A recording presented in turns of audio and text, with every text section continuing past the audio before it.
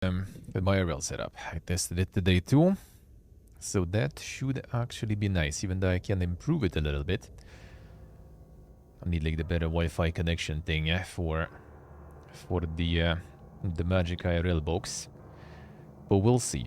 Technically, it already works like this. Need to kind of like give it a proper test, of course, how that will work, but theoretically, it should be fine already. This external extra Wi-Fi module will be even better though, so maybe I will improve it a bit more. But yeah, technically IRL setup will also be ready to go. And the quality and stuff should be also pretty good on this, with this camera and stabilizer and stuff, so stability should be all in all real good. Should be all in all real good. Biggest one yellow, how we doing?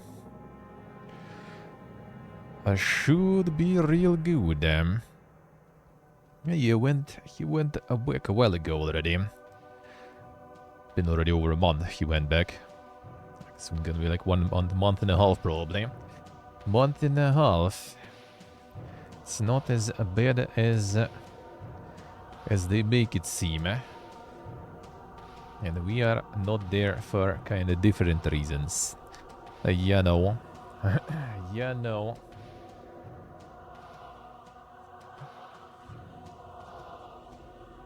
How's your day, Gastabonia? I got some banana here. Out there. Guess we don't support and stuff, mostly, rather than, you know, trying to hide from something. And then you Gastabonia, I see. And the insane schedule continues.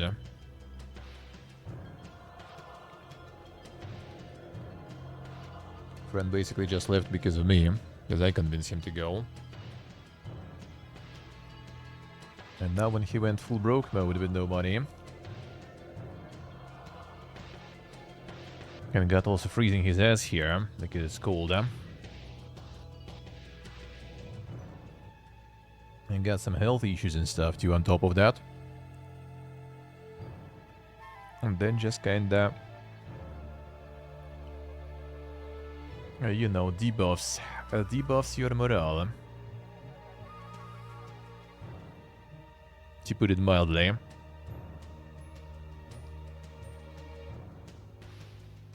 And that's when you, I guess, kinda give up.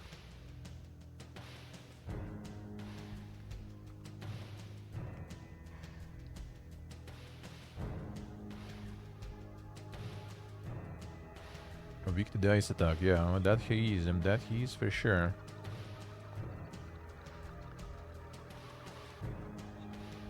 That he is for sure. Yeah, you're going broke. That's like the only option anyway. Where else can you go? What else will you do? Become random hobo in another country. Doesn't sound that good, It doesn't sound that good,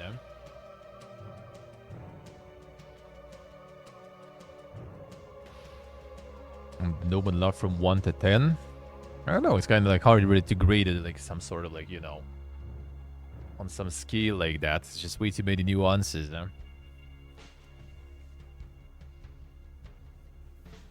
Just too many nuances there to just say if it's like 10 out of 10 or something. Because from some perspective that's good, some perspective is really good, and some other perspectives it's not that good. You know, there is just way too many nuances. Way too many nuances. Subjectively, I like it. Giving it some sort of like grading. I'm not sure, man. Not sure what I would grade it really. From 1 to 10. Not so sure. I guess overall it's nice. Overall is good. Not having the friends and family around. That is already not that good. You know. Now there is a lot of nuance. And that depends also on the countries you end up. And like here, for example, it's cold at home. not outside. Outside is warm really for winter. But cold at home. And the download speed limits are a bit annoying. Even though like it's not too bad, but still kinda bad. But a lot of other things are good though. Some other country that was different scores and different things. I can't really grade it that much. It's nice though. It is nice. I don't know what would be the number to give it, but it's nice. It's a good experience. It's a good experience. It's just probably better to experience it, you know, when you're doing it because you want to, not because you need to, you know, and so you can also maybe return every once in a while. Then it would be probably easier and better. When you don't have such options, it becomes a little kind of worse. Kinda little worse. I need to be on the phone also because technically, like during the hour, probably gonna have the call to bring like one paper to us from the landlord. Gonna keep it here. Gotta keep it here. See, I would like it. I don't know what kind of a number and digit to assign to it. I like it. I like it though. I like it, but if there will be an option to go home and chill, that I probably also would take. Even though I guess we still have like some plans for like a year ahead. After those plans, then we'll see. Then we'll see. We finally paid, did glorious. Like half a year ago. Hey, hello. How are you doing, man? Like maybe with bank account, I do have at this point 4 bank accounts. In every country, man. In Armenia, in Georgia, and here. The bank account doesn't fix it on its own. Like, if it would be just the bank account, that would be all easy already. That also required the company. Now I have the company in Georgia and stuff too. So yeah, there is a little bit of adventures, I guess. I was participating and organizing for myself and solving to make that work. But yeah, that they sure did. That they sure did.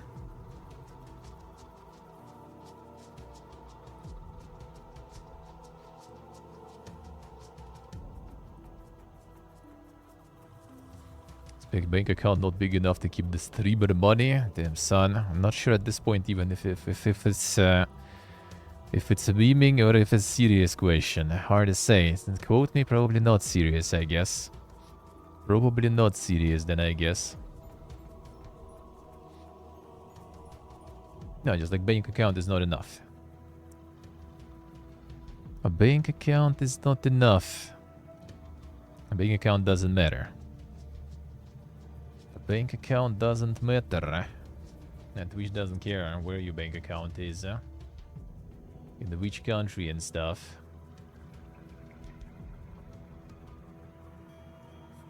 Well, no, technically you can without the company. Like one Russian streamer in Armenia, he managed to get paid on his Armenian bank account. But you still need to become the tax resident in the country. At least 6 months of living there or opening the company. And if you are becoming tax resident as an individual and not a company, then you're gonna pay chunky taxes.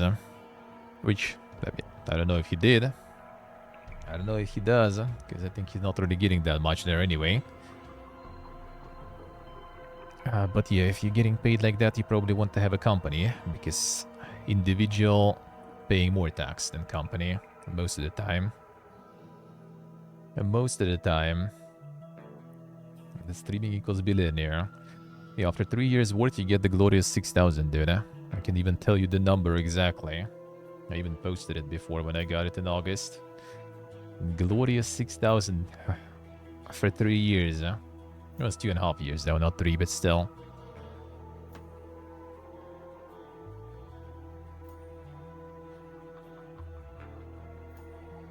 Let's move to Panama and avoid tax altogether. I mean, I don't really mind like getting 1% tax in Georgia, to be honest. Sounds good to me, man. Sounds good to me. Sounds good to me. 6,000 thousands. If only, man. If only. If only, man. Yeah, like the financial stuff I was planning to I get the blog post. I now got like just the year results blog post out. The IRL stuff. But not the gaming results post. And not the financials. There's also like idea about the plan post and stuff too. Which I need to find time to write. Which I will. Well, it's hard to find time, man. Feels bad. At least some of the plans people like reading, so that motivates me to write some more.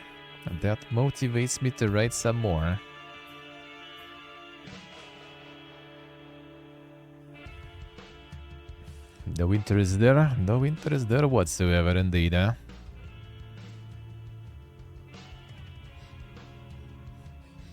we got the insane Skyrim sale there. On which edition, dude? The special edition. The special edition. Wasn't there even more edition there? Oh yeah, there's anniversary edition also. Yeah, that's the one. You know what to do? I mean, I kinda need to. Because I still don't have it, so...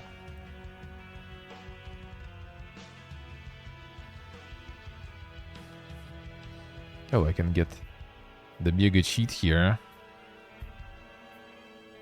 And get the insane bundle here. For the discount. I should,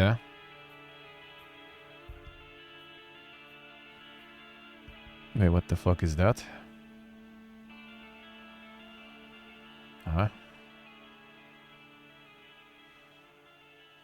This one's so expensive, Compatibility issues of the versions with mods, I mean, I will, but I'm not gonna even use any mods, really, outside of, like, graphics and stuff. Like, I'm not planning to get some sort of, like, 400 mods playthrough anyway. Anniversary edition is the poop one, I see. I see, so you need a special one only. I won't need the special,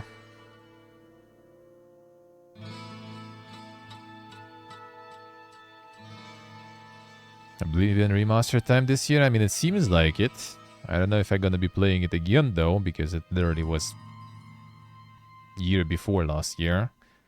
2023 I played Oblivion, so I'm not sure if I will, but we'll see, I guess. Walking, talking, hello. Coming to stream it for the some bangers, indeed. Sky Oblivion instead of remaster, yeah. Well, that's again, I don't have Skyrim for that, so you know, so I will need to get it anyway. Hey, Jury, hello. How we doing, man? The cheap basic edition? I see, alright, so just getting this one, I guess. Alright, we'll do. Well, technically this one gets the basic too also, right? Looks like. The fuck is this even adding there? Just breaking the game there. Oh, the Creation Club content release. Oh, I see. Kick. Oh yeah, that's even garba, man. That is... you basically buy some mods there, I see. Kick. I thought there was something else there at least. Alright, need to get that then.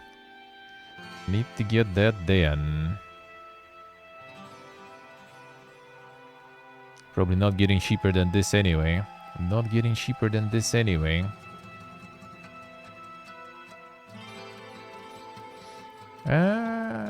it's still maybe.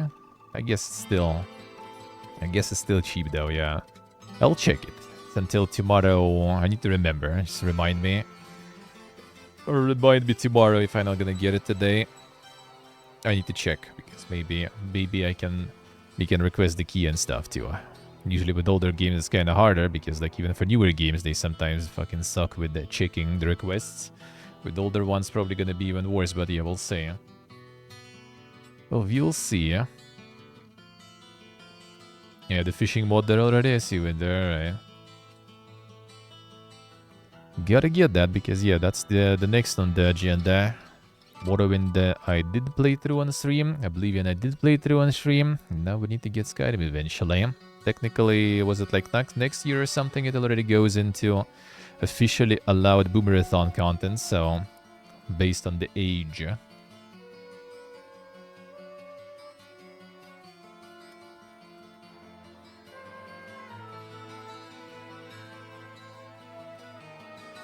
Let's see.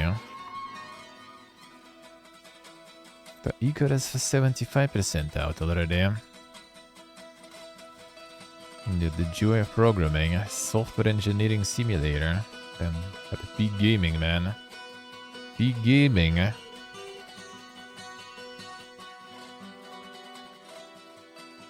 From Playway even. Damn, son. Wait, what the fuck?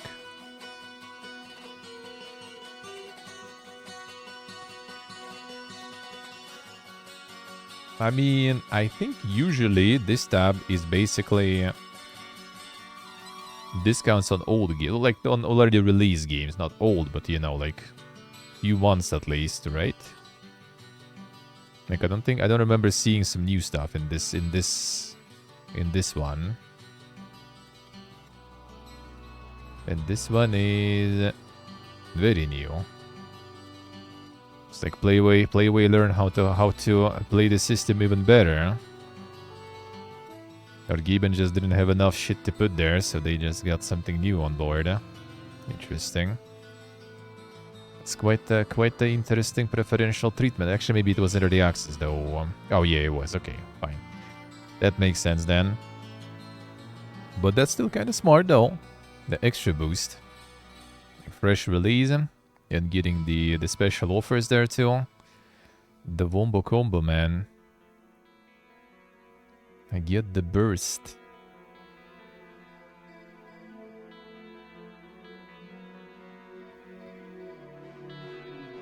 The 3D programming puzzle game.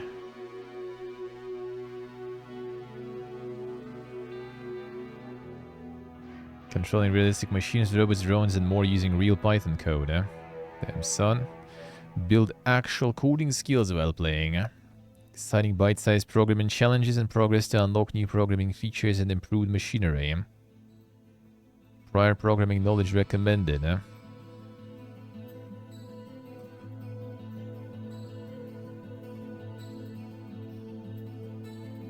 Classical algorithms, data structures. Accurately control sniper rifles. Damn, son. The real use for coding there. Image processing to count coins.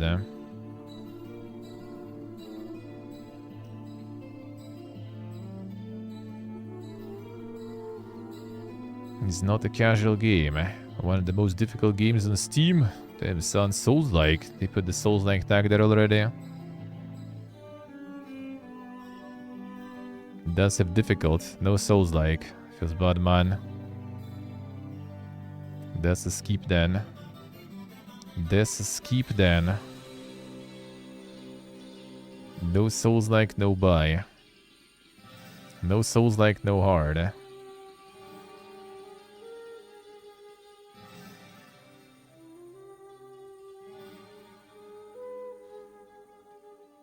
Tales of Graces F Remastered.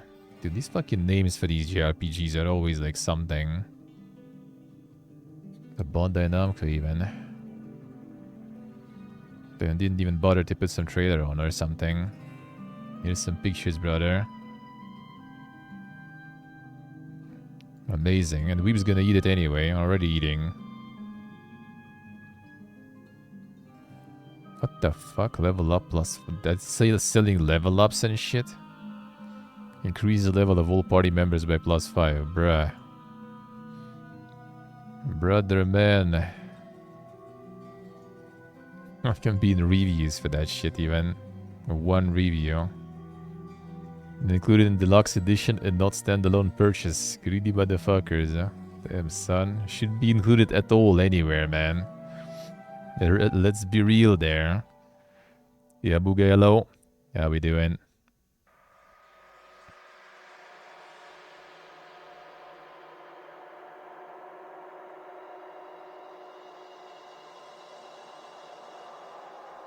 I'm the time saver, man. It's a remaster, by the way, dude. Imagine like selling remaster and selling the level up boosts for the remaster. Back with the beautiful and easier to play version. Oh yeah, if you pay for the level ups, I guess it gets easy. Brother, man.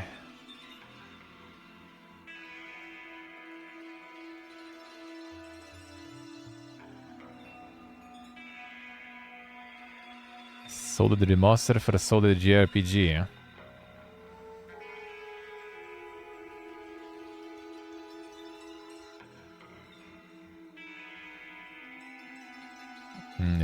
Everyone's spooging. And how about buying the level ups though? How about buying the level ups?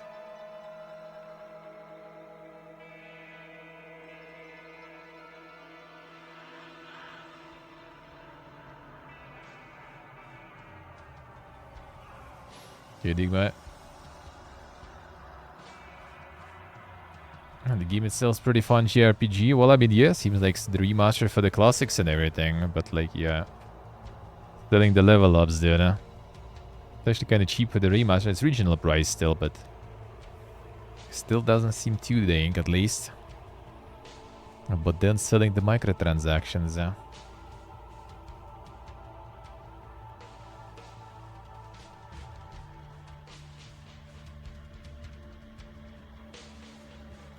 Age of Water is out already. You know, some quick early access there.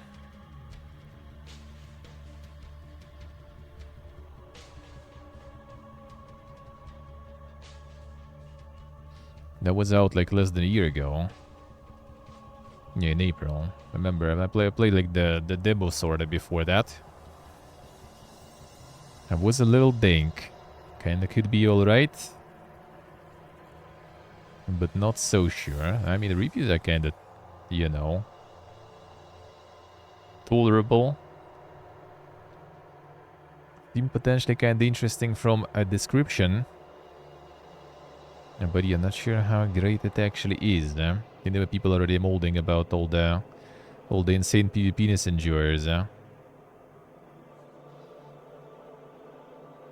bunch of cheaters using trainer from a cheat CC, making them invincible. And running around in most powerful ships, duking newbies and stealing resources.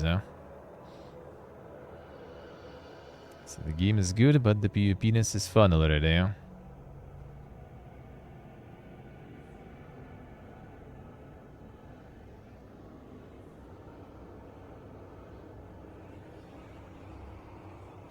Need a group of players to finish quests, can go, not do it alone.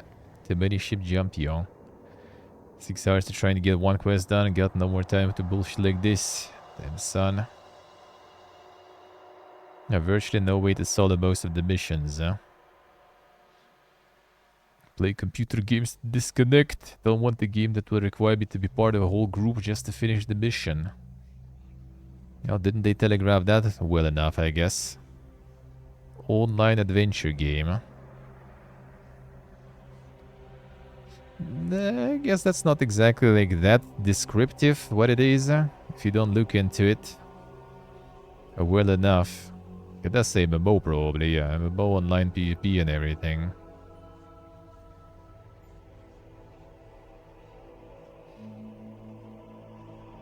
Then yeah, looked a little dink, and online apparently is also not very poga. It suffers from like the usual kind of like the PvP-ness fiesta when everyone joining like later on board or joining solo on board and just get bullied by a bunch of like over-leveled dudes playing together. And then you either like join them or you basically uninstall.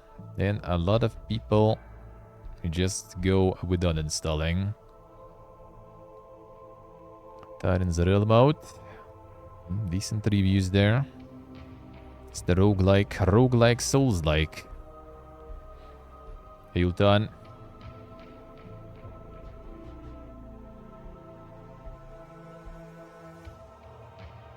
A roguelike Souls-like. How's that going?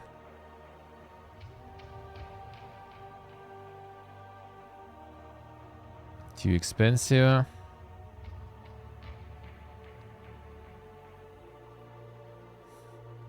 Because they're all on the floor. I think this one is supposed to be even. Like, that was the main goal. To basically make some sort of like Souls in PlayStation 1 graphics and with roguelike and stuff. Plays like Dark Souls 1 and has PS1 style graphics. Unlocks too much variety or difficulty for a long-time Souls player to find much enjoyment. Brother, man. You played for like 45 minutes into this. Yeah, no. Unlocks anything really unique that would make it shine and stand out. 45 minutes above average there, yeah. Yeah, people complain about variety without even like probably like doing one run there in 45 minutes. You know, you just like launch the game, go like the settings. I don't know how fast it throws you in, but it's still probably like 5-10 minutes you just kind of waste pretty much. Then probably gonna be some like tutorials, some yapping and stuff, and that's like, you know, 30 minutes already gone. And then in 15 minutes somehow you already like learn that the game is like not enough variety, man. Or difficulty, yeah, just kind of destroyed a couple of starting mobs. That was easy, dude. Every enemy was quickly exploitable by circle strafing. Every enemy already. Isibiana. Recommended 2060 Super? Really?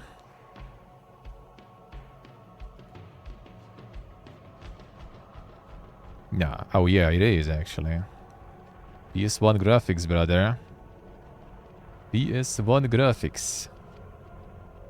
We'll see, at least the HDD doesn't require that much. Could be like 15 gigs there also on top of that. On top of that.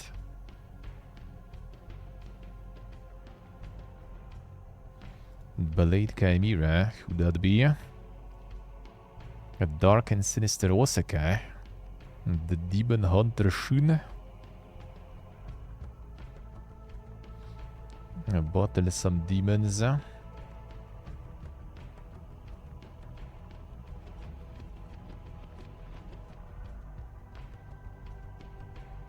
Already here, already. Good luck, man, good luck. That will go well. In a week unless you're blind. Hopefully not, man, hopefully not. See you, man, see you. Good luck, good luck.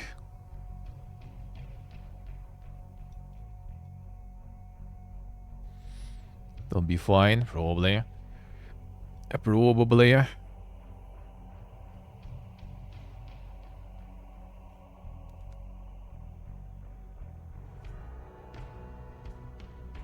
Solid shortish Metroidvania there. I mean, the reviews are good, huh? So I'm a huge fan of the deluxe. Like with some animations and stuff. But I guess.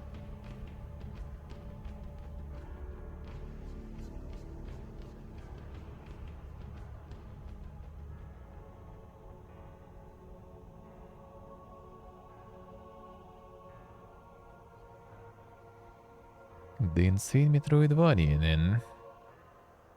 A really meh game. Damn, son.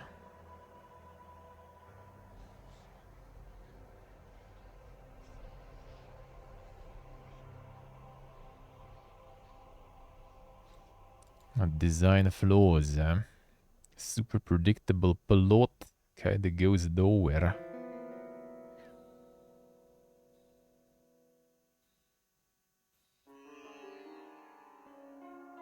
The most rooms in the game are just corridors with enemies, one after the other. Huh? Sicuro che le sia?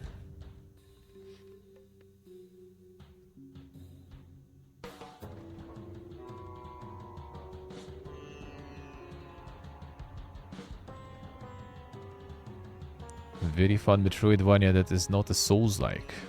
Actually confirmed not a Souls-like. Some Metroidvanias, yeah, kinda like that. That's what I thought also. Isn't it like all of them? Root trees are dead. The fuck's that? Puzzle mystery. A genealogical mystery, shade of 1998. Cover the early internet for clues, uncover hidden connections, and piece together the family tree. Behind the secretive Rotary Corporation. The browser game. More detective stuff there, I see. Interesting.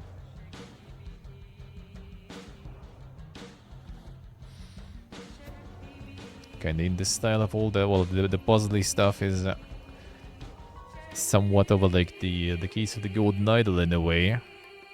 But more elaborate, looks like. With some different twists. That could be interesting, that could be interesting.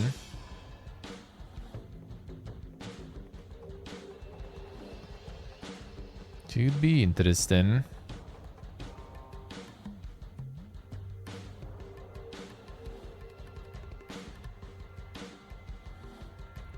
Yeah, the reviews are pumping hard there.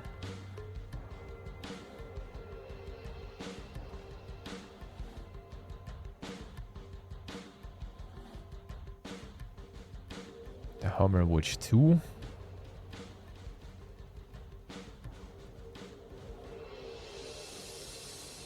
Played the first one, I think, like not long ago.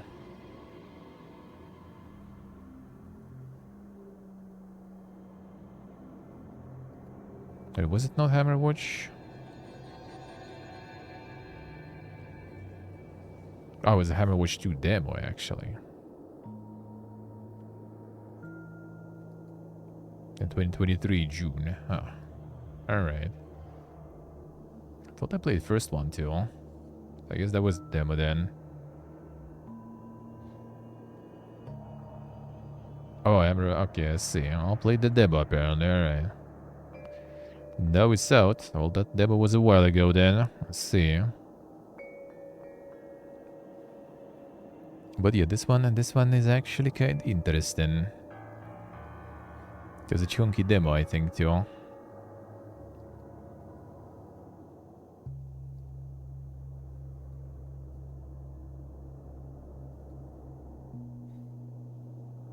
Yeah, co-op and stuff too, I think, wasn't it? Yeah, a team of friends. Let's see.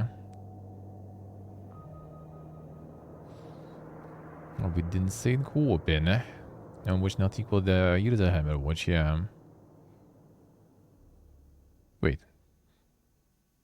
What was it? The just the Hammer Watch I played. Oh yeah, it was just the Hammer Watch. Okay. Yeah. See then. At the Watch Hammer Euros, damn son. Create more confusion there. Magic Book Out, the Battler.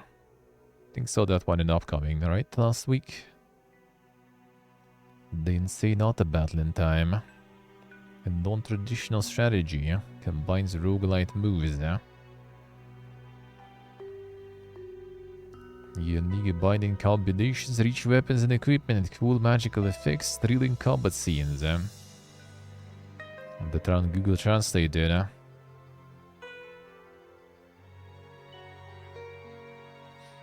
Hammer's Watch of Heroes, yeah. Heroes of Claymores of Lost Kingdoms. Oh yeah, see? That's a good name. Don't make this name, please, man. It's like all those weighted dank names are kind of like hard to fit, you know, and like the stream titles and your tweets and all that stuff. It's like a little detail, you know, also. If possible, make it shorter, dude. Make it shorter. There's limits in all those. In the amount of symbols and stuff.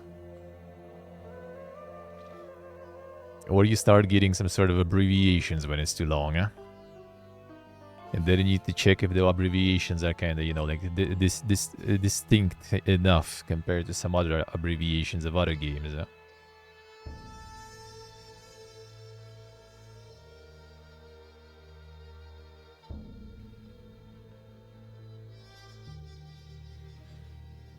Same title as Queen's stream title. As with his titles, I'll wait too long. I like the long titles. Yeah, I need to make some of the visual novels or something.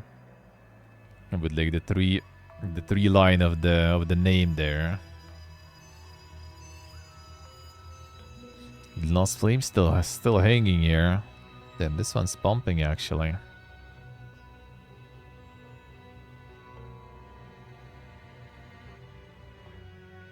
See window, I see. Classic.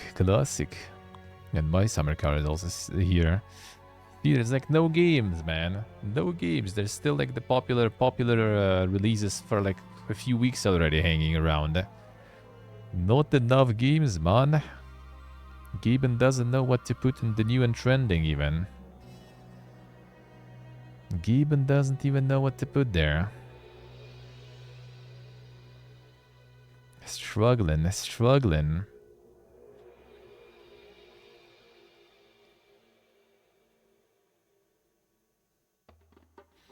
The My Summer Car, yeah.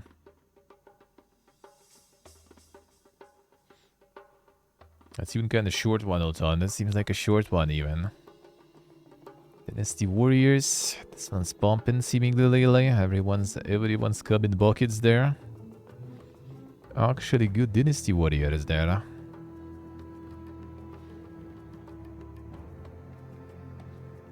FIFA on sale, instantly top sellers again. Farming. 7 popular. Well, then top sellers rather, I guess. And the Seed of Physical Style, yeah. AAA releases for 2 months, therefore gaming is dead, yeah. That looks like it.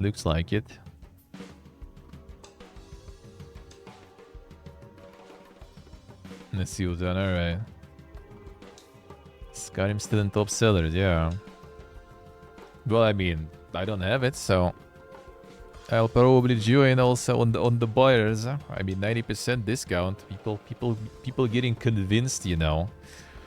Maybe they were sitting there waiting for Starfield, and then they realized that, you know, Bethesda only getting shittier. Time to get something that actually still not complete garbage yet. And Fallout 4 is still probably too expensive, I guess. Well, too expensive. Not really, but still. It was like a bundle even at Fallout 4. But I already have Fallout 4. We already have that. And this one is also on sale now. Nah, seems like the same stuff though. It's an interesting bundle then. How we have one game on sale, so we're gonna sell you bundle with another game that is not on sale and upcharge it that way. Yeah, Broken Alliance early access. Broken Alliance is in early access.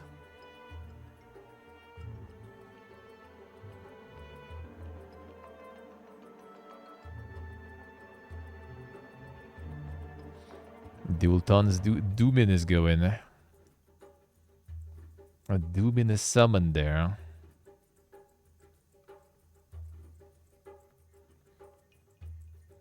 Yeah, they kind of not really pumping that hard in terms of amount of reviews and everything, even though quality is good. But yeah, that's the kind of game that in early access buying probably not the bestest of ideas, I guess.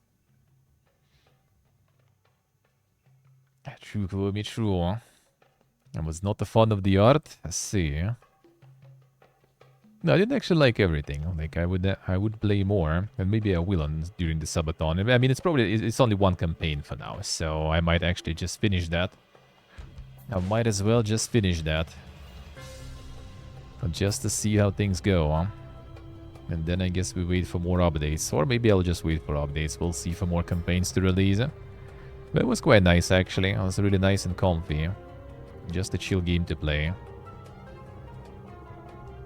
Just a chill game. I mean, like I can see the art being like it's kind of like has the same like vibe. It's like it has like specific style that might be a little like off-putting for people. Kind of like the spline animations for me, for example. Like they look good and stuff, right? And they might be like really well made, but like something about them just like makes me kind of irk, you know. Hello, Reva. How you doing? See what I see, eh?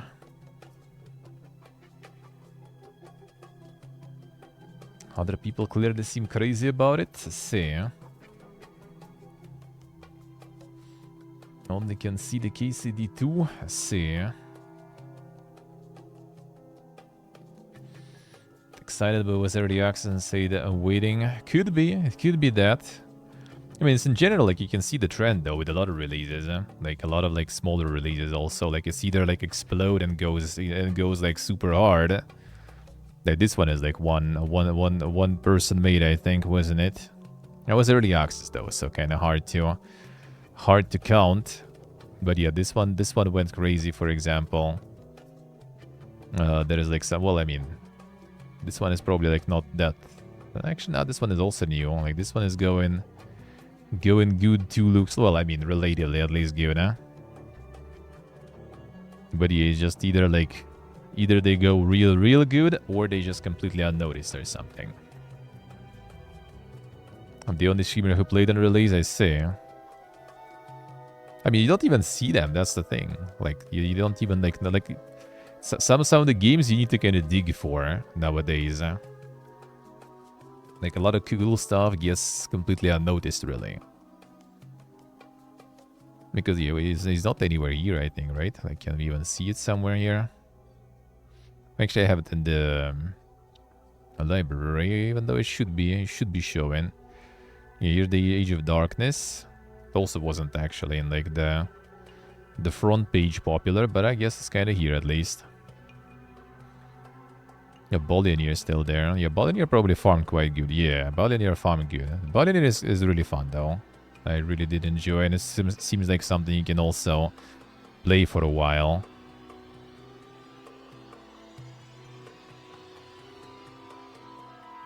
Fucking outlaw still here. Malt washing still some there.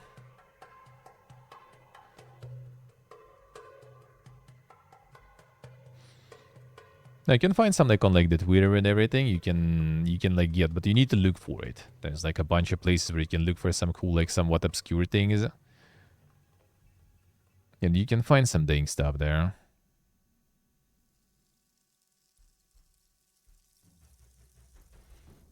Yeah, you go just in popular, and there is like a whole load of it, man. Try to find something here. Damn, DD game. Wonder what you do in that one. I wonder.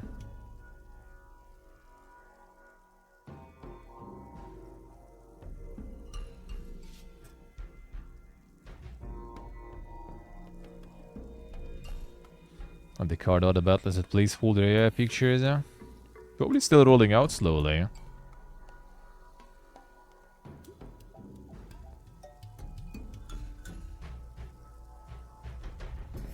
See what do I see? The Coke is there too also, yeah. Like a loft even. Well, I mean, I also do have it, right? So I guess it did exclude it through here. Thought there was like an option to see that. Because loft, I think, is kind of doing already, somewhat at least. Yeah, well, loft is doing good, huh? Gonna play some more.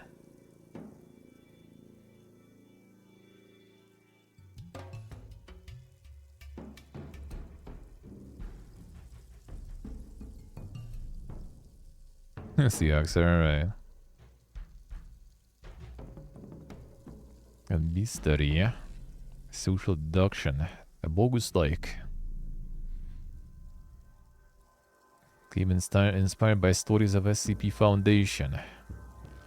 Survival and social deduction. Nice. Inspired by a bogus, man. I work with others, collect materials, survive dangers, and complete tasks. Alternates disguising as your teammates.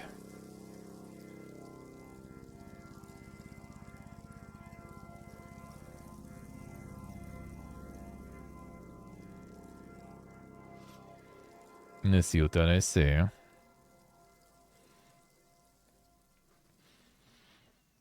Yeah, I feel ironically kinda if you, I don't know, maybe content creator too, or some like have some sort of like day job and stuff, or like save the bunch or whatever.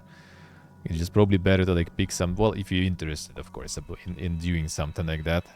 Like some like kind of like Caves of Code and stuff, right? Just like making some very very mechanically like you know systemically heavy game, and then just working on it, you know, for a long time. Well, like farming some like you know like releasing early access and then like farming some like Patreons and other things, and then just working on it forever, and then eventually probably like gonna grind through it, kind of potentially, if it's also good, which is also not always the case.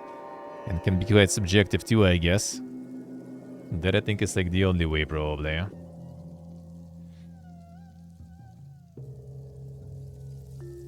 Yeah, work a few booba? Nah, don't think so. Don't think so. Well, I mean, rather, it's not gonna work if you just booba, let's put it that way. That market is oversaturated already, man.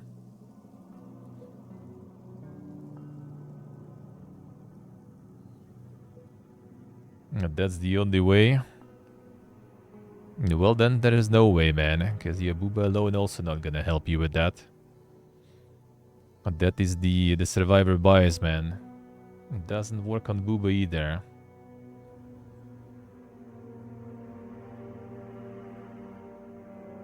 Introduce the coca there, yeah. Yeah, there's the, I do think there is like a bunch. Well, I mean, maybe not exactly like Patreon, right? But like in general, just like having the project that is gonna be like something developed over a really long period of time. Kind of like all those the Caves of Kuda and the War Fortresses and other things. Then it kinda can. Then it kinda can, but still not that simple, obviously. Obviously.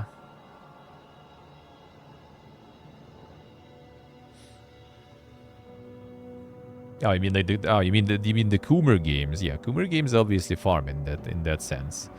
That's for sure. You mean from that perspective? All right. Coomer games maybe. Coomer games maybe. But the regular stuff too, like you know, like going through the all this like the way to dank Twitter sphere for the game dev. It's just they don't use Patreon usually. They use their Ko-fi and stuff instead. Yeah, some do have like supporters. Like I mean, nothing you know like super crazy there, of course. But like if you would live in your $150 apartment in Thailand, you would be farming.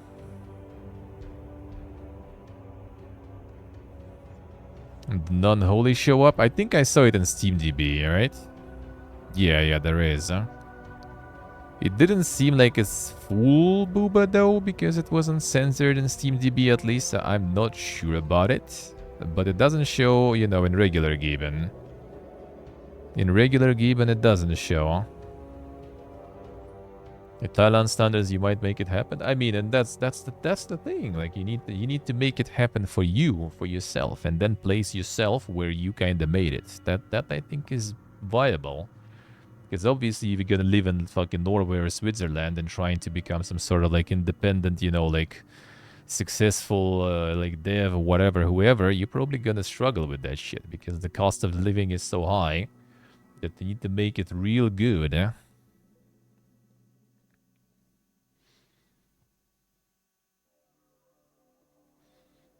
That's what I say, huh?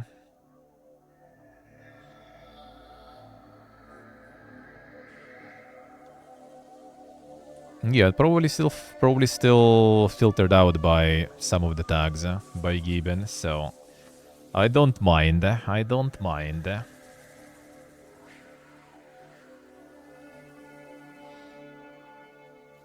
Oh, Tenjo Infinite Hens. Some more.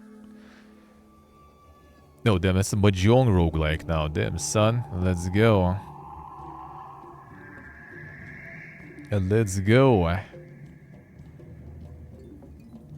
And when I gonna get like again at some point maybe find time to get in back into like the godotting and stuff, then already gonna be like everything a builder.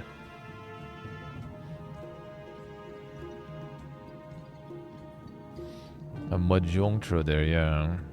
Basically. The Domino roguelike still up for the picking. Yeah, don't mind. I'm not gonna make it anytime probably anyway.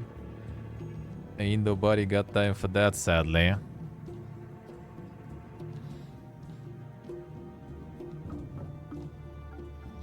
And the Mahjong Battle Royale. Mahjong Extraction, dude. But these ain't cards. These ain't cards, though. A Bio Prototype Re.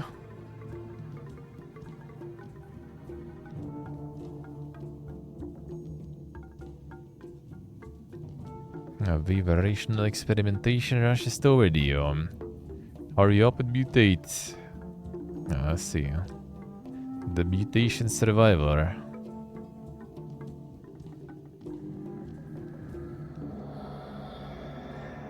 Series SA. A dislike for card mechanics and Mahjong or Dominoes. I mean, you could try something like, what was the Bingo? The Bingo. Wasn't it? Yeah. Is the Roulette Builder. Doing alright, actually. Not bad. Not bad. Was alrighty. Now with more content, probably even better. Probably even better.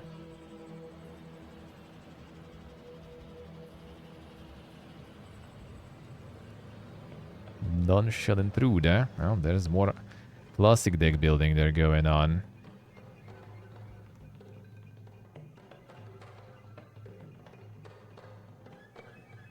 A roguelike deck builder with a tile-based combat.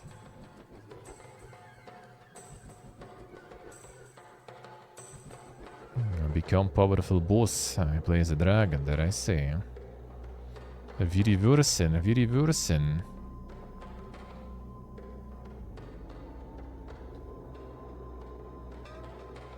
Damn, the dragon builder even. Insane.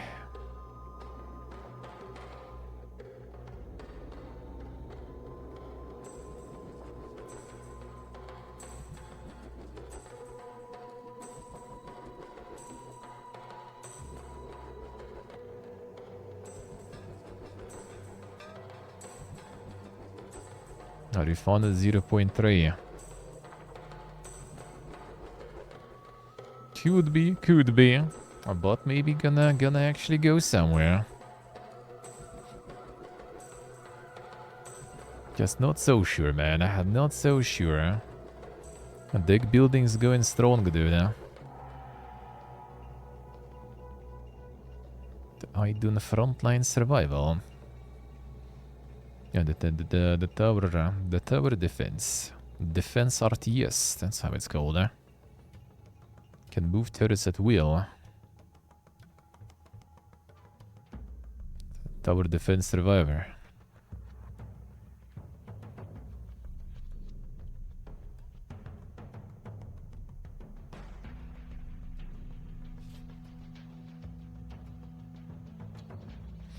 But large hours a week. I mean, 11 hours nowadays is already really good, really solid number, man. Ain't nobody got time for that. The most roguelikes, I just complete whatever there is sort of once, and then I just move on to the next stuff. There's just too much things to play, man. No time. No time.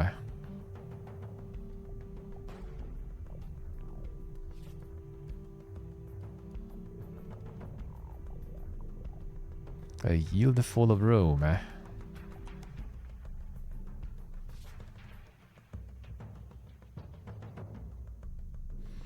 Kingdom amidst the ruins of Rome in this turn-based 4x strategy game. Damn, son.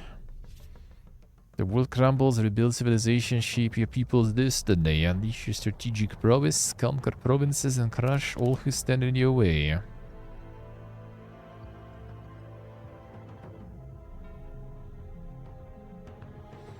The life service roguelike, yeah. The infinite engagement. Do we have something like that? Don't think so, really. don't think so. Well, actually, I don't know. Like, I guess some of the other battlers you can kind of count as this, like the Hearthstone battlegrounds, right? Because every run will be different. And it is sort of the live service stuff, so... And then you have the teamfight tactics. Kinda, I guess, also.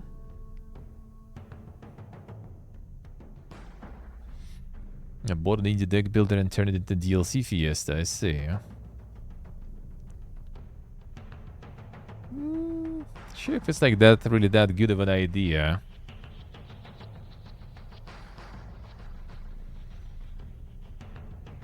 The Butcher's Creek. That one was...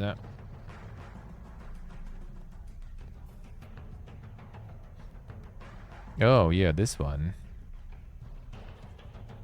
See. David Dusk Div. One and only.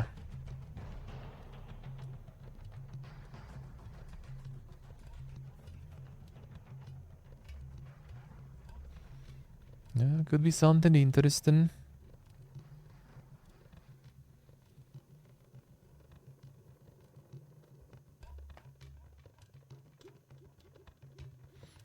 Sea Secret, I see. I was always anti-DLC, will probably become pro-DLC. I mean, I do kind of, on one hand, I do agree, right, that it would be better without the DLCs. But I also understand the modern realities. Especially when it's like, you know, became the game of throw shit at the wall, see what sticks, right? And then when like something already like, you know, stuck, then you kind of want to rather probably extend, you know, the one that is stuck there. Rather than trying to throw some more, probably, right? It's just more reasonable. Just more reasonable. And if the content is good, then why not? Then why not? I think making like one or so or two, not really that bad. If the content is good and the game is good. The Watcher is watching through the Beck of Blood. Yeah, that one was kind of doing stuff there, I think I saw before. Yes, when you play the Biogameka. It was supposedly very hairy arms there and stuff, wasn't it? Has some really dank and thick hair though. Play as a Yeti or something, basically. Basically.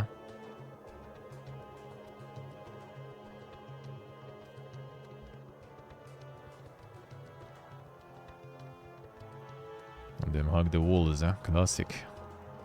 So it might be interesting for the boober shooter enjoyers, Bit of a special boober shooter, 21st of January.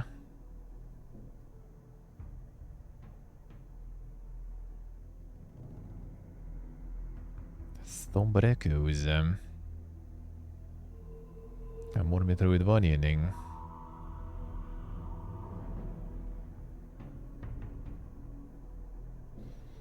Let's look some ding graphics there though.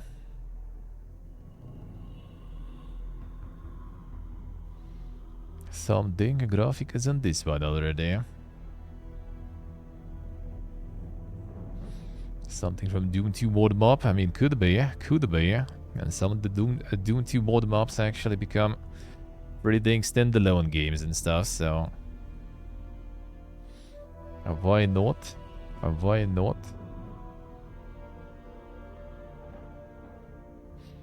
And this one could be interesting. A Jotun Slayer, huh? Another one I see. Yeah, got a little bit of a... Like, they're fun when you play, but, like, yeah... And just play for some time. And then you kinda done with it. Most of the time. Because there's already a lot of them. But when you do though, it's fun. It's even more kind of like Survivors like though. Maybe a little more elaborate. Lonely Mountain Snow Riders. The fuck is that?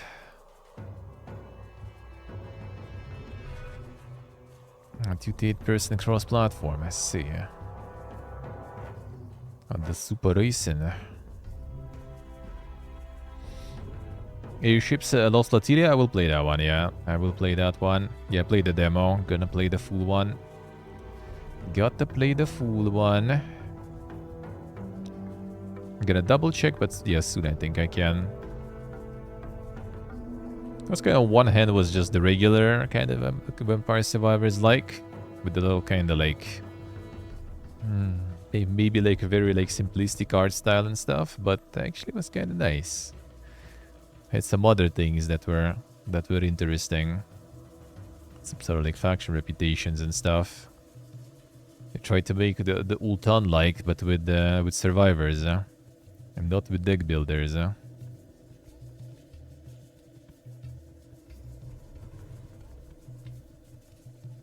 Paritan Wars Remastered. I haven't seen this one. The Bandai Namco published one. I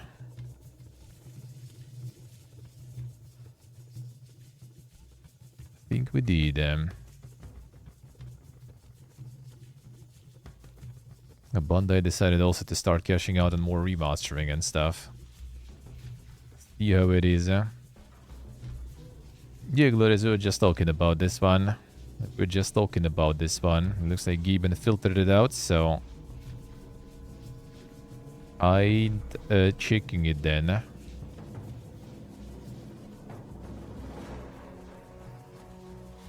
I don't think it's like the full-on booba there. I don't think so, at least, but still, Gibbon filtered it for me, so... And this is gonna show here somewhere. Could be.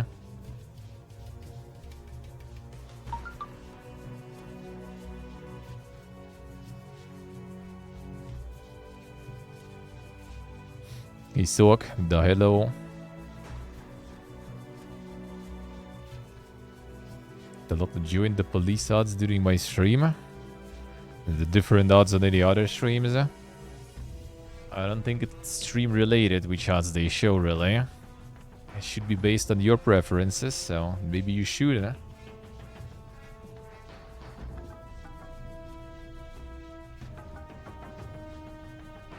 Maybe you should, eh?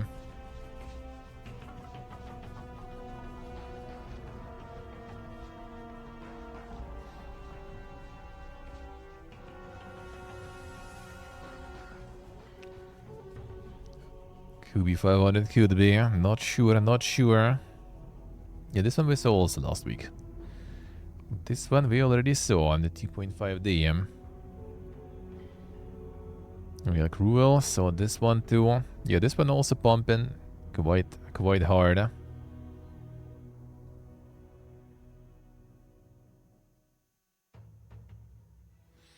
This one also pumping quite hard. That also like just the dink Twitter sphere pretty much. Going ham.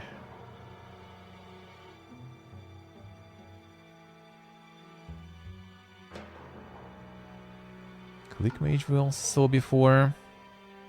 Nothing new, Gibbon. Come on, dude. Pretty sure there should be plenty. And Sea Fantasy we also saw. It was the fishing RPG. That one we saw even already for... No, not a couple of weeks, but yes, seen it multiple times actually. I guess an upcoming and then released also. Oh, Binti. Would that be? A photographer enters the Great Pyramids. Photograph Pharaoh Rudamon's remains. Haven't seen the horror is. Played by Ella already, or owned at least by Ella, of course. Alright, this one got the seal of approval then. Not the obscure horrors there.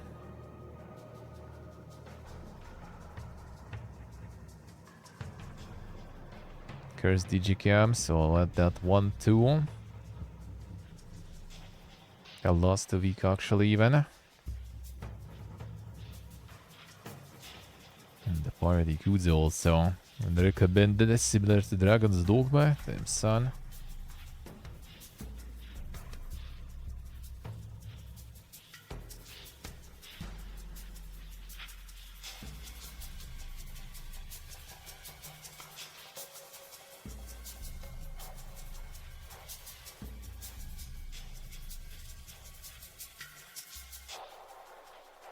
Let's go in soak. How's life? Yeah, not exactly my GM though. On was this? Also something you'll probably played? No, he didn't. Damn son. Oh, this one probably because it's the another Amogus like or something. A 1-4 people co-op exorcism simulator. I see, alright. Mixed reviews. Yuck. Salasta 2, still not a lot about this one. We'll see. First one is dying.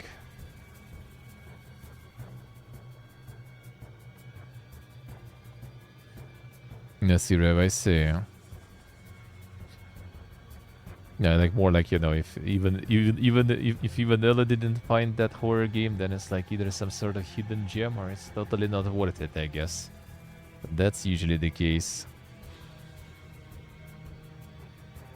Because he had them all. He had them all. Turn-based tactical RPG in the dark fantasy genre.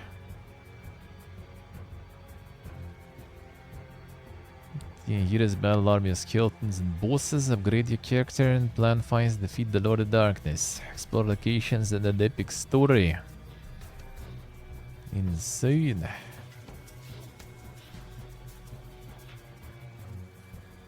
And the mega graphic is there too, huh?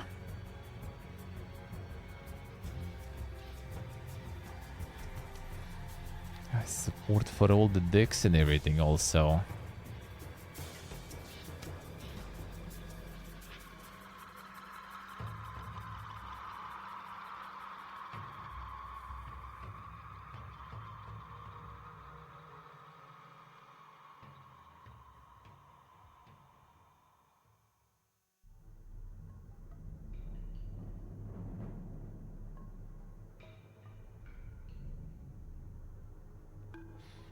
Short but decent apparently, I see. Hey Quack, hello. How we doing? Warden's Wheel, also saw this one before. I've been recommending all the stuff we already seen before. Actually, no new games confirmed. The video game drought is back. Kick. Sorta. And the people be playing there. Yeah, this banana shit is still alive, man. Many months already. How many months already people playing that stuff? And nice Quack, nice. Sounds good. Sounds good.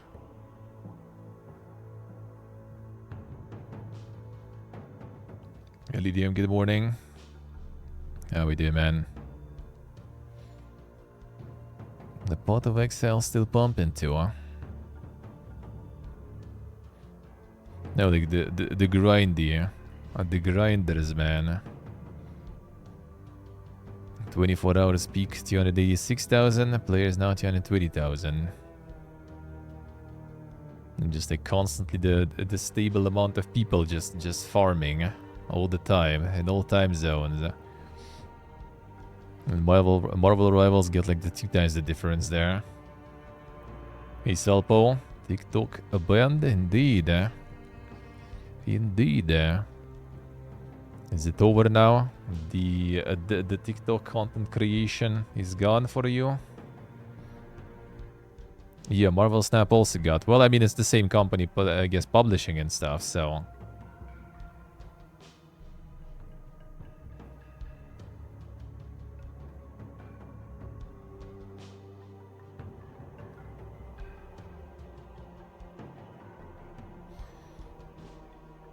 Banana with 85k there, yeah.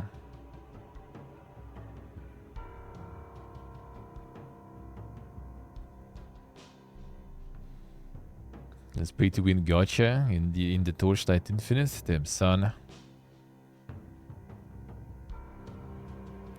On the TikTok endures all of a sudden there too, I see. Oh yeah, the Berserker of Kazan got the demo now. For endures. For the people curious.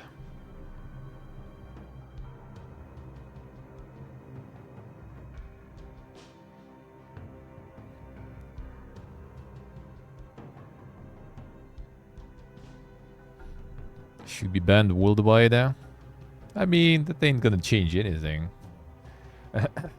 like it's something different. Basically, everyone just gonna move to like the fucking Instagram Reels and YouTube Shorts and stuff, and then something else gonna surface. You think you can stop the degeneracy, man? You can't. It's already there. Deal with it. Adapt to it, you know.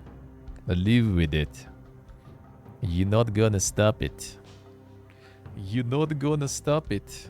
And just basically hurting people who are working and, you know, making some content there and trying to make some monies out of that. Now they will need to switch platforms and lose a whole bunch of shit in transition, as usual.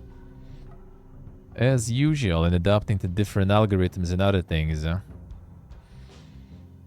So overall, nothing really good.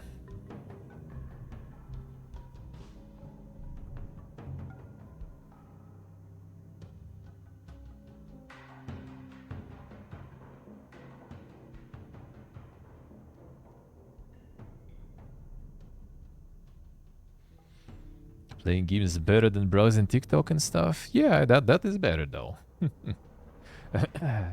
It is wasting, well, technically everything is wasting your life either way. It's just, you know, the degrees of degeneracy while doing so.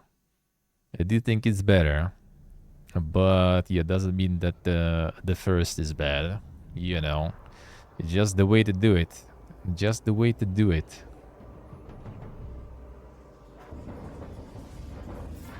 No, it's just pure cope. No, like even from like the very basic, basics pretty much. You know, you just do things. You do things. You build more. You know, like the neuron connections and everything by doing things actively and working your brain rather than just consuming stuff. You know, simple as. Simple as.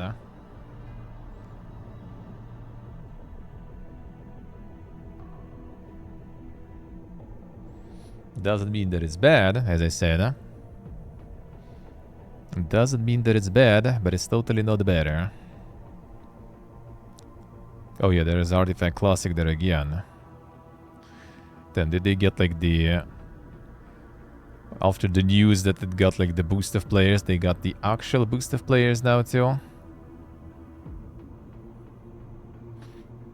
No, neuron connections are not about, you know, like growing IQ or something. No, it's kind of like, you know, people with like, to prevent like Alzheimer and stuff like this, they just need to like do something, even like solving some simple tasks and everything that already kind of like maintains your brain in the working condition. Just sitting as a vegetable, just consuming stuff, pouring into your brain with low value, does nothing. Does nothing. Kind of the same as just like being a vegetable in front of the TV, pretty much. The same stuff.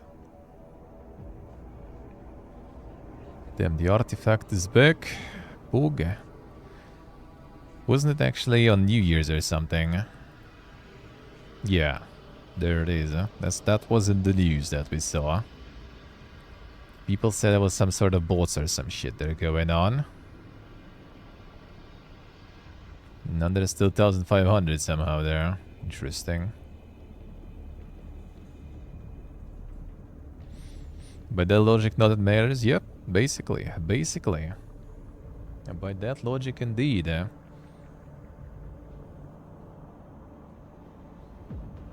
Expressing autism in Factorio better than scrolling TikTok? Well, Factorio and stuff for sure, though. It's kind of little puzzly stuff, you know. You make your brain work. Making your brain work is a good thing. Always a good thing.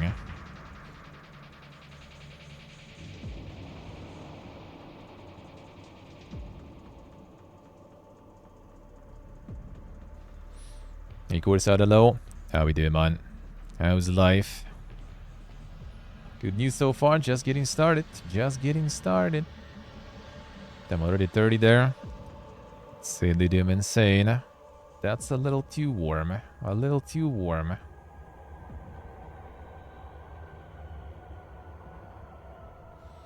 Fueled by very deep emotions after dying of World of Warcraft Hardcore at level 58. Wait, did you? Did you? They end up going hardcore in there. Yeah, that sure creates a lot of emotional feedback there, I would say.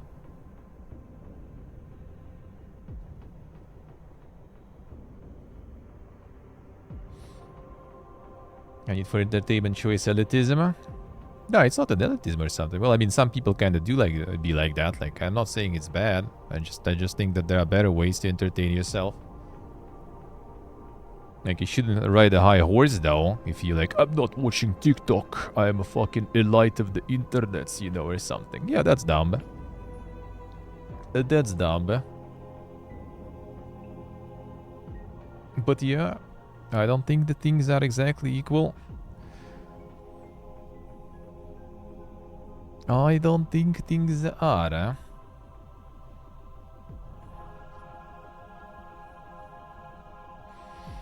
Not to mention some actual hobbies and stuff, you know, some going to like some physical activities and everything. And that sort of entertainment is totally better than everything, including gaming. And other things even. It's always different degrees. There are totally better ways for entertainment. That doesn't mean that other ways are bad or shouldn't be, you know, shouldn't be used. To each their own. To each their own.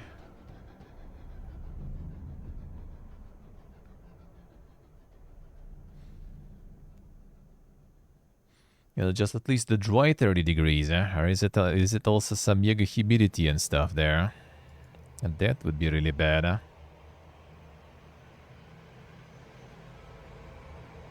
Yeah, there's also different content there, of course. Yeah, it's not even about the content, it's about like the format, I guess. Like talking format rather here.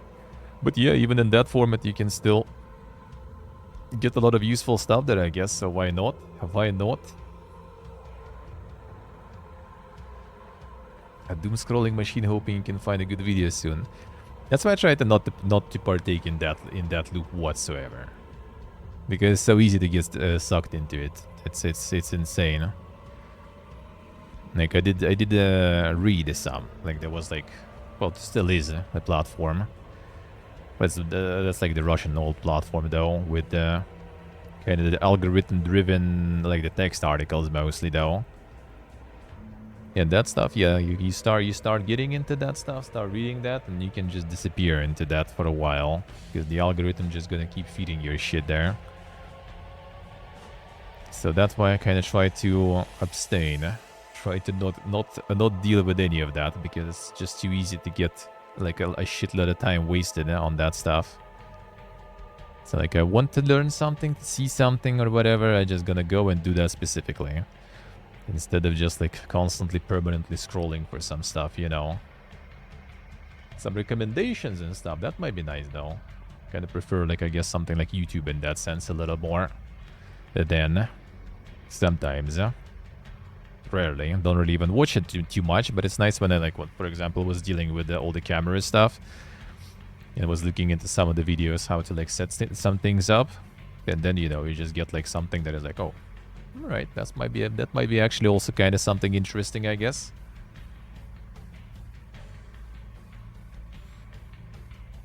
Let's see, really, let's see. No, for me right now it's kind of, well, I mean, I don't really watch YouTube, that's the thing. Probably that's the, but that's my, that's the good part about it. I don't even really watch it, so like it's pretty much just like a bunch of soundtracks currently for me. And then as soon as I watch something about like the camera stuff and about like the DJI camera, pretty much, right? The one I showed before, right? Set up the stream for you to see the RTMP stream and everything. And I was just like searching when I was like setting things up. I was like, before buying it, I was like looking into it, you know, doing my research into should I buy that one? Should I buy something else? Should I buy in general, you know, all this stuff. And then, yeah, now it just kind of like shows me a bunch of like other things relevant to the camera stuff. And it's kind of mostly, at least for now, things that are kind of seemingly all right. Even though it's also kind of like, you know, like for example, like I learned through that the DJI got like a drone now also for like content creators. Which should be kind of cool at some point. If I manage to get some monies for that eventually. But the problem is like here, for example, you can't like import and use drones whatsoever. So it will also really depends, will really depend on where I will be at the moment, right? But that was still kind of interesting to see, like that they're releasing that drone and stuff. And there was another thing that I realized, is just like all these like, you know, like some new tech with cameras that seem, cameras, drones and stuff like that, that seems like pretty common thing.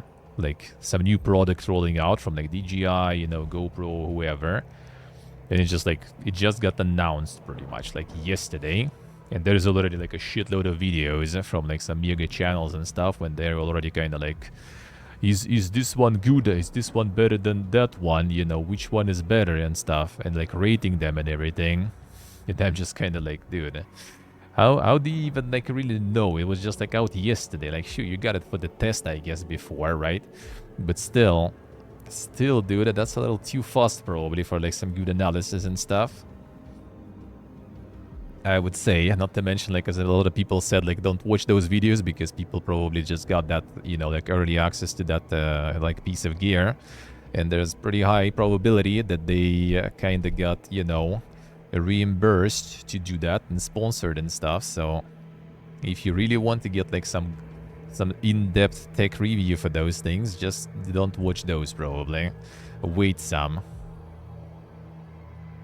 Ika Gikalo.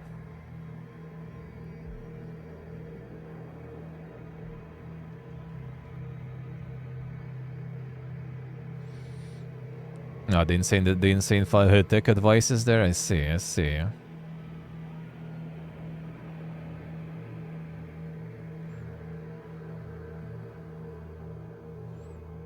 Many people complaining. Let's read. Square Enix policy will clamp down on harassers, bigots, and unreasonable compensation requests. Company outlines new stance on horrible internet goblins. There it is. Instances where certain customers take actions directly or through our support centers towards our group executives, employees, partners who are involved in the creation and distribution of our group products and services, but that constitute customer harassment, reads the statement as reported by Very Gary Computing, such as denial of personality, violence, defamation, intimidation, advance notice of wrongdoing, advance notice of obstruction of business, harassment. Such actions do not only prevent our employees and partners from engaging in their work with a sense of security, but also cause disruptions to other customers. Square Enix will not tolerate harassment and will take action as necessary. The action in question being cease providing support services or to refrain from providing our group's products and services. Is the least of absolutely a guileless behavior in the fool, Acts of violence, violent behavior.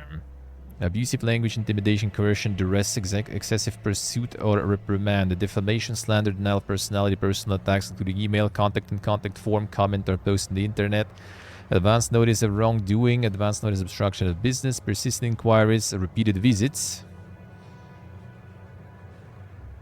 That already... Well, I mean, I see that, but like... What's like the you know, where's the line? Where is the line? Trespassing by visiting or staying in an office or related facility without permission, unlawful restraint including via telephone calls and online inquiries, discriminatory speech and conduct regarding race, ethnicity, religion, family origin, occupation, etc., infringement of privacy by taking pictures or making video recordings without consent, sexual harassment, stalking, repeated stalking behavior, undue demand, unreasonable changes or exchange of product or request for monetary compensation, unreasonable response or request for an apology, including face-to-face response or request for an apology specifying the position of our employee or partners, Hey Joe, hello. Excessive requests for the provision of products and services exceeding socially accepted norms. Unreasonable and excessive demands for punishment of our employees. Yeah,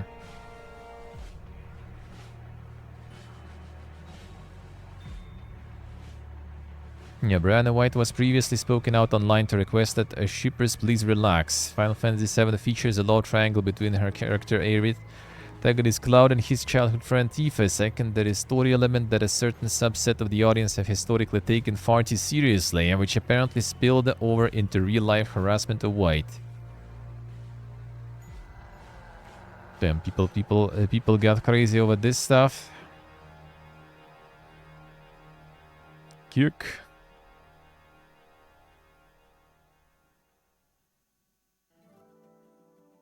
Good shot.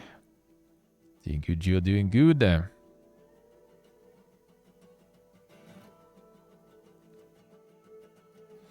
Oh, be good too, man. Now, reasonable, not really a headline word there, I guess. Needs to be written down so explicitly. I mean, wasn't there even like... It was also like... I think it was some also like Japanese publisher or someone who was also recently just taking some people to court over some threats and everything. I mean, yeah, sad, but I think nowadays people taking that shit too far. One thing is just like, you know, being a little, do a little trolling or something. Another thing is just going already like way too far with that shit.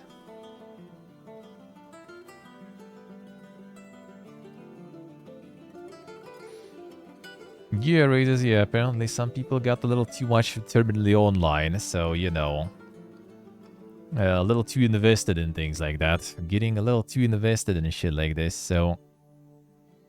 Yeah, sadly, that's how you need to get a little bit of the written rules and stuff. The problem is, like, there is a lot of, like, you know, kind of vague things here. A lot of kind of vague things, like, where is exactly the line? But also, as soon as as long as it's, like, you know, not some sort of, like, insane kind of punishment, then I guess that's whatever. Just make people be a little more careful with what they do and what they say.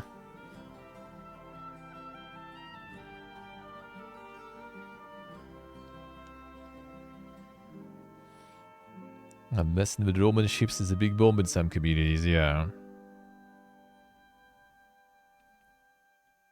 So yeah, that is indeed nowadays sadly kinda required. Unfortunately.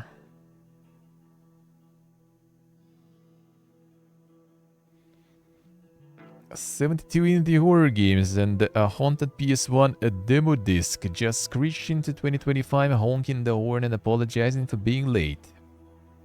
So yeah, there was like a whole showcase there for mostly horror games. The indie horror games. So apparently it's also like the a thing, the haunted PS1. There's a bunch of like demos for like all those kind of like the PS1 style, the like, you know, old school in general style, the horror games. And they did announce a whole bunch of stuff there. 70 games. Something interesting maybe too. You can get the demo disc on each. So it's like it's quite a lot of very indie stuff. Quite a lot of very indie things. The poop killer stuff? Well, I mean, not really. Like, well, there's probably some, you know, like way to think kind of shit. But yeah, there's a lot of like actually decent things there. There is a lot of actually decent things.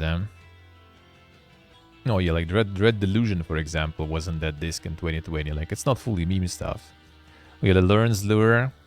Like, I wouldn't really say it's horror, so I guess not exactly only horrors, just something, you know, kind of like in that style, in that kind of direction. Kind of eerie and everything. Good track record for curating interesting stuff. Every disc has a fun framing device that makes it the game in itself. So you can get the disc there with all the demos. And yeah, they had the whole show there. At some point we'll manage to snipe that one too. Would be nice because I assume also pretty massive there. Yeah, it's 22 hours holding. But yeah, that actually is... That actually is quite something there, yeah. Yeah, I can get all the video gaming there if you want. A whole bunch of it there. Yeah, literally. Oh, over 70 even, holy. So yeah, can get all the stuff there for 2 hours. For 2 hours there.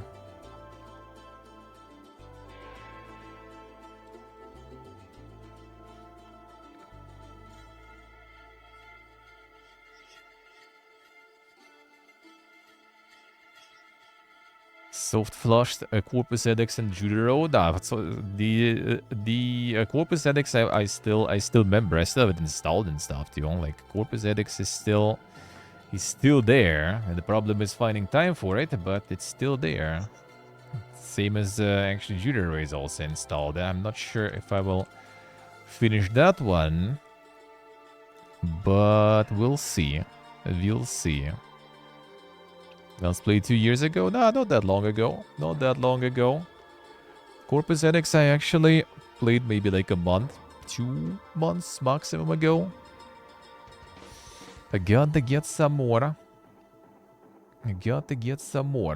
Corpus EdX I wanted to play, at least. Shooter Rock kinda, it's dank, it's cool, but like wouldn't say it was like something that was like exactly my jam. Like, if anything, then the, what's the name? The Dungeons of Blood and Dreams, right? Dream and Blood.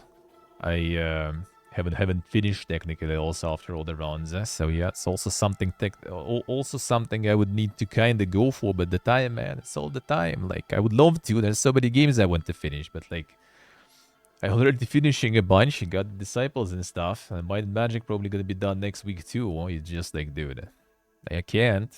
Like, if I wouldn't sleep at all and everything and just, like, go completely, you know, on some sort of, like, I don't even know if you, like, don't sleep even. If you go, like, 24/7, like, full binge mode, will you even be able to catch up with everything at some point? I wonder. Okay, 1 second. Music is it actually feasible to get all the backlog in? And all the front login.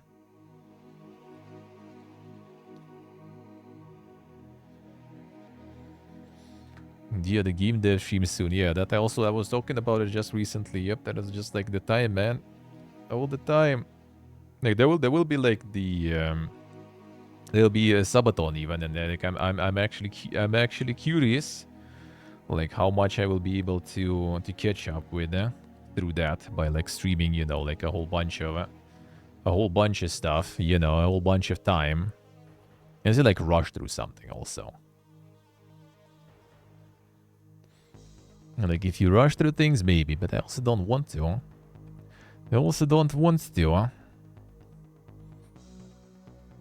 Yeah, clearing that backlog is like, you know, that's like some Sisyphus stuff there going. Gotta roll it, man. And you never will. So yeah, some of the dank stuff, at least I kind of showcase and try to do as much as possible. Corpus X, I did kind of do a bunch of progress there. It would be nice to finish. We'll see. There ain't that much left, I think, also. So I kind of shoot,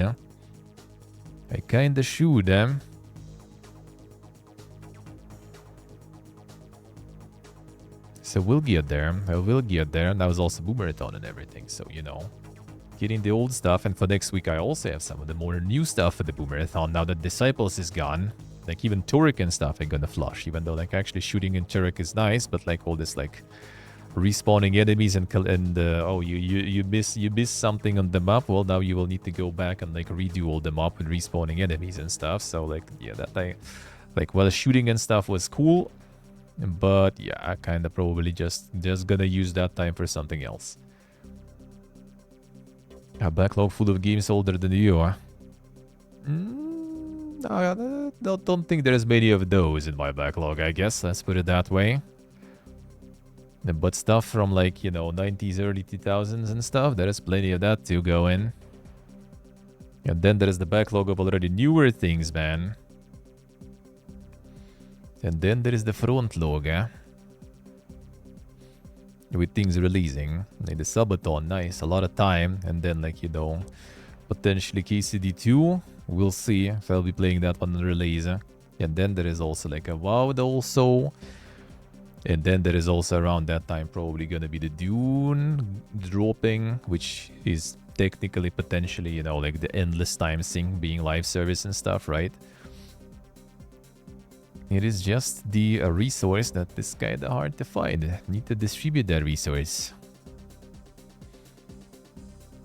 Future of MechWarrior looks uncertain amid Piranha Games layoffs and Toadman Interactive closure. Another Piranha suffering. Layoffs follow the underperformance of MechWarrior 5 Clans. That one didn't go that well there. Team at Piranha truly delivered a high-quality game that exceeded both internal as well as external expectations in terms of quality, story, and gameplay. Despite the phenomenal work by the team at Piranha, the game failed to reach new audiences and expand its core audience as anticipated, and therefore has not met the necessary sales targets, which has forced us to undertake necessary actions. Piranha working on all the Mech Warriors since 2013 already.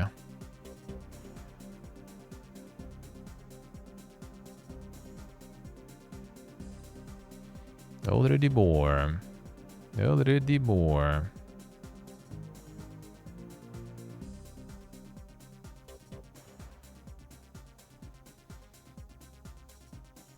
See what I say. No, one moment.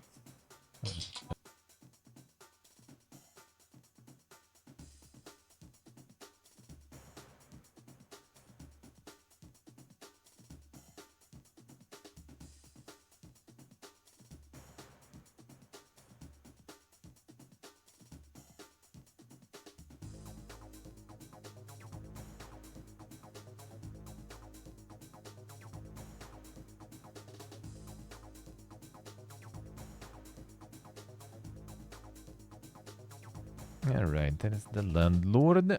That's gonna be in like 30 minutes or something, probably. Nah, maybe faster.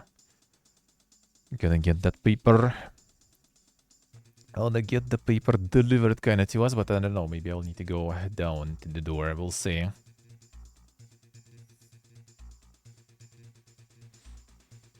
Gonna tell people it was a new game release, I see.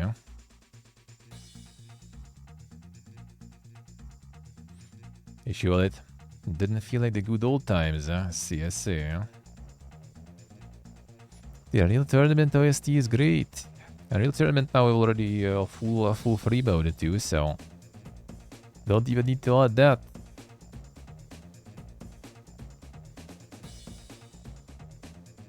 Bungie and PlayStation are working on the MOBA inspired by Nintendo Smash Brothers. Huh? The gummy bear leak in the woods,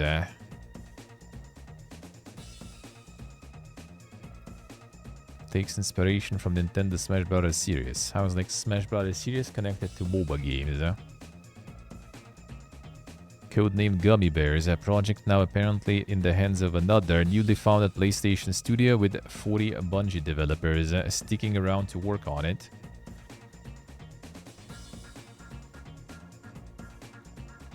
Studio in question founded last year when Bungie, who are owned by Sony, announced major restructuring. Consisting of 155 people, new studio were said back then to be working on an untitled action game set in brand new science fantasy universe. Gummy Bear Project is described as vibrant, colorful, lo-fi, and cozy. Perhaps needless to say, it's designed for a younger audience. Come on a second, maybe I actually tell my friend just in case he's listening.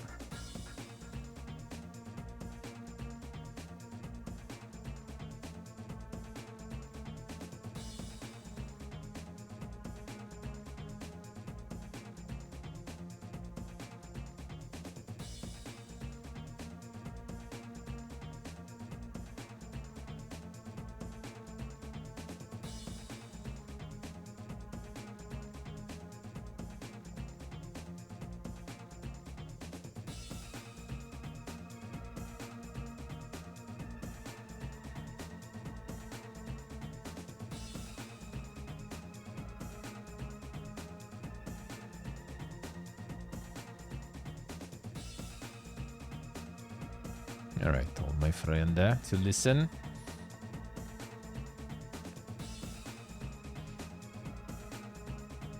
At the lo-fi, vibrant, colorful, and cozy. Cozy MOBA.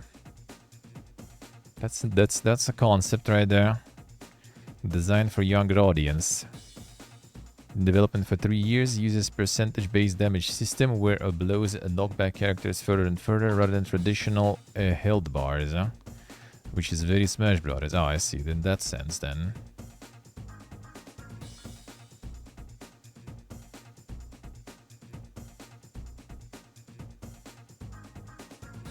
Also said to have 3 class types: support, attack, defense, bunch of modes, ability to hang out with people between matches. I guess implies that there's hub environment of some kind. But less excited about that stuff. Who hanging out? Leave me alone. Roo. I think these, like, I mean, I don't know, man. Like, what was the all the MOBA likes sort of? What happened with all the recent ones? Like all those that went out of what was its name? The Epic Games closed MOBA assets. There was 2 or 3 of those. Like, what happened with those? What happened with, was there also Pokemon MOBA or something? Remember like some people were streaming it, and that was already like, I don't know, like 4 years ago or something. Haven't heard anything about that one too since then.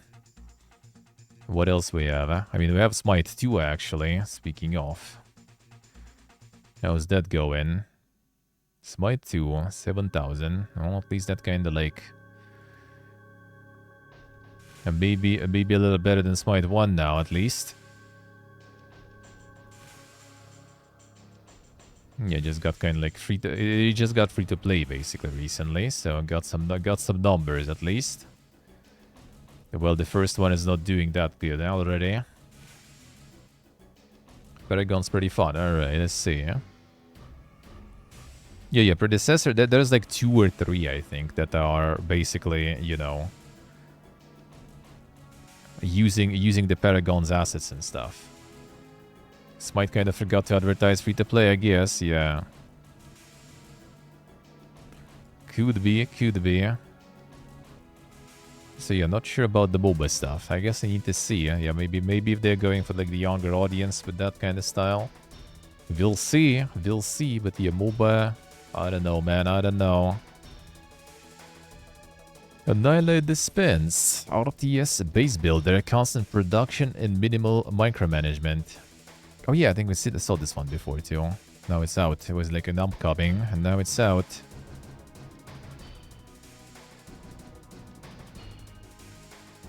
Direct fleets of autonomous ships in huge battles. And it's kind of like auto battler, sorta. Minimal micromanagement and RTS. They just go and fight on their own. Game gonna start using Concord assets. Probably gonna happen soon.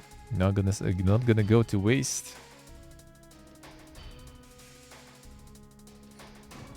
No, it said raises. It said that because like the damage kind of pushes back. Kinda like in Smash, I guess. Instead of like, I guess, dealing damage, you basically like push enemies back until they like fall from the line, I guess, or something. I don't know.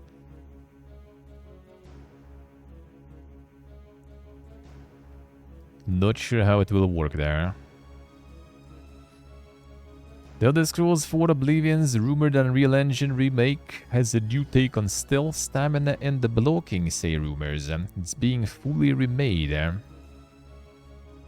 Fully remade means fully, you know, renewed and refreshed bugs there. It's coming, dude. Just you wait.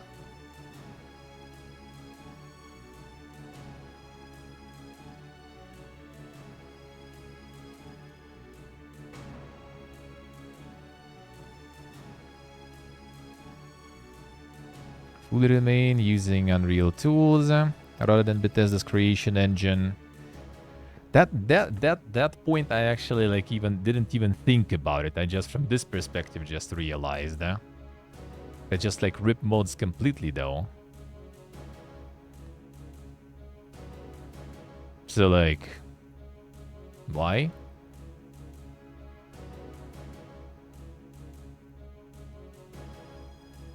Like, if it would be still in the same engine, at least it would kind of make sense because people would, like, adapt at least the mods and everything. Oh, do you mod the remake, just mod the OG? Well, yeah, then you don't even need the remake, you know. That's the thing. You don't even need it. Which, like, is the question in the first place. Like, why would we need that? But since they're making it, at least could, you know, like, make it also a good mod, what's the name, you know, framework. Otherwise, like, why not just play Sky Oblivion, for example, then? It is the same engine, it's just better looking, and probably gonna be a bunch of mods compatible, and if not compatible, then at least they're gonna be easier to port already, you know. And worst case, like, Skyrim mods will be compatible already, so... Yeah, so that's what I was, like, kind of, like, go into it. Maybe it's their way to kind of, like, test. Like, can they, like, port the typical Bethesda, you know, environment, experience to the Unreal Engine, and maybe provide people with the modding tools for Unreal Engine and see if that sticks and stuff. Maybe they will consider moving more stuff.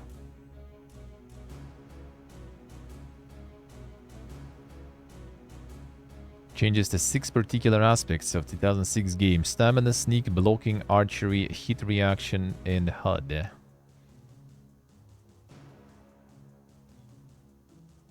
Developers apparently taken inspiration from Souls-likes, because the old system was too boring and frustrating. Presentation of sneaking allegedly been freshened up with the highlighted icons. Damage calculation has been reworked. A remake's handling of stamina is said to be more forgiving. It's harder to get knocked down when you run out of juice. HUD has been revamped for younger players, and they've been revamped for younger players. Like, what the fuck is this even phrase, man? And they've added hit reactions for the player and NPC. Like, is it like, you know, I don't know, like the previous one was Lego, and now we got like Lego Duplo or something. Like, the fuck, dude? How you revamp for younger players? I mean, like the new audience, the core audience or something.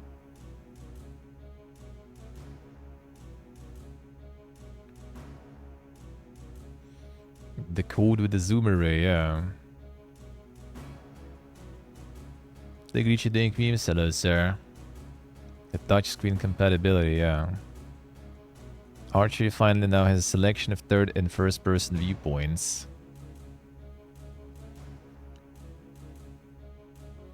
Well, I mean, technically we might be seeing it soon already. Yeah, 23rd January gonna be the developer direct. I don't know if we're gonna see it there exactly, but that's the only thing we have in upcoming times, and the rumors already going strong about this, so it is happening. The remake, like how will it look and what is exactly happening, that we're about to find out, I guess. The whole leveling system.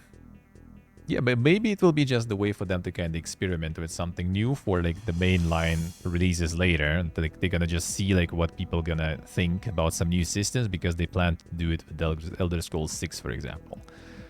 So they want to get like some early feedback on that.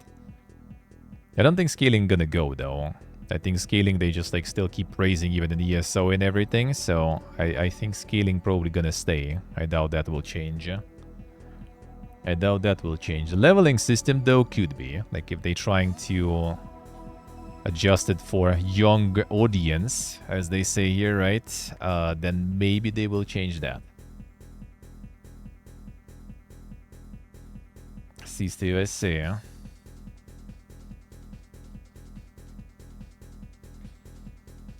So the scaling, I mean, I personally, I don't really mind scaling that much myself. The leveling system was a little too dang, though, I think.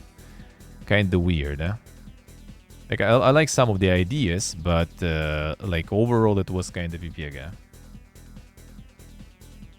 Yeah, so you are the one being scaled, not Bob, let's see.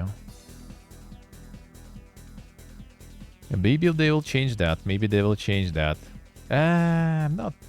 maybe now they have, well, it's not them having experience, even it's different team working on ESO anyway. Do you play the same level 1, level 60? Pretty much. Well, actually no, I would say the later you get, the more like straightforward it gets, because you just have like some mega buffs and you have the mega weapon with some insane enchantments, and you just kind of like, you know, you just no brain pretty much.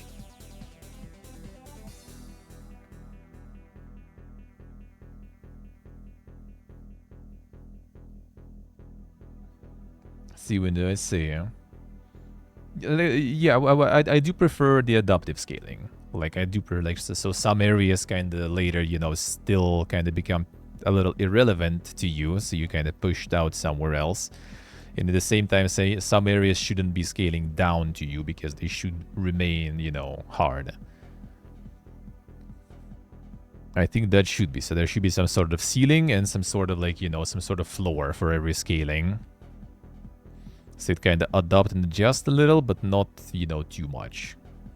So you can just go to some endgame area, for example, and scale everything down. Same as like you can't really get some, yeah, the insane mod crabs or something.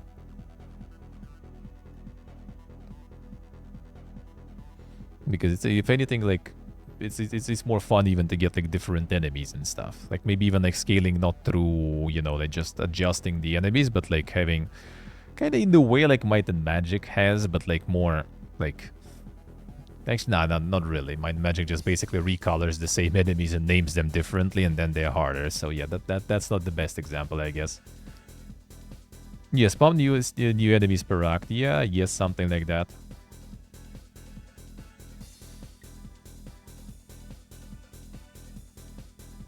And the Ox for Oblivion would be insane in a good way. Kinda true, yeah, kinda true. Like in general, I think for Bethesda RPG, it would be kind of nice, yeah, to have some sort of like you still kind of play it that way. It's just like you just go do everything possible in pretty much Act 1 before you even touch the main story, and then you just go and finish the story completely.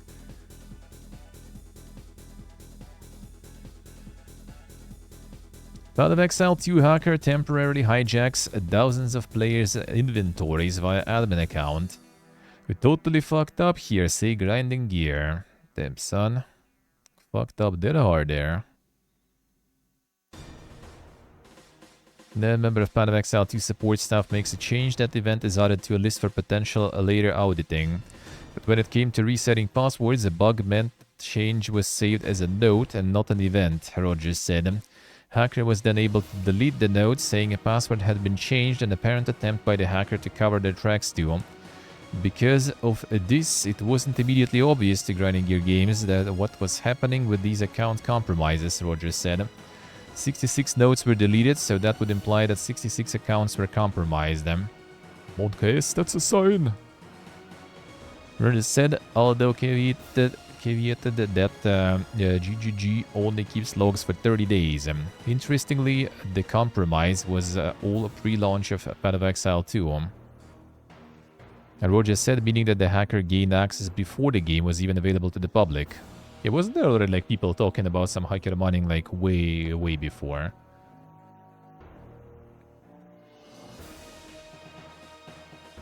Items being stolen in December. Yeah, that sounds about right. The infamous hacker 4chan, yeah.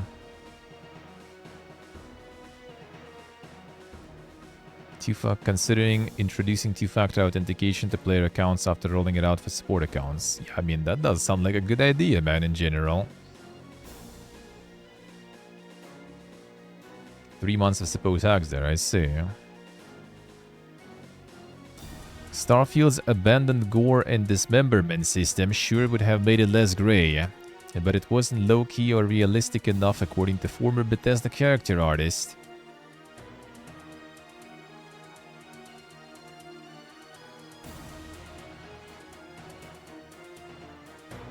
Had more to do with technical limitations than anything else, specifically implications with the different suits and how certain helmets might react to being caught and having the meat caps for at the bottom where the flesh is. That's yes or not, I see. Systems turned into big rat's nest of all these things you had to account for. Game's character creator also evolved quite a bit during development, which played a big part in difficulties.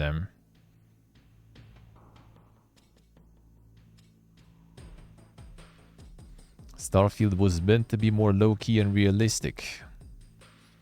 Inspired a lot by things like The Expanse and Star Trek, so I think it just didn't fit thematically. Top of that, you have the technical overhead cost to get it to work, so we were kind of like, it's probably better not to include it in this game.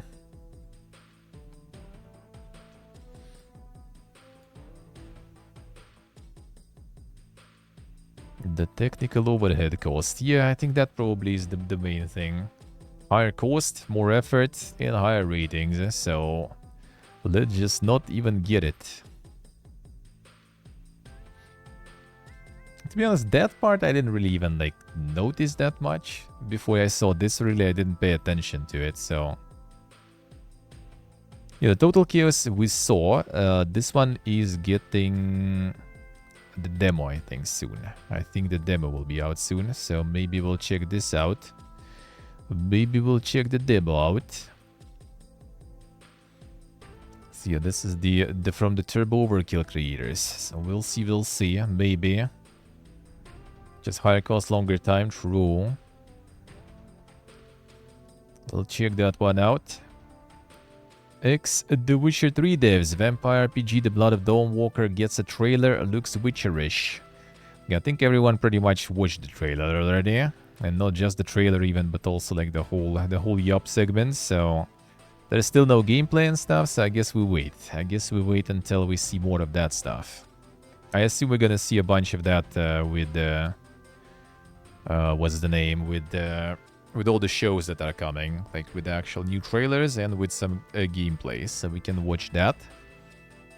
I mean, the cinematic was good though, like I haven't watched the other stuff, but cinematic was nice, so...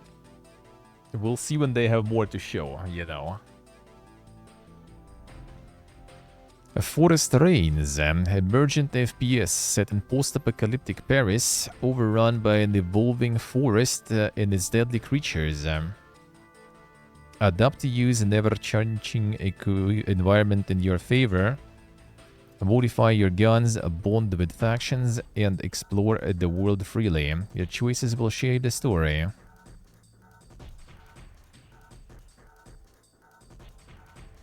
I'll see. Nice.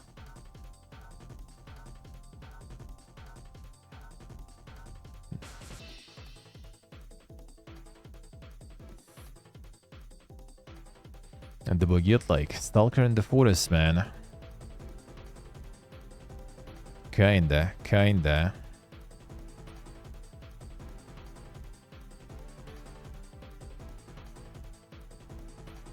Except no anomalies, I guess, so not sure. Not sure about that.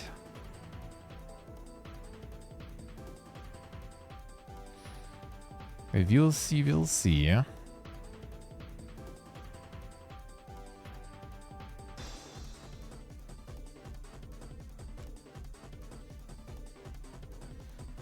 How this one will go, the Dark Secrets. The plant stuff, I mean, I don't know, it could be kinda cool, but... Depends how it's gonna be made there. Let's put it that way.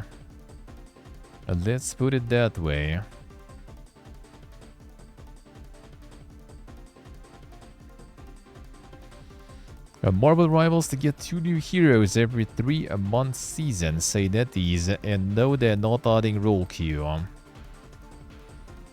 So you can just basically like queue as all supports and everything, and it's just gonna match you like that. Season 1 already ahead of schedule thanks to Fantastic Four. Does it create some PPG shit going on though? Free support is meta actually, no one dies, alright.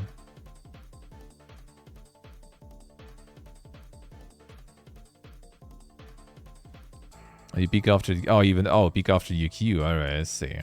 But you still have some sort of limitation though, right? Or you can pick like, well, 3 support, can you pick 4? And pick all support. No one dies for sure, I guess. At least they got hero bans, alright. I'll pick whatever, alright. No limitations, huh? Dink. And then you get just kind of like the usual, you know, MOBA lobby. When like, I want to be mid, and like all the lobby wants to be mid. So everyone gonna pick the mid champion. And just stay everywhere as the mid champions. And then you just like fucking FF of the 15, right?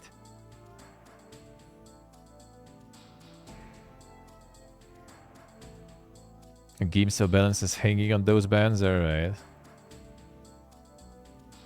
Go in, insta-lock DPS and let the rest figure it out. Damn, Stave is already toxic there. I see. Toxic Stave there already. And be the feed, the usual.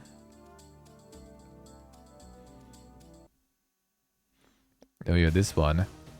The creator of a retro FPS Fortunes Run is going to prison for 3 years. I was a very violent person and I hurt a lot of people in my life. Fortunes Run is actually quite dang, dude. I played the demo and the demo alone was already quite something. And like what I've seen so far, like how it develops and stuff, like with all the updates, it looks real dang, dude. But the current sole creator of immersive sim shooter Fortunes Run abruptly announced that the project will be going on hiatus because they are going to jail. Team Fortune's lead developer Dizzy has been handed a 3-year sentence for a violent crime following around 5 years of legal proceedings. The other developer, Arachne, recently left game development after recovering from mishandled surgical procedure last year. According to Dizzy, her departure doesn't have anything to do with the aforesaid violent crime, which predates their relationship. Now that's the dev update there, yeah. The news come in the form of developer's Steam post that accompanies what may prove to be the final Fortunes Run update. It's a long story, but I've lived a very different life before I was a game developer, and I wasn't living very well. My case is about 5 years old now. I have been going through the legal process the whole time I've been working on this. Finally been found guilty and sentenced. I'm going away next month. It's a shame, but it's the consequences of my actions. I was a very violent person and I hurt a lot of people in my life. Unfortunately, the sentence isn't going to help with that at all, but I guess we all know that. Post doesn't specify the violent crime beyond qualifying that it wasn't sexual in nature.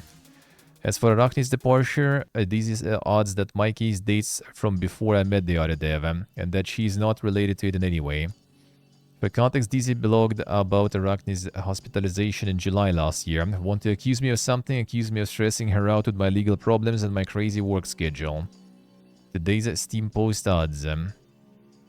Arachne had been in charge of Fortune Run as a QA in a few level segments. Following her surgical procedure, Dizzy has been working on the game solo, trying to finish as much as possible before beginning their period of incarceration.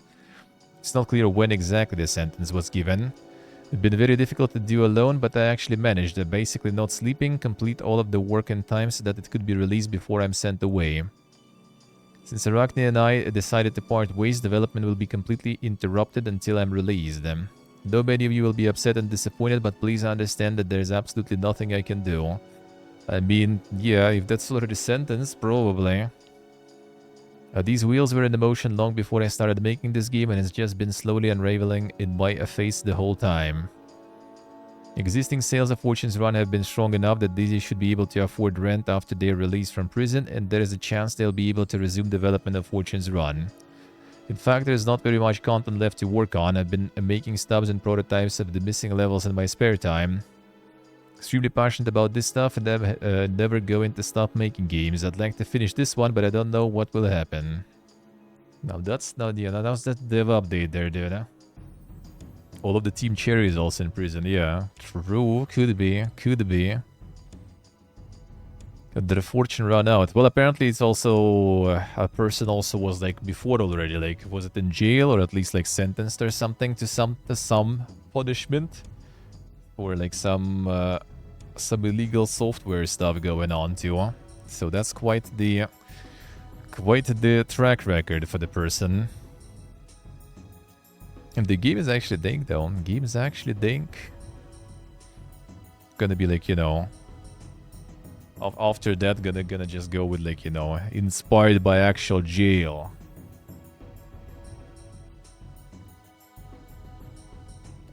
Three years of research, man. Let's go. Not everyone can, you know, can brag with that kind of expertise, huh?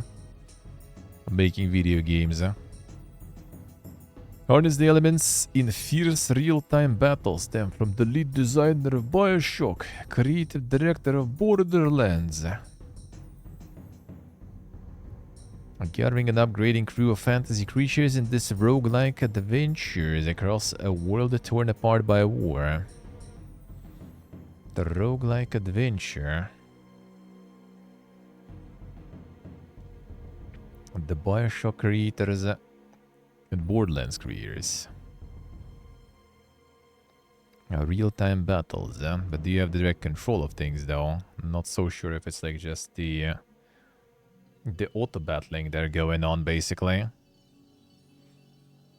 Or not.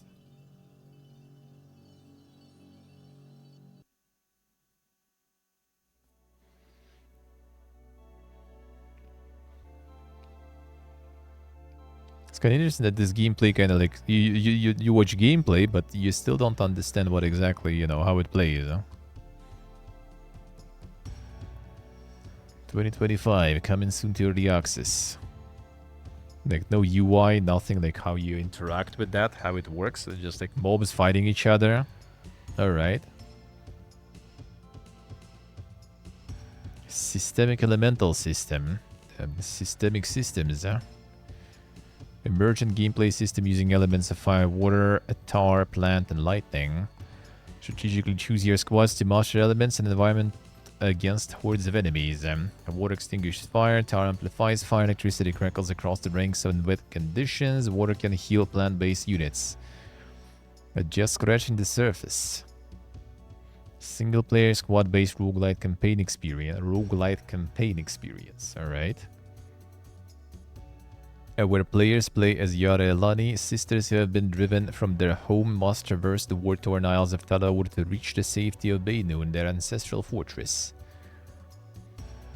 Build out your caravan by recruiting squads of fantasy creatures, including goblins, elves, demons, tree folk, and more, as you travel the world. Buzzwords can be crammed into single sentence, yeah. Mix and match what squads you bring into battle, truly master a run. Battlefield positioning, squad combat, skillful usage of abilities can win the day. Okay, I guess you do have like full direct control then. Losses cost you morale, and if your caravan loses hope, it's game over. Blended strategic and roguelite elements offer deeper replayability. Each run feeling fresh thanks to emergent gameplay, dynamic squad management, and unpredictable narrative events.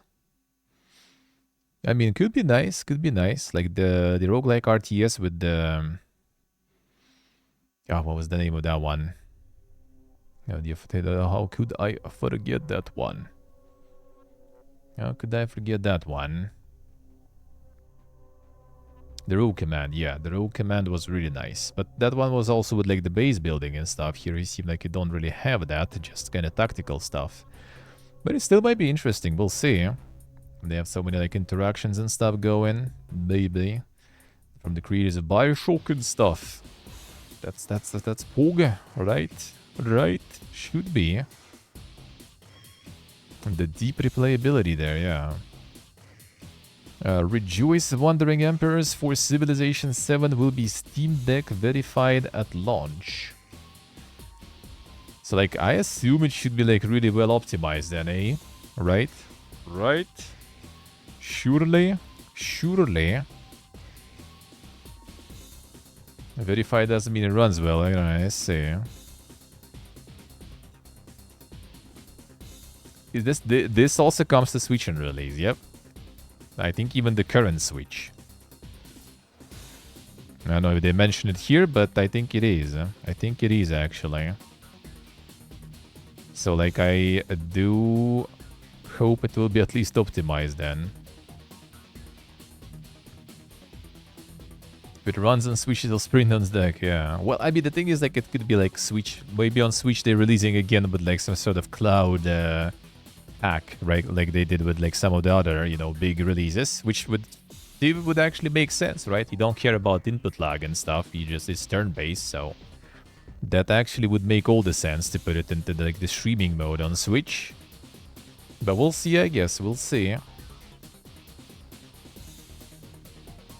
Marvel Rivals devs might ban you for using a mouse and keyboard adapter.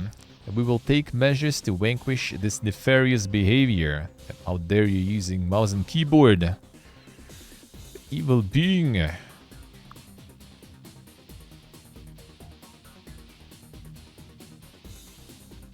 They catch you faking a pair of analog sticks, they might even suspend your account. Damn, son. Define keyboard and mouse adapters as the use of software or hardware to mimic controller inputs with a keyboard and mouse. This method can grant an unfair edge in competitive play, for example, harnessing high sensitivity with the aim assist features. Some common adapters include the XIM series, Chronos Zen series, Titan 2 series, Keymander series, Brook Sniper series, among others. And the device enabling keyboard and mouse emulation of controller inputs, even if not explicitly listed, will be considered a keyboard and mouse adapter.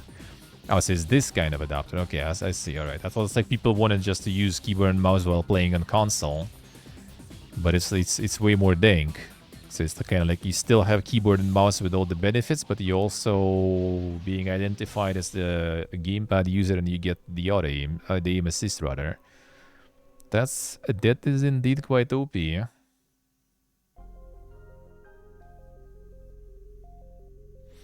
In Apex, they get aim assist on PC, right?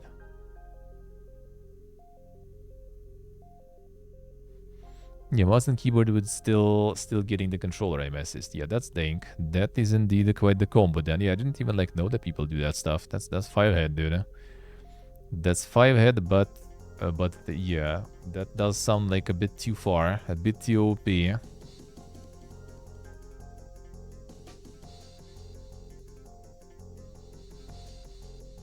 The older they are, the higher the aim assist. True. Gotta get us some benefits at least a little bit, you know. To fight them whippersnappers, man.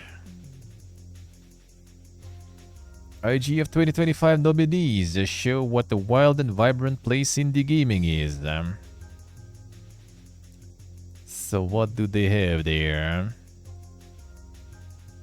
Themis McNally Grand Prize, Caves of Kuda, Kansumi, Despelote, Indica, thank goodness you're here, UFO 50.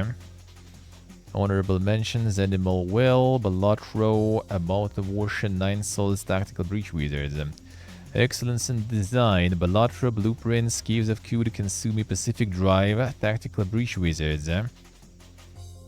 That's some good stuff. That's some good stuff. This is the type of awards that are nice. You already see that you at least like played a bunch of stuff from that.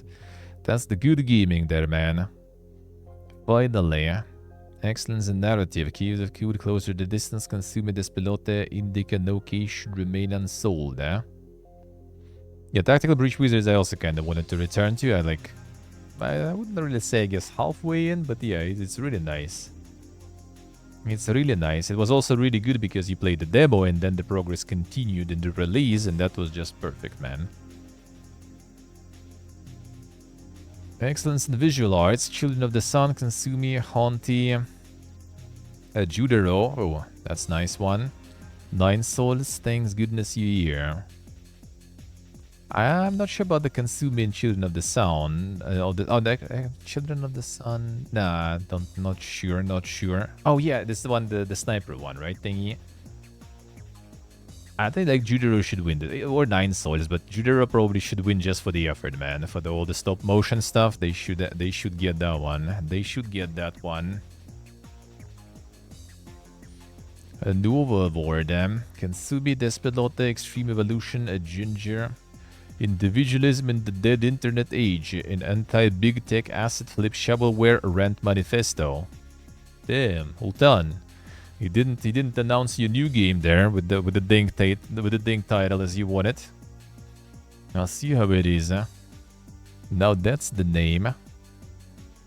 Starship Home, the Picaria, the Exit 8. Oh damn, the Exit 8 even. Interesting.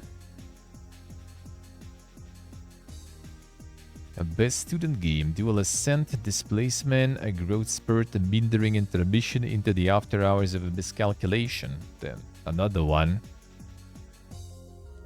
That's how you get in some awards and stuff, you know. Slot waste, work cleaner, a year unknown. Excellence in audio, anger food, Despelote. Hideka, Odada, thank goodness you're here. Utopia must fall, eh? Yeah, Angerfoot. Angerfoot, you would think it's kind of like, you know, just some insane boss and stuff, but like the explanation of the sound designer, how they made it all work and happen, that was kind of cool when we watched the sound show. A lot of cool tech they used there for that. More than 6,700 people bought the false N95 face mask from Razer, and now they're getting refunds. RGB stands for really great breaths. There it is, man. That wasn't the other, wasn't the Dyson, I think, also was selling something like that also.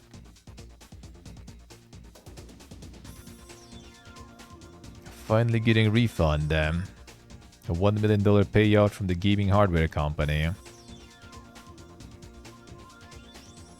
6,700 people. Holy. Deceptively advertising a false product. Recipients will get a full refund. Consumers should cash their check within 90 days as indicated on the check and redeem their PayPal payment within 30 days. Tried by tech reviewer Naomi Wu when it first appeared in November 2021, pointed out the mask weird design in the video title Razer Zephyr is completely useless, but it has potential. Damn, the potential. Was not medically certified as a N95 mask, even if it used the same components as other masks that had passed through the official grading process. Razer's PR department saw the reviewer's remarks and went into something of tailspin, with the PR chief sending internal emails to ask about the mask, recognizing that the unsubstantiated claims were a big problem. Do we have any certifications to back that N95 grade claim? Are we currently in the process of being officially certified listed as an N95 grade product?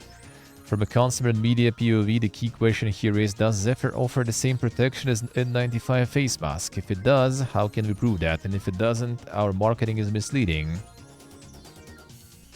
At the same time, Razer PR was also pressuring reviewer to change her video style, which is quite overbearing behavior from a press perspective. Yep, to put it mildly, man. But load a gondola of goofs does not end. During the mask development, company called Intertech were hired by Razer to test the mask's filtering capabilities. And those tests showed that it did not live up to N95 standards. We suggest not to indicate N95. It is not relevant to this product and the claim will cause confusion. Now, accordingly, Razer was aware from Intertech, its own employees, and Ms. Wu that their claims regarding Zephyr's N95 status were misleading. They knew. They knew. Well, I mean, at least everyone's getting the refunds and still keeping the mask, I guess. And sure, why would you need that? But you know. At least it does something, probably. Has RGBs and stuff too, huh? A Nintendo Switch 2 looks like a Steam Deck, but worse. Damn, son. Nintendo exposed on this insane article there. What is that?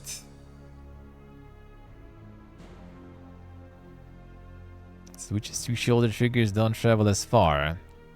The clearance between a button and chassis, travel depth is as shallow as your knowledge of ergonomics.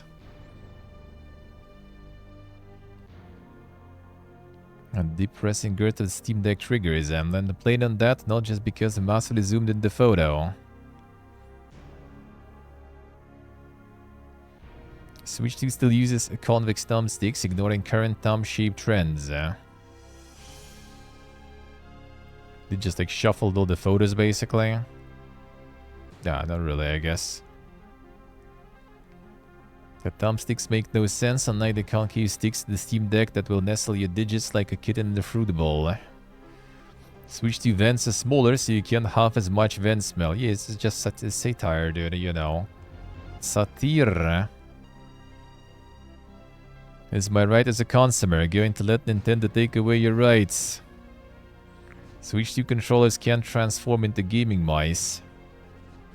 Actually a feature of the Lenovo Legion Go rather than the Steam Deck, but the Steam Deck's better handheld than the Legion Go, and since the Switch 2's lack of improvised mouse sensors make it worse than Legion Go, that means it's also worse than the Steam Deck. Switch 2 runs Mario Kart and I hate Mario Kart because my friend Nathan always beats me at it. Yeah, it's all satire, dude, but yeah, people for some reason kinda like went ham on that. But I mean, it's Nintendo, man. Like, people gonna be mad about it and stuff. And in the same time, everyone's gonna be buying it like fucking hot pies, you know, the usual. It's just the usual Nintendo stuff. Damn Quack, never did. It's time. It's time. Don't like the smell of the new fresh tech.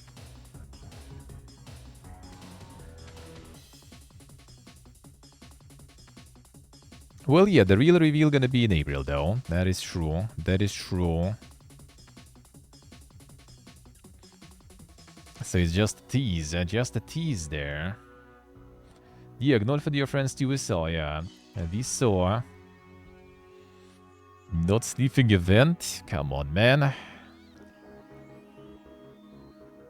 My camera doesn't... New camera doesn't have a vent. Does smell nice, though. Somebody recreated all of GTA 4's Liberty City in GTA 5, and it's gone. Rockstar treats modder to a friendly takedown. Classic. Classic. They didn't remaster 4 yet, so, you know, you touching the forbidden stuff there yet. Due to unexpected attention that our project received and after speaking with Rockstar Games, we have decided to take down the Liberty City Preservation Project. Appreciate all the support that the project has received and we look forward to continuing to pursue our passion for modding the GTA series. Imagine like it all sucks and stuff, but like imagine if you also like making the project like that for some game, like yeah, for some preservation, you know, porting something like Sky Oblivion or something, let's say too also, right? And you also get, you know, like some Patreon stuff from that, like for a few years, some support from Patreon, sometimes quite massive support from Patreon for some of the mods. And then as soon as you release it, it just instantly just like, you know, oh, out you go, you know, remove completely. Cease and desist there. Like, what you gonna do? Like, how does that even gonna go? You're gonna try to like explain to everyone who was supporting and paying money for years that, you know, wasn't me, Bethesda man, or like Rockstar or whatever, whoever. Sorry guys, money's gone. Can't do anything about it. Now that would be something. Totally not situation you want to end up in, dude. I wonder what's gonna be with Sky Oblivion, for example, if the actual remaster happens. Bethesda usually tries not to mess with mods, though, seemingly. Well, I mean, they try to sell mods, rather, right? But rather than taking them down. So we'll see, I guess.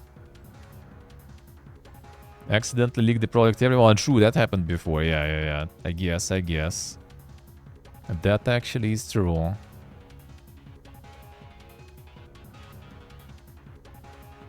That, I guess, is actually true. Genshin Impact Maker will pay $20 million fine to settle FTC charges that allege they misled players about loot box odds. They will also be banned from selling loot boxes to teens under 16. Which I think, to be honest, like, I don't know, maybe I'm, you know, authoritarian and stuff like that, but I think that already should be the case in general. Like, why?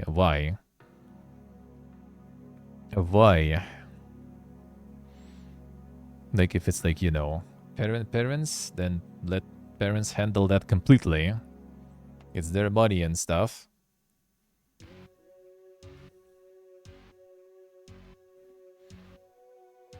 Players must exchange real dollars for bundles of virtual currency that then have to be re-exchanged multiple times to open loot boxes with exchange rates in unusual denominations.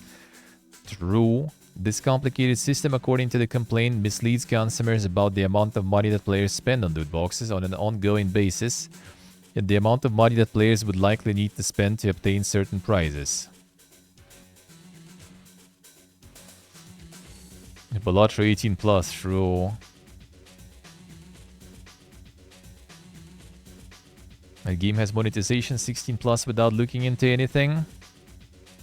Yeah, I think true. I think true. Like there should be some sort of like, you know, like kind of like the parental advisor, like parental settings, like stuff like that, right? But I think it should be actually like parental like accounts, you know, in my opinion. Like if it has monetization and stuff, like parent gets that, and then they kind of can like, you know, allow basically their kids to play, and everything will be on parental account logged, you know, like how much they can allocate some amount of money, for example, right? Like, we had good grades, for example, right, this month. All right, fine. I'm gonna give you like fucking, I don't know, like 20 bucks. Even though what you gonna buy for 20 bucks nowadays? Like it's like one fifth of like the Diablo horse or something. That's nothing nowadays, I guess, already. But yeah, you can just like allocate, you know, how much they can spend or something, and you have full tracking of that. But then sure.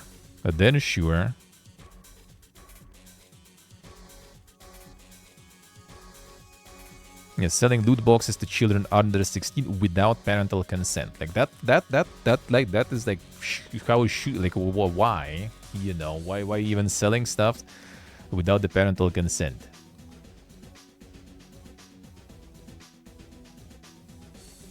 The sticker in game for 20 bucks, yeah. However, collect personal information. Misleads children about the odds of winning 5-star prizes, in part relates to the event banners and influencer campaigns, which the FTC says give players the impression that they will have better odds of obtaining 5-star prize being promoted than they have in reality. A ruling which would see, however, pay the fine, delete the data held about children aged under 13, and no longer sell loot boxes to children under 16 requires approval by a federal judge before it can go into effect. Ah, so it's not done yet. It's not done yet, I guess. Yeah, that is a bit those practice like this like the currency galore is dog shit, man. Like that is also shouldn't be that also shouldn't be a thing, in my opinion. Like we don't like if you get that currency, for example, like in game or something, right? Like you can actually obtain it. Which I mean that's how they probably circumvent that. Because you can obtain that stuff for free also, right? At least the currency you get for the banner rolls and stuff, right? You can get that stuff at least in-game. But still, there is like, even that stuff you buy with another in-game currency that you already buy with dollars or with another currency. Like, it's like such a multi-level, like, the currency system that it does get pretty confusing and really annoying. Like, all this, like, the monopoly money system is too dank. Oh, there it is. Unless this cake is lying to you, Silk Song will reappear in April. Hollow Knight sequel fans yet again huffing the copium. There it is. Yeah,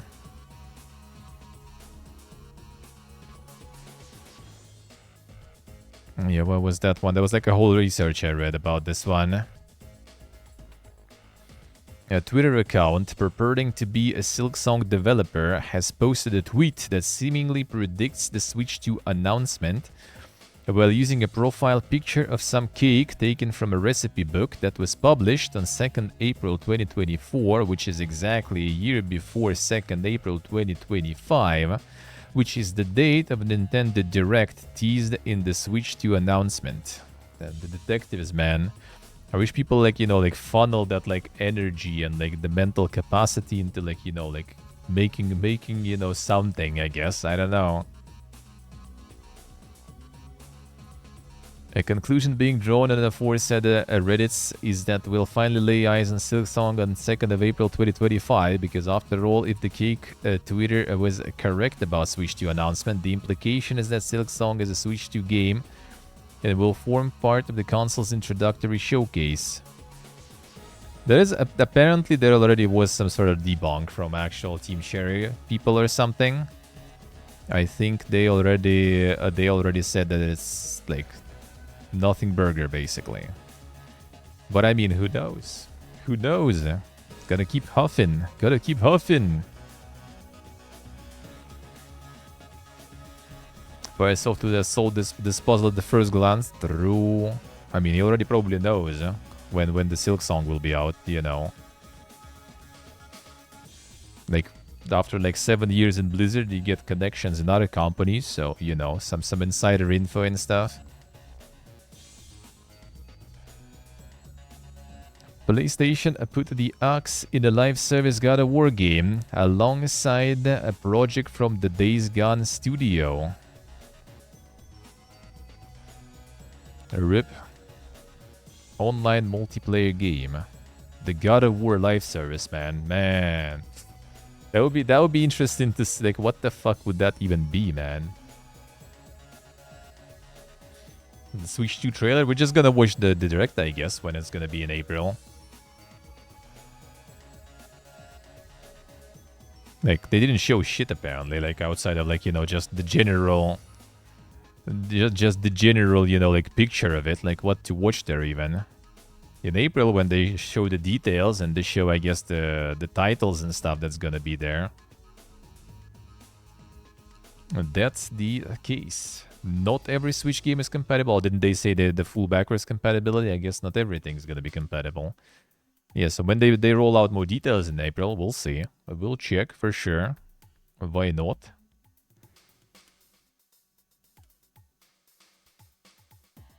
Yeah, 2 different Sony-owned studios recently told to stop development on their projects. One of those studios is Bluepoint, known for their work on the Demon's Souls remake. They were making an unannounced live service God of War game.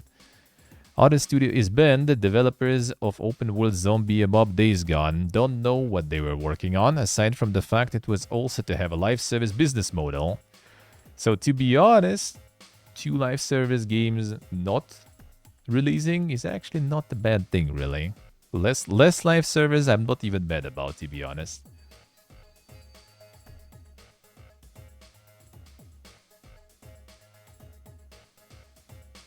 As you guessed about it. Yeah, it could be just like to cover. Maybe some very specific things that may be like too reliant on some specific, you know, like hardware things in the first Switch.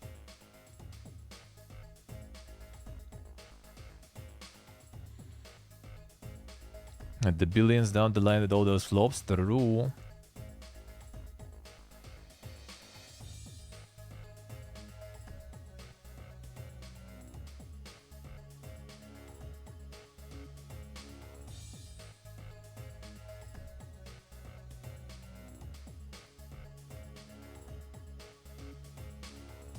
And the port to connect the Joy-Cons, I say, huh? Man, there's a lot of like tech that is like in like the reliability of it is like sometimes like the camera, for example. Like the camera, for example.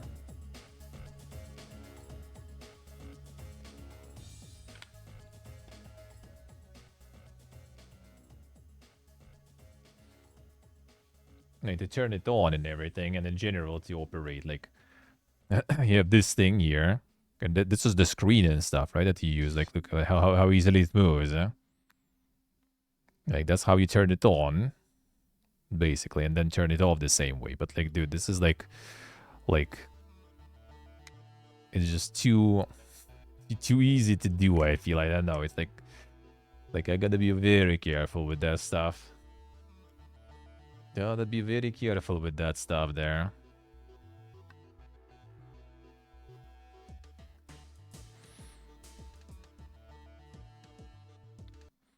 No, like a case for that sort, even though I need to get like the closing case, like so this side is also closed completely. Because like if you like put some effort, like you can actually turn this part and then the camera gonna be like exposed outside. That's why I have like the whole this like the microfiber towel here, so I get like some extra protection for it for now, I guess, you know. Sorta. So it doesn't get something before I even start using it for like IRLs and shit.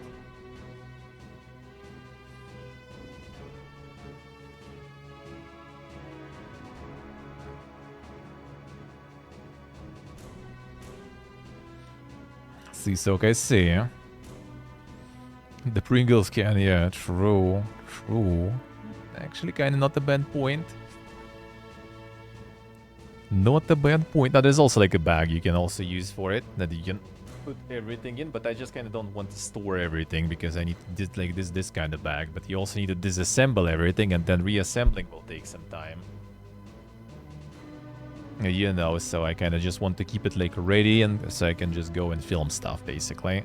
So like to get more motivated to do that, you know, when it's easier to do it. So it's easier to do that. Death hole. Deck builder. Bug. 1 second, go to the bathroom, be right back.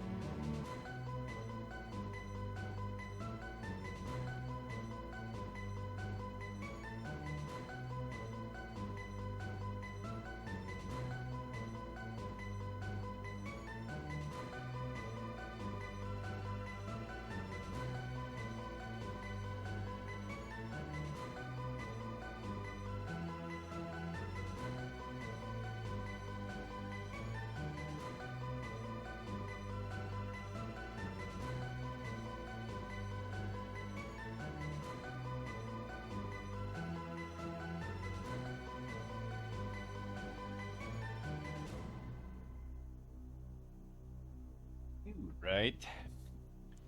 The Souls-like deck builder. 11-bit Studios though. 11-bit Studios, well, it's a publisher though, obviously not dev, but still. Still, there's some big stuff. And there's some good stuff. Sorrowful Spirit World, the Souls-like deck builder. Craft cards, claim powerful totems to defeat the woeful spirits lurking in the mystical lands.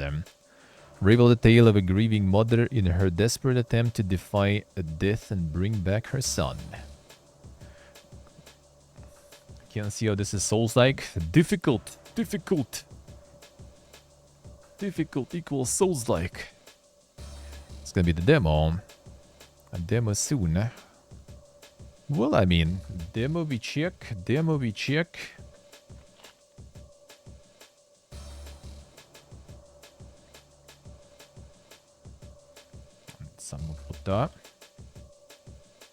Is it tag? I mean, it's not even the tag. It actually says like on the in the banner sort of. Souls like deck builder, man. Not even the tag, dude. In year 2, like at the very end, yeah, Souls like deck builder. They go ham. They go ham. Yeah, we'll see when the demo's out. Might be interesting. Cyclopean, the Great Abyss. This one's dink. This one's dink. Then 4 user reviews. Well, I don't know. They I checked. I don't think they kind of like had any like the content creator outreach there and stuff going. I should still try.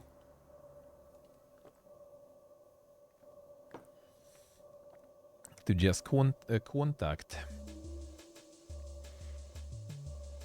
But yeah, this is some Amiga dungeon crawling there going on. The Lovecraft's Dreamlands. It's like the one dev. And what was that? With 7 kids. Just solo deving for a while already. And solo deving some dang stuff there too. A lot of stuff too, actually. The Islands of the Caliph was like the one that took off. Well, actually, looking at reviews, I wouldn't even say like crazy took off, but at least, you know, you heard about this one, potentially.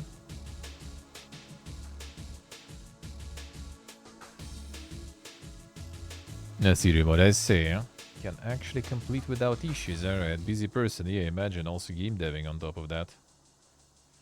Insane. My friend already got the paper, so I didn't need to pick everything. Good. Can mute the phone back again. Feels good, man. Schmidt's Workshop Super Fantastic Mega Bundle. Damn, now that's what I call bundle.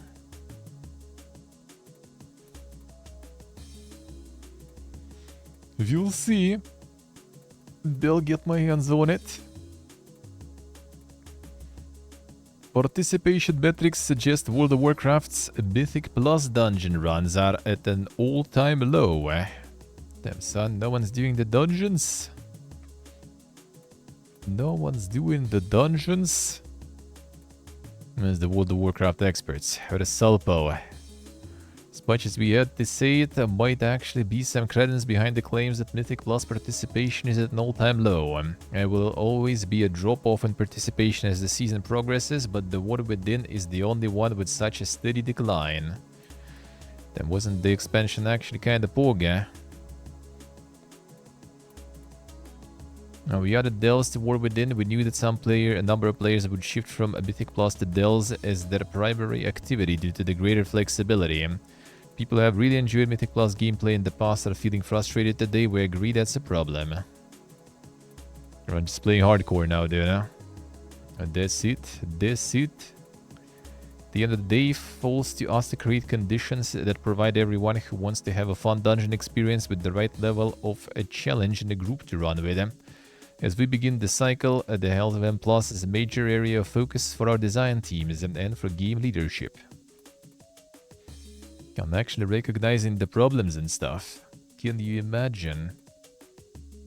A World of Warships adds new special operations. World of Tanks readies a Rambo battle pass. What the fuck? Tier 9 Rambo heavy battle tank. Cook. Include characters from the films. The Rambo himself also.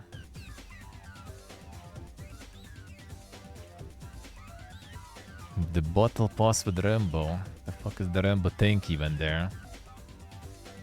The battle pass. Show us how the Rambo tank even looks then, I guess. Oh yeah, of course. Have everything disabled, man. Okay, fine, fine. A Battle Pass Special Rambo. The website of the European region. Yeah, that's what I am. Oh, yes, American region. All right. Oh, actually, Uzbekistan gets redirected to EU. Interesting. I thought they would put us back to the Russian servers there from here.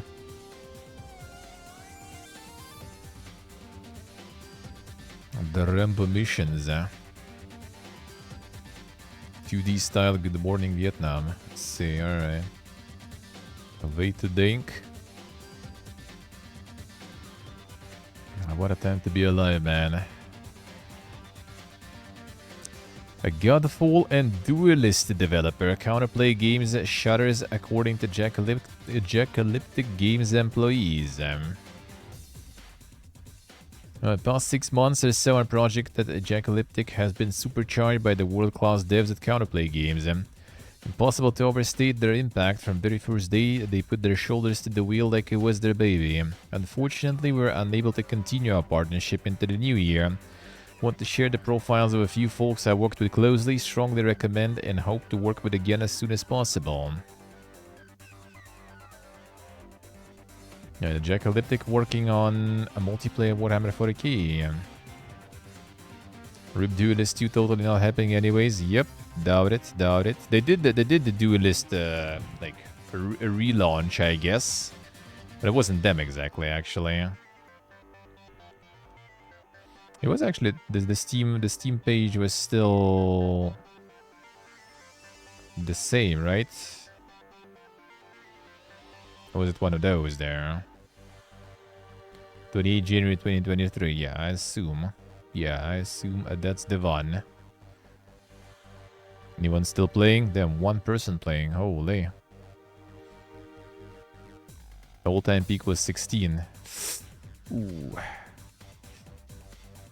That wasn't that good then. They have their own launcher, I guess, there too. So I guess that restart didn't really work that good, huh? Oofus. It's like me and Stave playing together already was like, you know, pretty massive, huh? Over 10% of players, pretty much.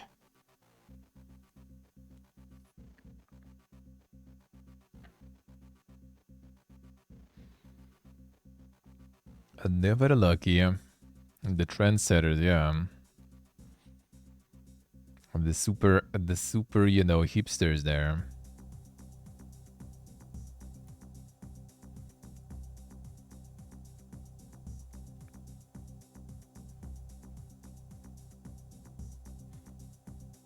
See, you guys see, huh? Wait, was Duelist... Wait, Duelist 2 was one? I thought that was the remake thingy. Really?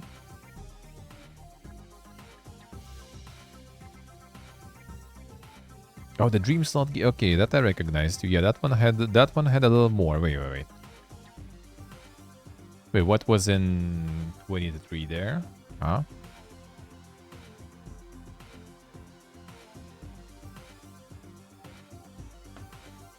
What was the one in 23 then? Huh?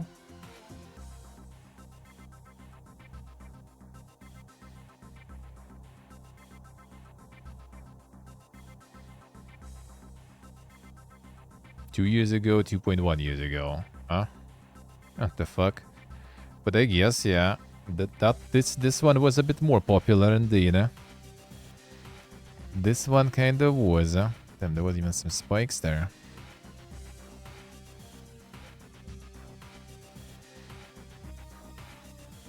Yeah, that declined quite fast, sadly.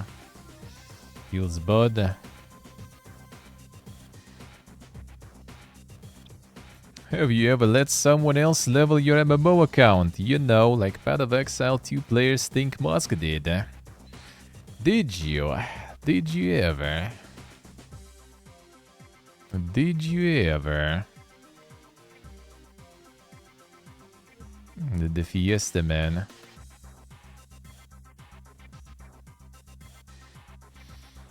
Hey, Zip Zoop. I don't trust anyone with my account. Theme. I did myself help one person once, though.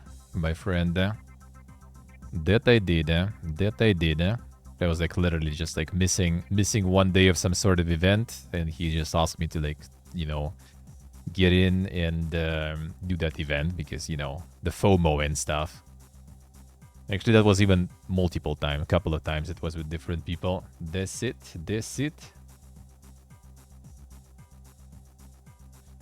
How's it going, Zip Zoop? Must stream himself playing hardcore character Path of Exile. 2 players immediately began pointing out all the bizarre contradictions in his gameplay skills and UI, and how his demonstrated knowledge of the game fell short compared to his rank. I mean, yeah, I'm not obviously like anywhere like with my like 40 hours of Path of Exile experience and stuff. But like even after the 40 hours of experience in Path of Exile, you're right, not in hardcore, and still like barely scratching the game. Like how would anyone, like busy enough in life and get that far in hardcore and everything without, kind of losing the productivity in any other fields? That is just plainly impossible. Like I don't know, man. Like that's just like it seems weird. Like it literally is some sort of like weird like narcissism or something. Like it's mental issues or some stuff. Because like it's fine to kind of like be like, yeah, I'm playing games. Yeah, just like finish that game or play that game or something. For example, that's enough already. Like I see some like I don't know. I don't care about celebrities, I guess, in general, right? But like someone that goes like, yeah, I also like play games and stuff, and it's kind of like, oh, nice, cool, that's good already. Like you don't like you already like you don't need to go full, hello fellow kids, and you also don't need to go, I'm a fucking goat gamer and everything, right? Just kind of like, yeah, I play games sometimes, a little bit when I have free time. That's already cool enough. Like you don't need to try hard. Like I'm the best of the best in the world. Like, dude, why? Relax. You need to be the best at everything. Yeah, it's mental problems or something. I don't know, man.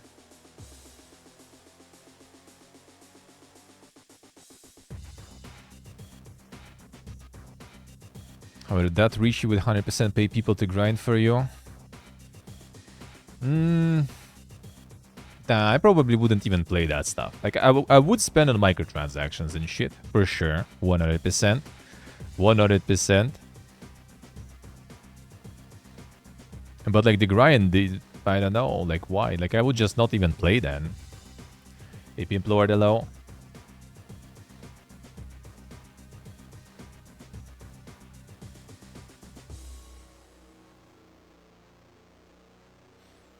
Yeah, it's the weird mentality. I don't know, man. Like, what you proven to anyone there? The grind is the fun part. Yeah, I think that's that. Like in this game, especially, well, in general, right? For example, like if I speak in general, like in some games, yeah, I guess grind might be not fun. But then, if I have no time, I probably wouldn't even play them. To be honest. To be honest. Paying to not play. Yeah, exactly, correct. Exactly. Like, I'm not a huge fan of that concept. If there are some sort of like skips and stuff, right, you can buy, maybe I would consider if I really want to play for some reason. Then maybe. Then maybe. But it's the someone? Nah, not really.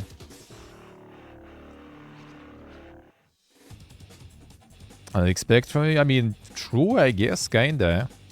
Like, it just wasn't that apparent, I guess, before. But, like, lately...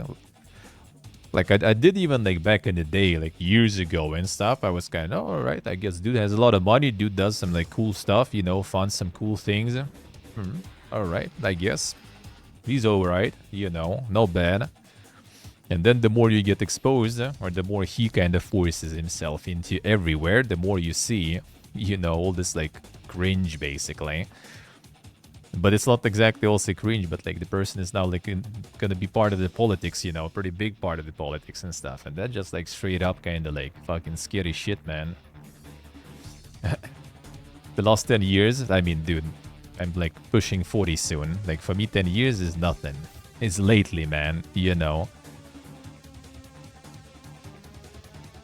I just like had the a little revelation that 20 years ago was 20 years ago, because that kind of felt like it was not that long ago that I was like going to my relatives there, and then I realized that, oh shit, yeah, that actually was 20 years ago, dude. Didn't think it was that long ago.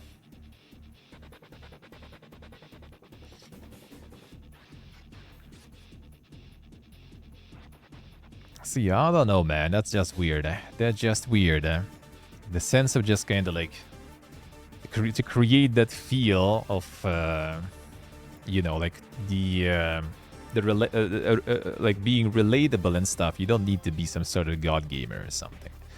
Trying to prove everyone that you are like the best of the best at everything. Like, dude, to whom? Like the people who already dick ride you, they're gonna dick ride you anyway. Like you don't need to try anymore. People who already hate you, they gonna hate you even more. People who don't care, they still not gonna care, you know. And maybe they even gonna change their mind, to be honest. So just don't even touch it, you know. Don't touch the system that works there.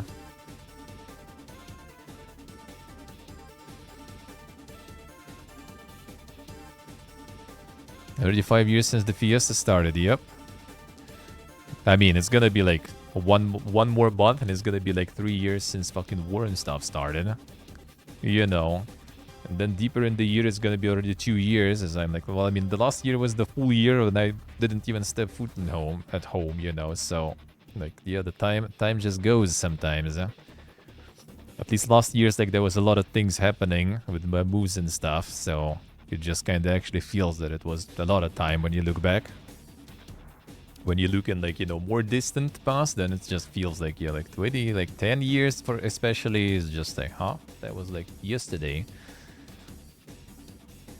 Dune Awakening promises it's still on track to meet its projected launch window. Yeah, the early 2025 is very like stretchy definition. But yeah, I think still on track to meet the release window we announced. So yeah, it's kind of like release window is early, so that might be anything. Early, like first half already can be kind of early, you know, if you think about it, sorta. So we'll see. But I think it actually will, because first of all, there are playtests, right? We have some people already who got invited to playtests. And like I got the waitlist, joined the waitlist for it that appeared. So they already kind of slowly getting something rolling. So maybe we'll see it soon. Like I'm like kind of low-key excited actually. Like excited while knowing that it might be pretty bad, but I'm still skipping. What is skipping? But I'm still kind of curious. Like I can see it being very big hit or miss, but I'm probably still gonna kind of enjoy it. It's gonna be like the guilty pleasure, you know, like Fallout 76, even if it's bad. If it ends up being good, then, I mean, even better. Even better.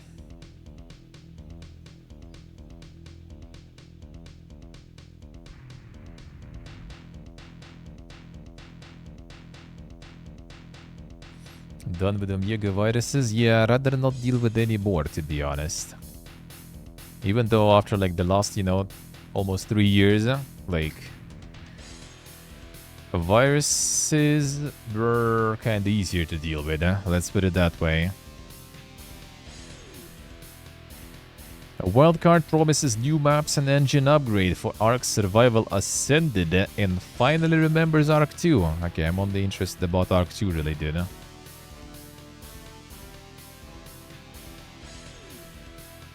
Yeah, the sequel was projected to release in 2024.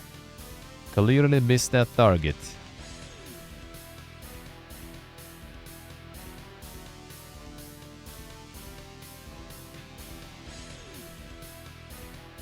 Well, and still kinda nothing there. The Tark Remastered even doing Survival Ascended it was, right, actually?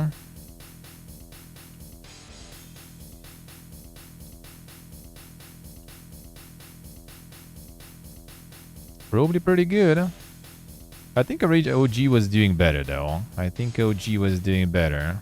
Yeah, I mean, it is pretty stable, I would say.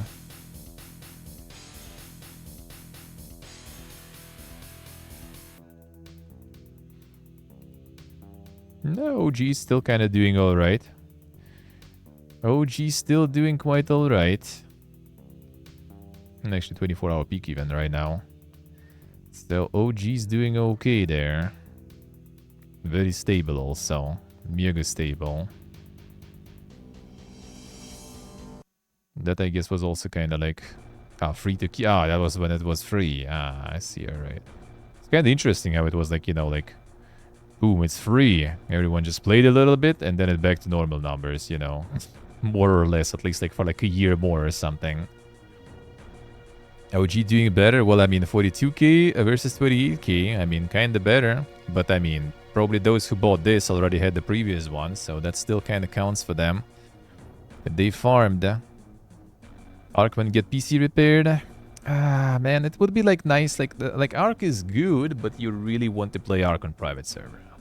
And preferably on a good private server, like with people you know. Like, then it's nice. Then it's nice. If you don't care about PvP-ness, of course. Or like PvP-ness with people you know, at least, you know. Because like all the public servers, I mean, I don't know, maybe something changed, but I think it was real bad. I think it mostly was real bad. Like, public servers were quite cancer in that sense. Maybe PvE servers are kinda okay though, not sure. But yeah, PvP stuff was not good. We usually had community server, like Ella's community. They actually can't even check Discord. Maybe there is one up because Ella has like some really massive Ark enjoyers in the community. And I was playing on that server a bunch too. And that is nice. On the community server like that, that was really cool. Like back when Ella himself also played, those were really good times, man. That was fun. Those were good streams, they were fun times. So maybe one day, maybe when Ark 2 drops, we'll be able to get that back. That would be cool.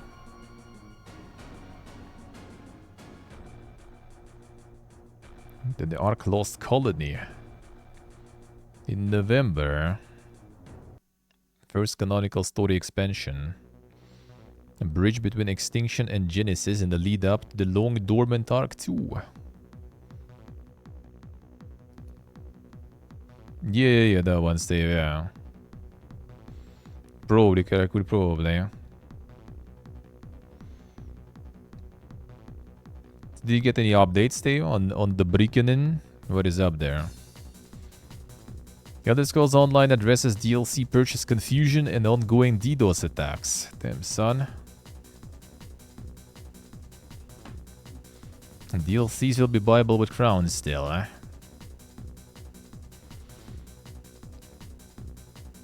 Fully implement new model next year, so 2026 they still gonna be doing. Not yet? Ah, I see. Oh yeah, weekend. Okay, yeah. True. Makes sense. And be able to purchase update 45 dungeons using crowns plus other ways, as well as access through ESO Plus membership. So I guess you couldn't buy it for some time. The DDoS attack, which apparently been happening more recently. Over the last year, have a rising number of malicious network attacks against ESO service. Mostly fall under the DDoS type of attack. And these happen depending on the type of attack. We'll initiate a mitigation strategy. I'm not going to get into what exactly we do to counter these. But each time the ESO service is under attack, players on the service experience lag, disconnects, etc. Have the different types of mitigation to combat this. And some do a great job of protecting the service from DDoS traffic, but they can also introduce additional ping times when they are active, like many of you have been reporting. Malicious network attacks are unfortunately part of and parcel of running an online service, and methods of attack are constantly evolving. Despite this, we will always strive to find the best mitigation strategy that has the least impact on player moment-to-moment gameplay. Tyrant's Realm, yeah, we checked it earlier today. Saw it. I mean, looks alright.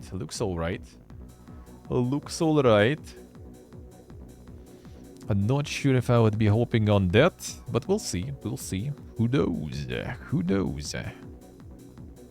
Do want to play a lot more. I will play a lot more even. I kind of also want to do some of the missions. Maybe we'll get some keys from the devs for giveaways, so kind of want to.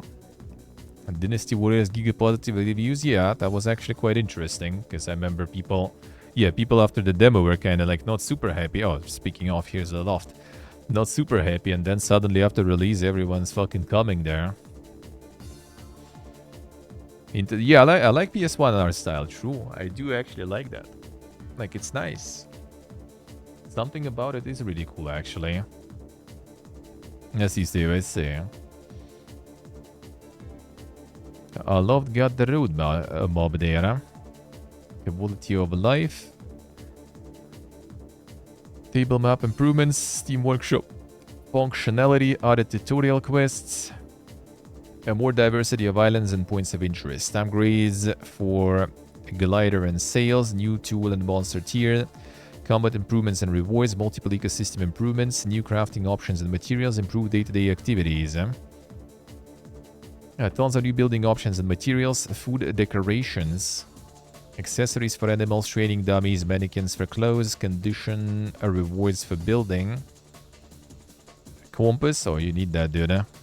Animal reproduction, critters, insects, and beekeeping. Life trees, in-game character customization, new biome and playable areas, emotes, and social interactions. But yeah, it's like a loft actually is really nice, though. Need more.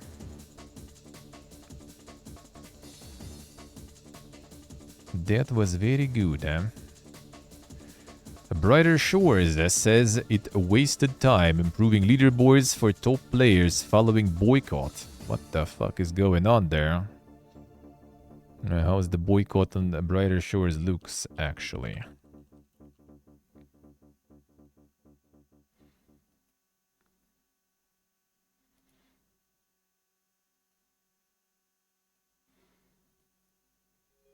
Seems like the stable... kind of stable, but then decline, sorta. Don't see boycotts there, that's for sure. Quality of life in Brighter Shores continues to be the main focus of the MMORPG's most recent patches, as this week has seen 2 more patches go live. That target its leaderboards and map movement to ideally make things nicer in the early access sandbox. The earlier patch has made it so that players no longer need to opt in to the leaderboards feature in order to be ranked, meaning everyone in-game should now have a true rank. Those who aren't interested in having their username slapped on the big old list for all to see, and in the interest of complying with various countries' privacy laws, can still choose to be an anonymous player. While doing so hides player level from everyone and stops those players from seeing the leaderboards to begin with. Worth noting that apparently top players in the game pitched a fit over this move because we can't have nice things. I'm rather disappointed that we put considerable work into improving the leaderboards for the top players, who are the only ones really affected by anonymous players. And in response they just complained and boycotted the leaderboards even more. Makes me feel we totally wasted our time trying to improve the leaderboards for them. Certainly won't make that mistake again. We'll focus on improving the game for everyone else instead. In his follow-up, he says, just to be clear, when I say I won't make that mistake again, I just mean I won't prioritize making further changes to the leaderboards, not that I'm going to ignore any players. In the most recent patch, map movement was the focus, restricting the maximum distance players can click to move on the map to a circle instead of a number of rooms. Lead dev Andrew Gower explains that this is to make it easier for players to know how far away they can click around on the map to maneuver. Both patches also come with a few bug fixes, make sure to read up. So why did they mold out though?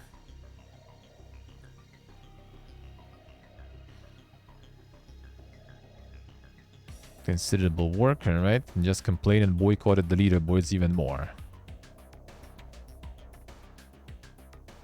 So because people can like be anonymous on the leaderboard, they mad or something, that they don't know who that is or some shit. The leaderboard should be the last thing they work on. I do agree with you, and I think so too. But the thing is, like, I guess at this point, like, people who are staying there playing are mostly like the super dedicated people, right, and stuff. Yeah, this is the tweet, but I assume it's just this tweet that they posted here, so I'm not so sure. Yeah, it's in the same tweet, so that doesn't really explain. That doesn't really explain. But yeah, it's like, I guess that the only people left are the ones who, you know, farming over for that leaderboard. It's like the game in general requires like this like grind set, basically, like the RuneScape style, if not even Danker. So I guess maybe for those people, leaderboard is actually important. They want to flex. They want to flex how much they grind, you know. I would assume. But yeah, I still feel like it's not the best thing to prioritize right now. Craig Morrison's new studio is taking test sign-ups for that Horse Mystery MMORPG. Fuck is Horse Mystery? Way back in July of last year, former Funcom and Blizzard luminary Craig Morrison announced that he was studio director of a brand new indie studio, Blue Scarab Entertainment, which was building a new MMORPG with a new IP. That sounds like a recipe for disaster, do you know? New indie studio making MMO with a new IP and stuff. Funded by NetEase. Alright, I guess funding by NetEase actually kinda helps a little bit with the indie studio making MMO, but still, the spicy part of it all was the pitch for the game as a story-driven MMORPG with a unique blend of cozy escapism and true crime that puts players in the saddle as they discover a beautiful open world on horseback and uncover a dark mystery together. The upcoming Horse Mystery game. The multiplayer experience that is in testing.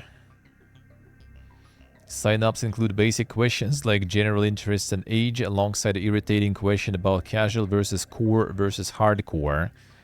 That's gonna provoke a daily grind discussion at some point, I just know it. Accepted testers will still need to sign NDA.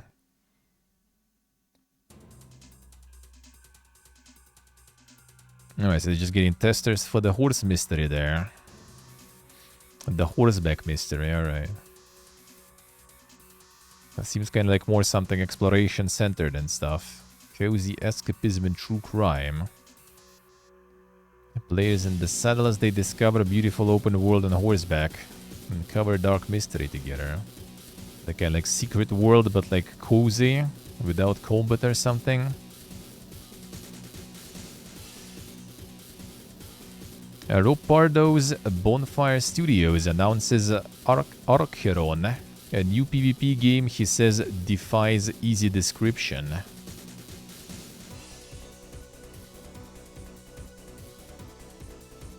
Way back in 2016, former World of Warcraft lead designer Rob Pardo announced a new development studio called Bonfire Studios. And then everyone forgot all about it because it's been like 1,000 years since then. Bonfire apparently kept at the work of making its first game, and now thanks to promotional article on VentureBeat we know a little bit more about it. Sounds like a cross between grimdark top-down ARPG and a live service fast-paced controller-friendly PvP game, akin to a shooter or a MOBA, though it isn't any of those genres, and while it has a world and lore, it's not heavy on narrative. In other words, it's not really a proper MMO either. A team doesn't want this to sound like a mishmash of genres, however, they believe they are creating something entirely new with this Unity title. Play the game daily as a team for years, and while we haven't figured out yet exactly how to describe it, we often say you have to play it to get it. It's in this wonderful place where it has a lot of familiar concepts from other genres, but the core of the game is really unique, and the combat is really unique. Create a lot of challenges for us to actually explain it well to people, because people always get the wrong impression. They get a picture of the wrong game. Souls-like. You know, simple, man. I did it for you. Has dark fantasy there? I mean, that's enough already. That's how you explain it, you know. It's like Dark Souls, but with like PvP and stuff. Done. Simple as, 70 people studio. That like World of Warcraft job probably was paying quite well then. Got the new studio. And since 2016 with 70 people working on stuff. Not bad. A year and a half to build the studio and do the prototyping to find the fun before the real work began in 2018, and then was slammed by the curveball of the COVID pandemic. Since then, company attracted investor funding from the likes of A16Z and Riot Games and teamed up with the Hype IM to publish the game in Japan and Korea. We know it pulled in $25 million in funding at one point, but we don't have a total from subsequent rounds. Damn, that's quite the funding there. Playtesting is apparently already happening and should expand in the next month or so. You can even sign up right now. Incidentally, if you are filling out the form, note that when the survey asks you about the games you play, MMOs aren't on the list, so yeah, don't get too excited. Deck builder even. Damn, they got cards in there too. Holy. Time to apply as a card connoisseur there. The deck enjoyer, you know, one can say. A US government agency is hoping to extend the consumer protections to virtual currencies in games like Roblox. Sounds based. US Consumer Financial Protection Bureau, a government agency that implements and enforces federal consumer financial law, is proposing a rule interpretation of the Electronic Fund Transfer Act and Regulation E that would extend protection to virtual currencies, similar to those that cover real-world currencies and bank accounts. CFPB is electing to make these moves following a report from last April that argues that virtual items bought, sold and traded in games like Roblox and Second Life can have considerable value, including outside of the game itself. Found monetization can often target younger players, and discovered how consumers have limited recourse from gaming companies when disputing unauthorized charges. Roblox evade taxes. Well, I mean, kind of seemingly. See, like, there's, like, actual purchases with real currency and stuff made between players and everything. And they don't have, you know, finger in that pie. They need to fix that. Agency asking gamers to share their experiences with digital currencies, including types of transactions, problems with using currency, and what protections they think are necessary. Those who want to respond are asked to email the agency before the comment period ends on March 31st.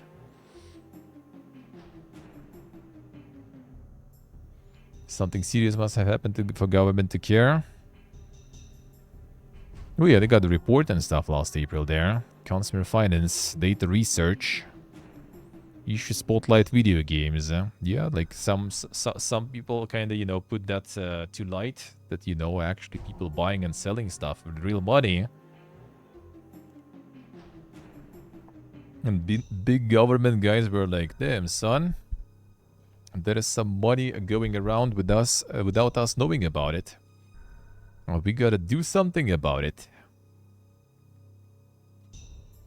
That's these two, I see. Damn, they're cutting all the main audience there, I guess. How could they? At Age of Water we saw. How could they? A rumor Tencent and Guillemot family are considering creation of a venture using Ubisoft assets. All in an effort to boost Ubisoft's value. Rumors of some form of deal between Tencent and Ubisoft's Guillemot family owners now have a fresh wrinkle this week, as new insider reporting suggests that the two are considering creating a venture together that would offer benefits to both Tencent and Ubisoft. Anonymous sources who are reportedly close to the matter say that a deal is in the works for the Guillemot family and Tencent to form a new unnamed venture, then move some of the Ubisoft's properties over to it. Can you really, like, do it that easy? Like, since Ubisoft has other owners, like, don't they need, you know, to kind of, like, agree to that? Because that sounds like kind of... Alright, why would we buy this, like, new company if other shareholders and stuff refuse, when we can just, you know, create a new company and just move all the assets to that new company and then we own it? Done. Easy. The deal will supposedly grant Tencent a stake in the new company and control over some of Ubisoft's properties, as well as extend its reach outside China, while Ubisoft would see a potential boost to its value out of the deal. As we alluded to earlier, Ubisoft has been looking to ways to improve its value. Yeah, that we already saw. But that sounds kind of like a weird scheme, though. I don't know if you can just easily pull that off. Like, why can't they just, in general, get the Tencent into Ubisoft then? Like, someone against it. So I guess that something probably would be also against, you know, passing some of the properties. They can sell those properties, I guess. Kinda. I mean, maybe that's what they mean, because Ubisoft would see potential boost to its value out of the deal. So I guess they're gonna, like, sell some of the properties to the new company. And the new company will be working on those with Tencent. It's like the Ubisoft remaster, basically.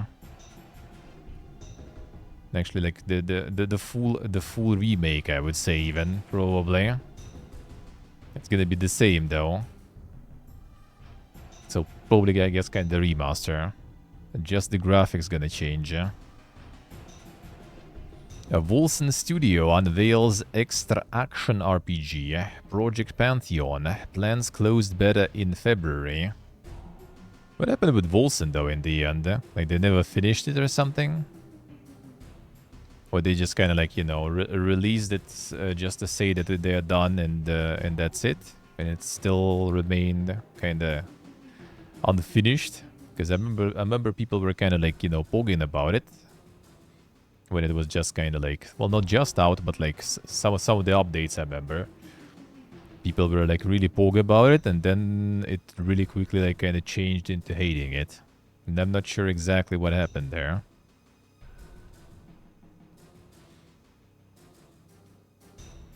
Extraction, literally the kind of a game subgenre that the developer Wolsen Studio gave to its new in development game Project Pantheon. Not only has a dumb categorization, but also dumb and possibly confusing, albeit temporary name that is sure to leave it buried by search engines when stacked against another MMORPG. Well, I mean, in general, Pantheon, I would say it's kind of, you know, quite a popular word. What is this game? Elevator pitch from the studio's press release and brace for some more goofy marketing buzzwords. Codename Project Pantheon is the first of its kind, an extra action RPG that offers a blend of intense hack-and-slash action and high-stakes extraction gameplay in a dark fantasy world filled with fantastical reimaginings of historical mythologies. Alright, way to think.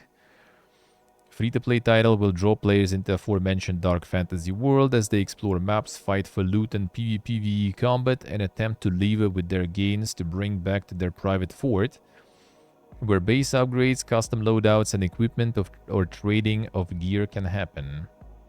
Those who don't manage to leave alive could see some of their gear drop for good. All of this should sound familiar to regular readers, as we've seen many PvPvE extraction games cropping up in the last few years.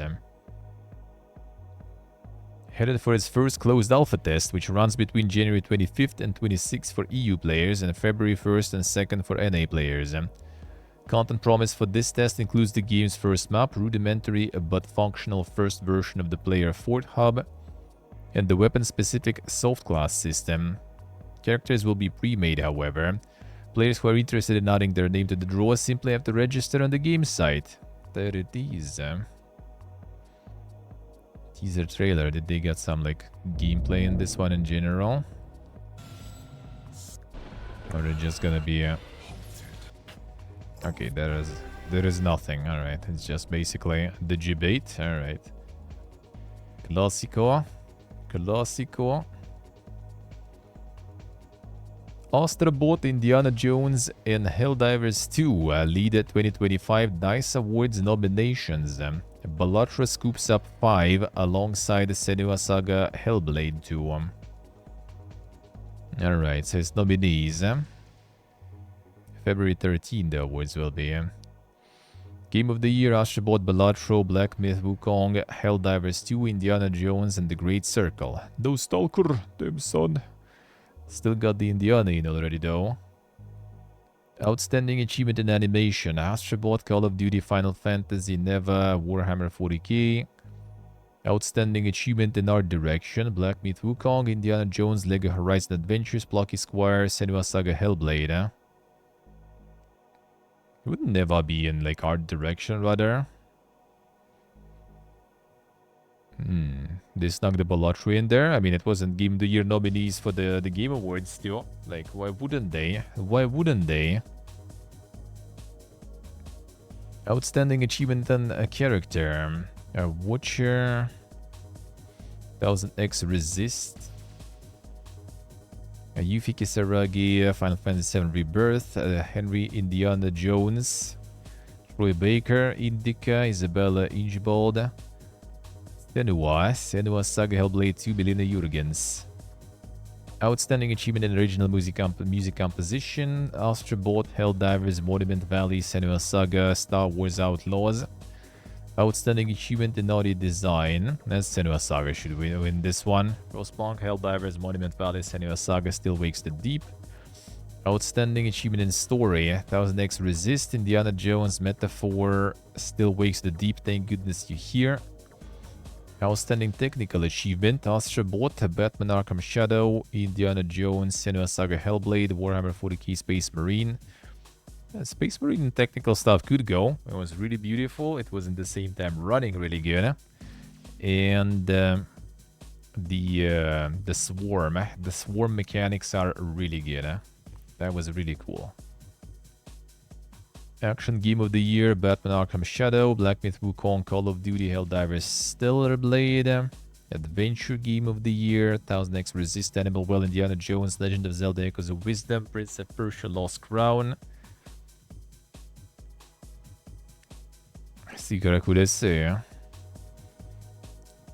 Family Game of the Year, Astrobot, Cat Quest 3, Little Kitty Big City, Plucky Squire, Super Mario Jamboree. Fighting Game of the Year, Blazing Strike, Dragon Ball Sparking Zero, Mortal Kombat 1, Chaos Reigns, Taken 8, Underdogs. True. Racing Game of the Year, them, on the 3 there. Not a lot of racing going on, I guess. Formula 1 24, MotoGP 24, Night Runners Prologue. Them, Prologue can win the Game of the Year even. Nice. A role-playing Game of the Year, Final Fantasy VII Rebirth, Dragon Age Veilguard, Elden Ring, Shadow of the Earth 3, Like a Dragon Infinite Wealth, Metaphor Refantasio. Sports Game of the Year, Sports College Football, Sports FC, MLB The Show, NBA, Strategy Simulation Game of the Year, Balatro. Strategy Simulation.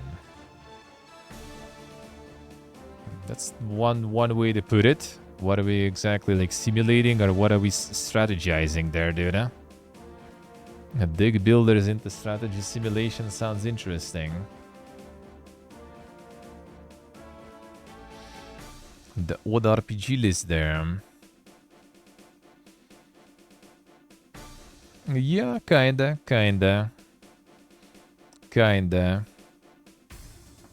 What was else the last year that would be that should be making the list though?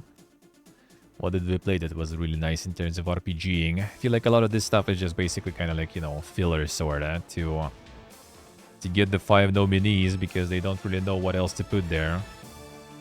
Probably. Caves of Cood? I guess you could. Well, no. Caves of Cood, apparently strategy simulation there. So, there you go. It's there, just in different genre, you don't know. Si deve ser. See. Elden Ring out of the list. Where Dragon's Dogma, for example. Like that is more RPG than, well, at least Elden Ring for sure. I would say maybe even more. Hey, Zodiac, Skyrim not on the list? Yep, a little too old, man.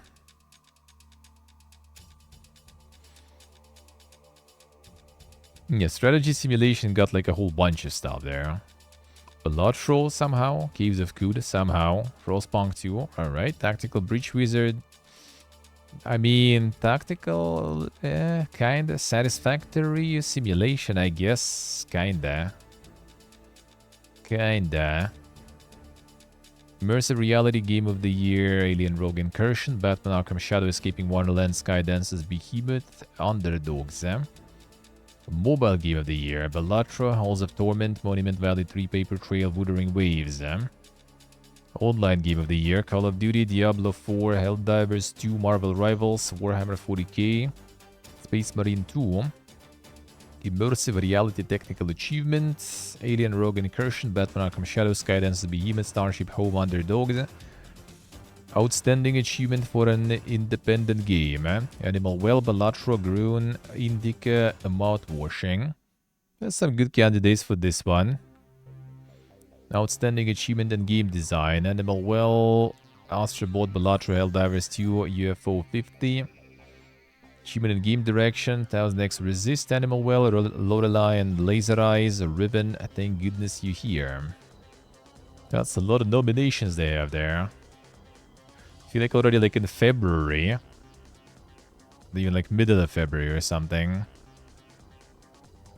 Yeah, well, yeah, February short month, so like 13th of February, like still doing the awards for 2024. It's like, you know, like past the January 1st, past the January especially, everyone is just already like switched completely, you know. We 2025 now, we don't care about your stuff.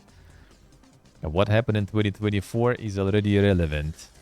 But I guess DICE Awards is more kind of like for developers themselves, where no one, you know, asking them to wrap it up and stuff, so...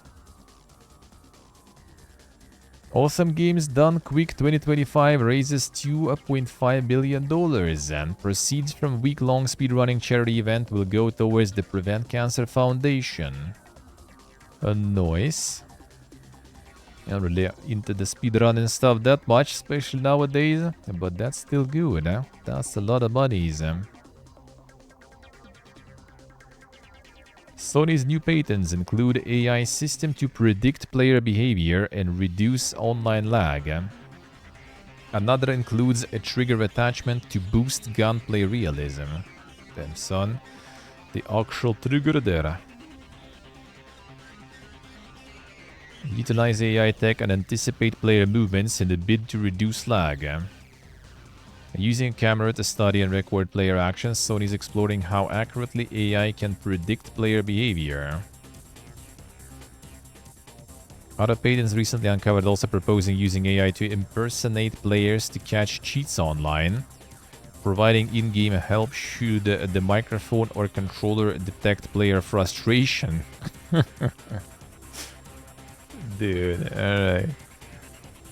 Like...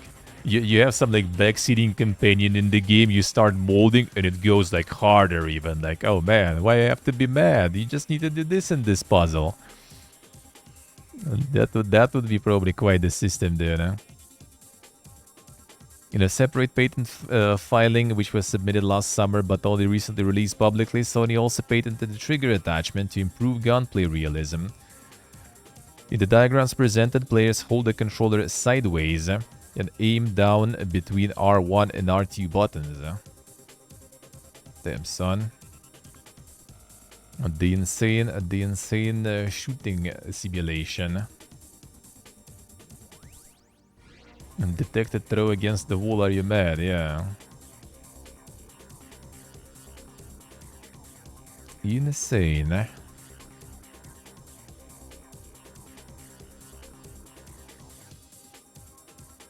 GOG bolsters game preservation efforts by joining European Game Archivist Organization. Says this is a significant step in bridging the private sector with cultural organizations. That's very nice. That's some GigaChad moves indeed. European Federation of Game Archives, Museums and Preservation Projects. Europe's largest federation of organizations working to preserve video games as cultural heritage. Very good. A video game museum in Rome, France's MO5Com, a Computerspiele Museum in Berlin, Netherlands Institute for Sound and Vision, Embracer Games Archive. GOG said its membership marked a significant step in bridging the private sector with cultural organizations across Europe. I've been to Berlin one, Joe. Nice. Is it cool? Is it cool? And maybe I'll end up in that. in summer. That would be very nice. That would be very nice. The visa will be good. I would be hanging out in Berlin for some time for sure. Huh?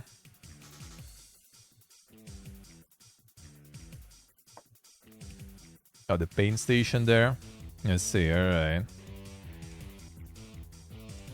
I have a picture of Randy Pitchford there. Damn son. A lower rating now. -1 star for Randy there. I see. RuneScape fans riot over a Jagex survey on $33 subs, in-game odds, and account restrictions. What the fuck is that? That's some like... What was that survey, dude? It was like the April is kind of far still. Imagine like paying $33 subscription. Like, oof.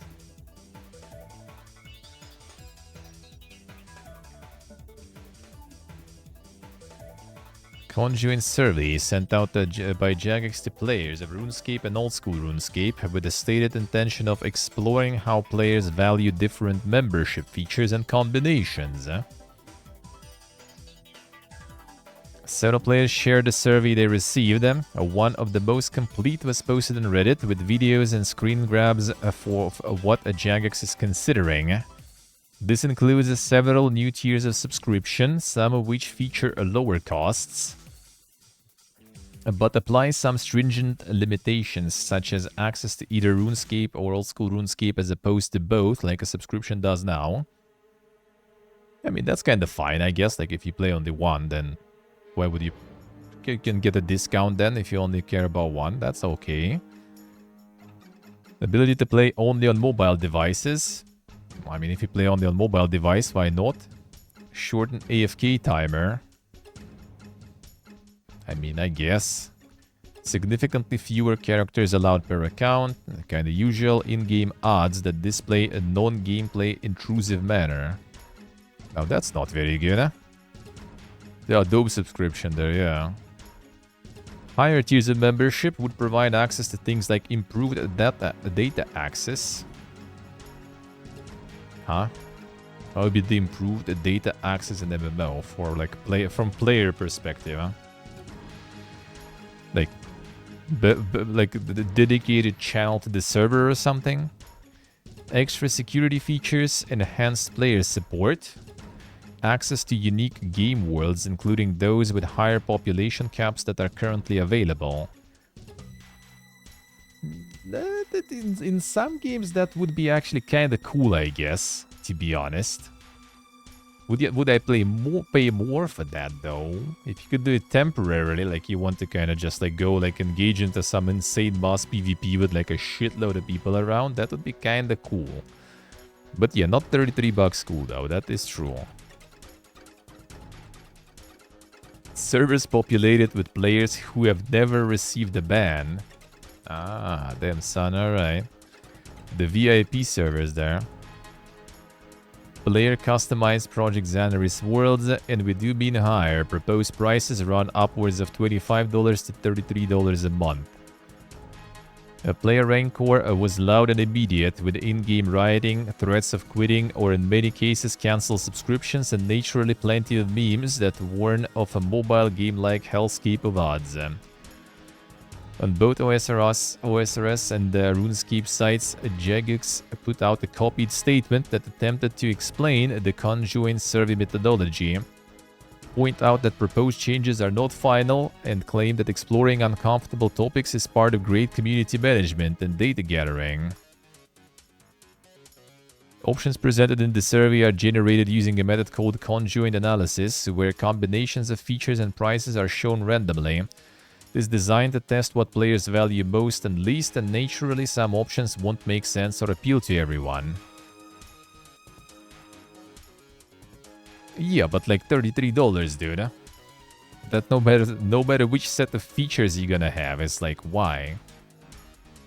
Just because an option appears in the survey does not mean we're planning to implement it. Similarly, the price associated with that set of features is not representative. These are purposefully generated at random as part of the conjoint analysis.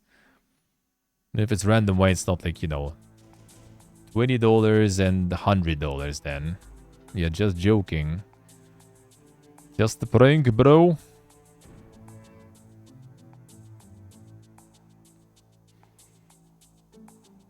Example of the bond list there.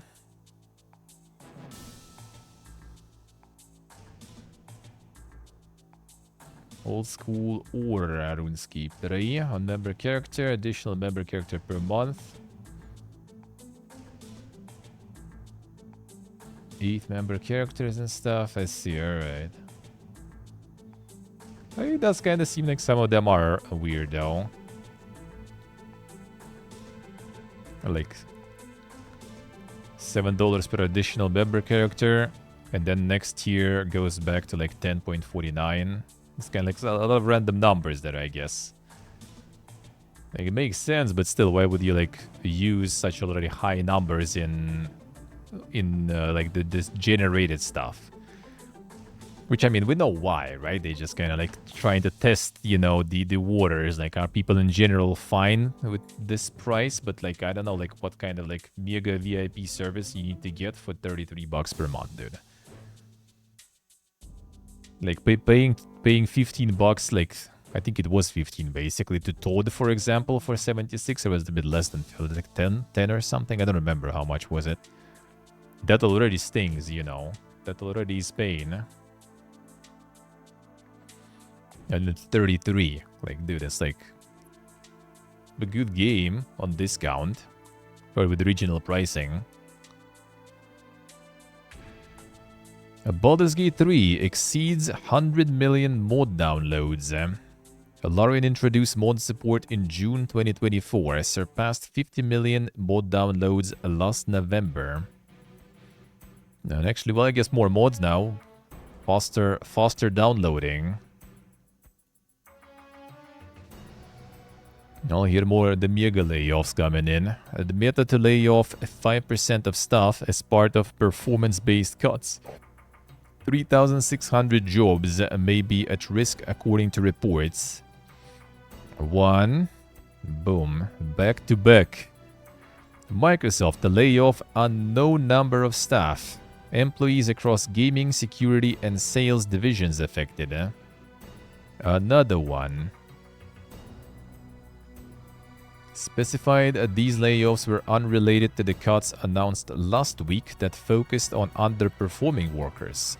So that's a different. There's a layoffs on top of the layoffs. At Microsoft, we focus on high-performance talent. We're always working on helping people learn and grow. When people are not performing, we take appropriate action. Damn, that sounds like threatening, dude. Menacing.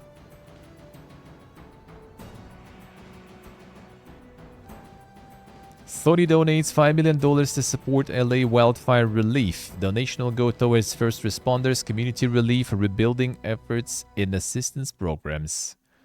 That's nice of them. Nintendo under fire once again for omitting original devs from remaster credits. Retro Studios once again excluded from credits, this time from Donkey Kong Country Returns HD. Once again, dude. Only acknowledges the original developers of the 2010 V game, with a statement saying the game was based on the work of the original development staff.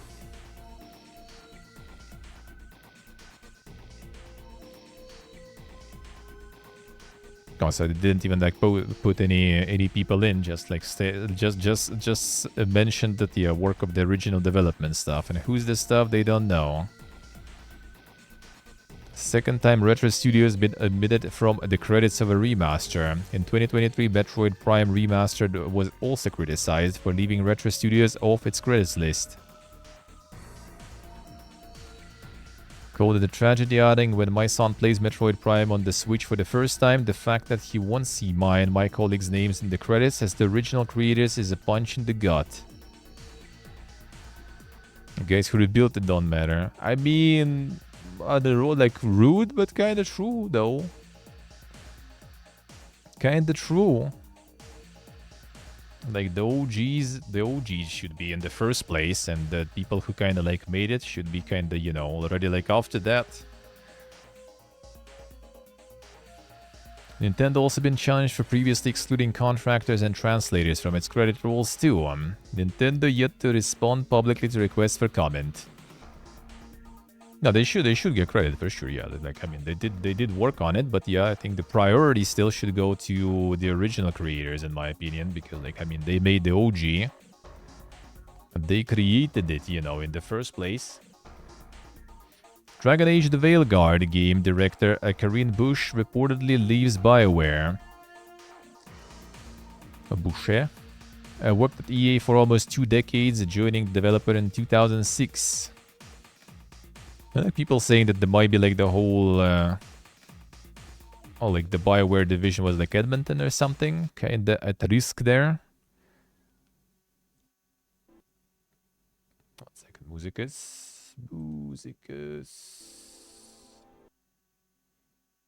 I guess actually continue, fine. Continue this. There we go. Recently departed from the studio.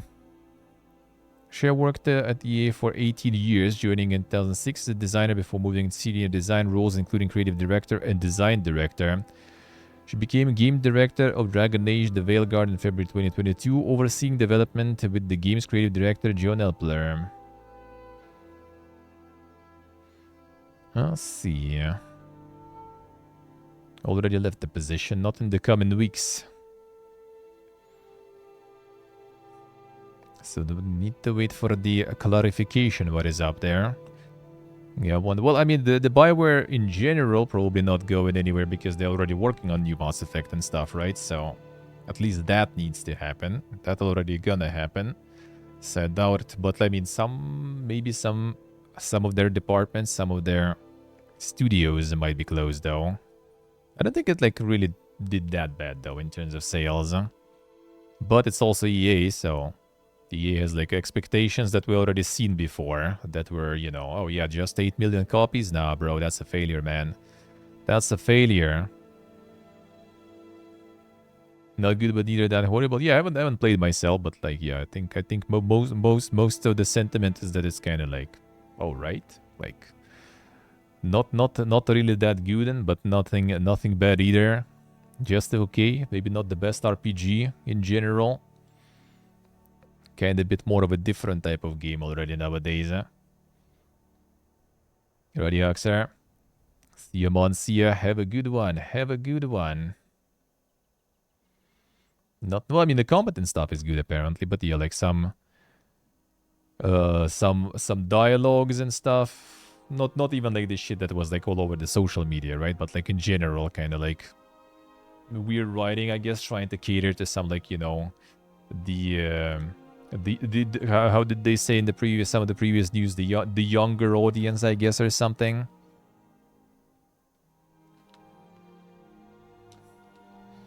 Yeah, but overall, not too bad, huh? So we'll see. I mean, it all depends how it performed for Electronic Arts, because Electronic Arts, like some other big corpus, have some weird, you know, expectations. Usually. European game sales rose 1% in 2024. Damn, going up. FIFA topping the charts. The usual. Followed by Call of Duty. Yeah, that's the peak gaming, man. FIFA, Call of Duty, another FIFA. GTA 5, still Hogwarts Legacy. Fucking farming there, dude. Helldivers 2. That's the whole year, right, also?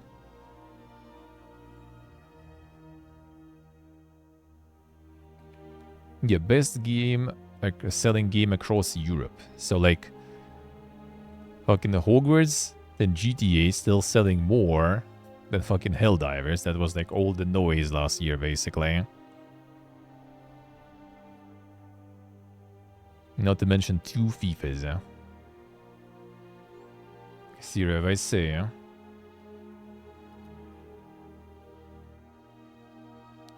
Soul Assembly cuts 15% of workforce. This step was necessary to position the company for future success during challenging time for the gaming industry.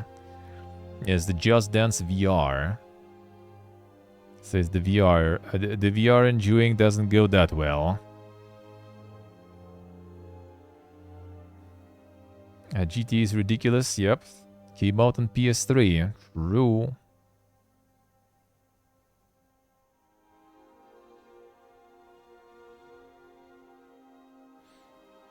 And the full action is a big mess. Yeah, that did seem kind of like from even trailers that, yeah, it was like a little too dank. A little too dank there. Reports, 77% of developers expect games industry to grow in 2025. Yeah, like every year, everyone's expecting and, you know, huffing that copium, man. But this year for sure. But I mean, maybe this year for sure. 90% of studios plan to release at least one new game this year, according to game backend provider Metaplay. We'll see, we'll see. Expect my bank account to grow to and through. Hopium. 77% anticipate more availability for funding new studios due to increase in crowdfunding, angel investors, and community-backed investments. Let's see some other numbers. 76% respondents expect the segment live service games, actually. This segment to boost revenue, with 38% suggesting that regular content and updates are significant factors when shipping a successful live ops title. Our findings have shown that live ops, cross-platform development, and external technology are at the heart of the game development renaissance. Yeah, I'm not so sure, man. It's funny because like the live services, that are like the renaissance of development. I think like majority that they're looking at are the ones that are already running for years, basically. Because the recent ones, like what did we get? Like Helldivers, I guess, succeeded, right? Palworld you could count as the live service too, right? What else was there? Like even that did succeed, eh? But in the same time, we also had like plenty that did fucking fail. Way more than succeeded, eh? 71% expecting demand for crossplay to increase. Huh? That I can see. That I do agree with. Like if you can play with your friends in some live service, then you're probably gonna stay playing in the one you already been playing, I guess, because you can play together.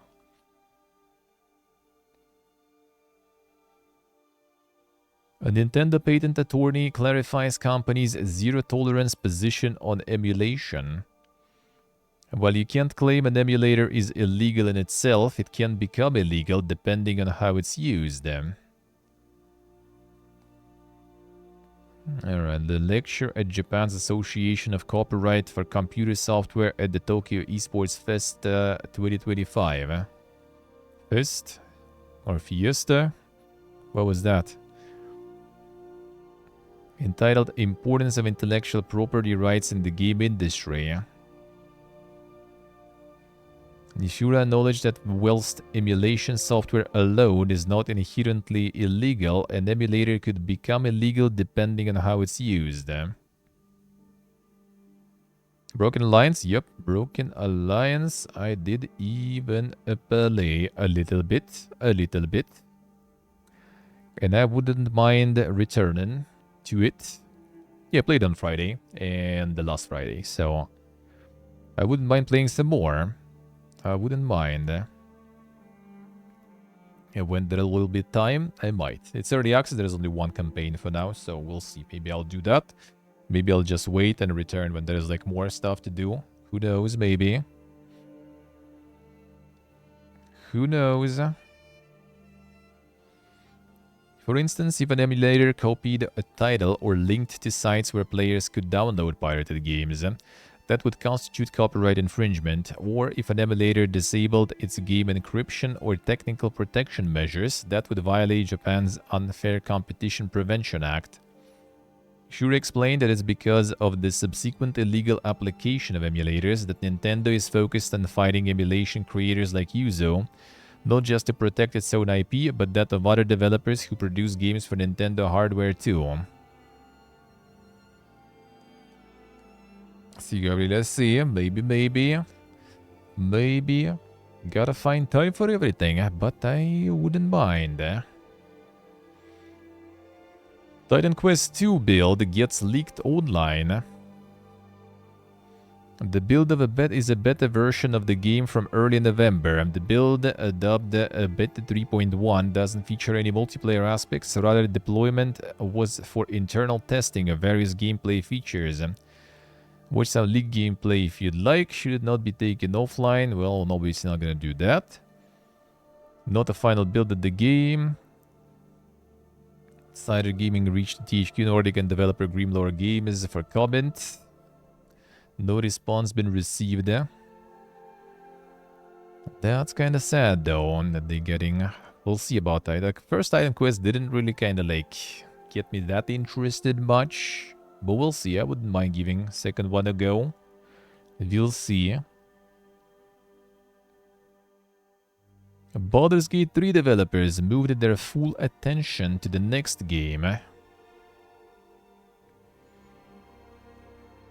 Sven and the team's full attention focused on crafting their next title. A report also reveals development studio will be entering a media blackout until further notice.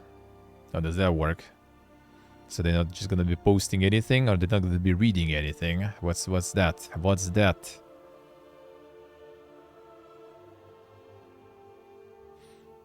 Additionally, Sven Winke, the CEO of Larian, spoke about the studio's journey in the new post on X, stating that there is much more to come from them in the future. While reposting the Larian Studios from bankruptcy to Baldur's Gate 3 YouTube video, Winke stated that it had been an incredible journey so far, but the story isn't over yet. Stay tuned. We'll see what they're gonna show there. Like the mods for it, I see. Hatsune Miku Fortnite skin leaks online before Fortnite Festival Season 7. Damn, Fortnite trying to get weebs once again, I guess. Time for weebs to go start Fortniting then. Miku will also have a Fortnite Lego skin, but images are yet to be posted online.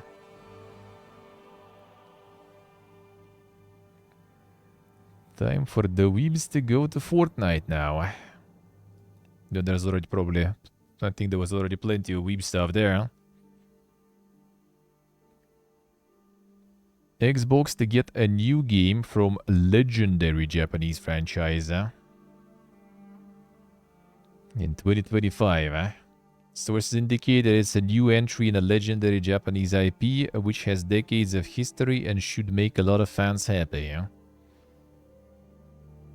Well, I mean, they got Square kind of on board with actually on Developer Direct last year, I think. They have...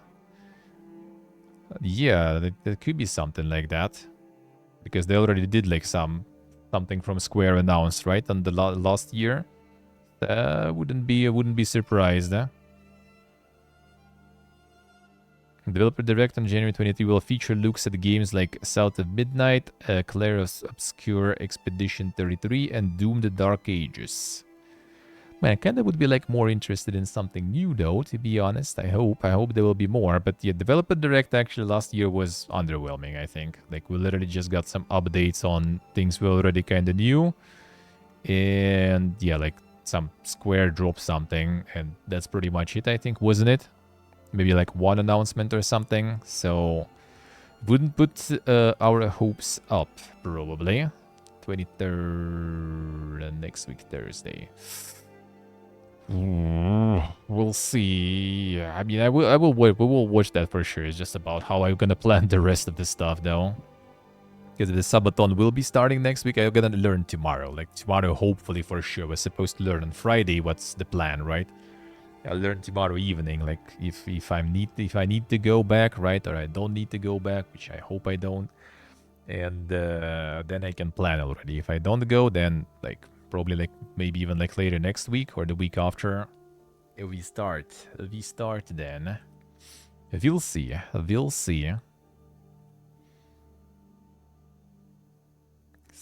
So I kind of was thinking maybe like a couple of days off then before I start. to prepare better for it, because that might be like quite the luck of the EOS for a while then. So I can prepare. We'll see. We'll see. We'll update. But yeah, I mean, I will be streaming this one for sure. For sure. CI Games is the latest company to rebel against forced DEI. There it is. The guys doing the reverse farming now.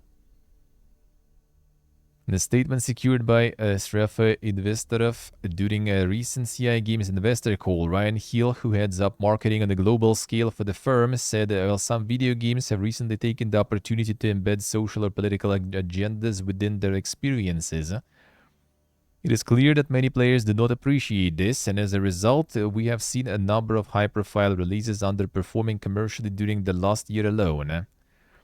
Our games will always be developed to maximize player enjoyment and commercial success, and as such, we will not be integrating any social or political agencies into these experiences going forward, having observed the high risk this can present.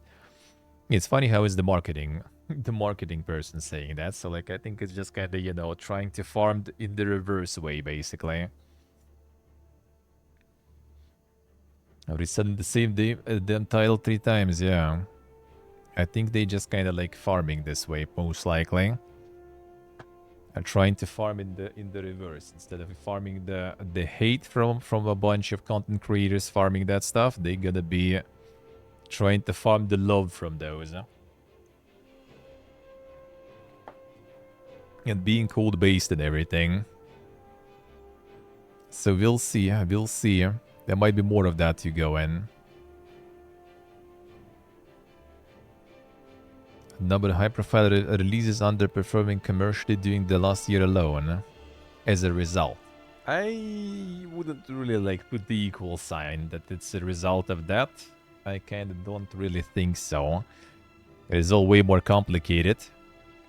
But I mean, some forms of that are a little too over the top, I guess. I do agree there should be some like right amount and right format for that, not just, you know, being there for to tick the check boxes for sure, but also just kind of saying like, no, we're not gonna do that. That also sounds kind of weird. Power Wash Simulator abandons VR version to support job security.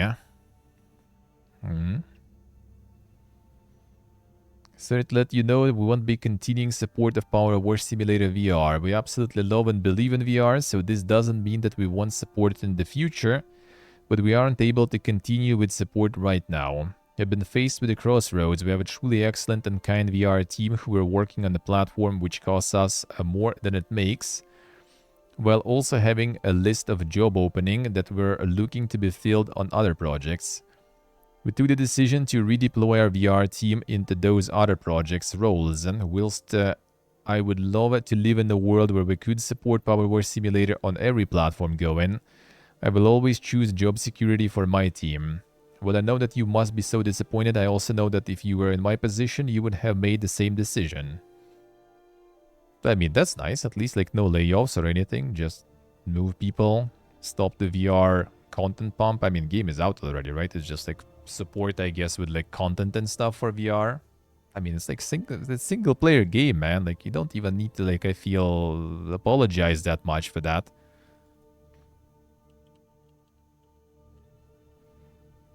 Like Power Wash Simulator, the DLCs. How do we see the VR? Well, I guess the VR is a part also of the main game, right? It's probably not exactly the...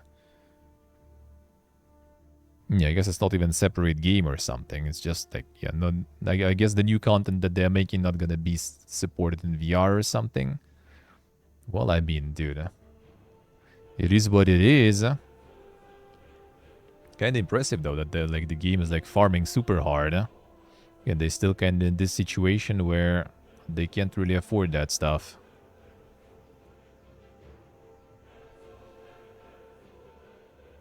Guerrilla Games aspires to bring over 1 million players to Horizon multiplayer title. I mean, if it will be free to play and you won't get the PSN requirement and stuff, then maybe, well, most likely even. One of the job requirements for position, which one was that? Job listing for a senior platform engineer. Position is for the applicant to have experience in building and operating multi-service 1 million plus user globally distributed systems across multiple public cloud providers.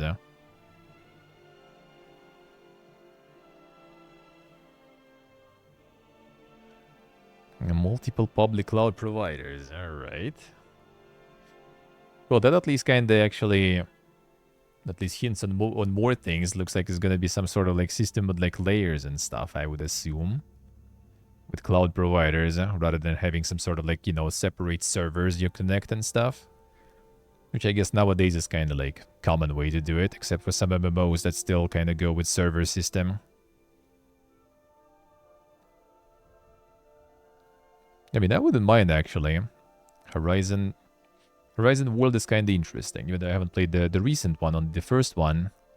But the world is quite cool, so some good multiplayer stuff might be nice there. But what it's gonna be in the end, that I guess we'll see.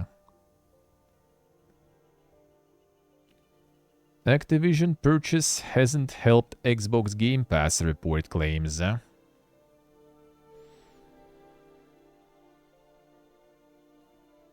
Well, I think there is also the update on that one, so we'll read the update. But what was this one?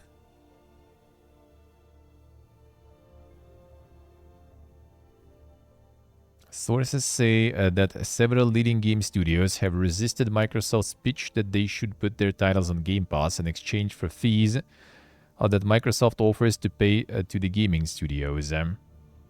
Danny Fish, portfolio manager who oversees funds, including a reported 800 million of Microsoft stock, told the outlet Activision has been disappointing. Well, we'll read about more. There was more about this, I think. Yeah, don't need the same characters or something. Yeah, just the setting is cool.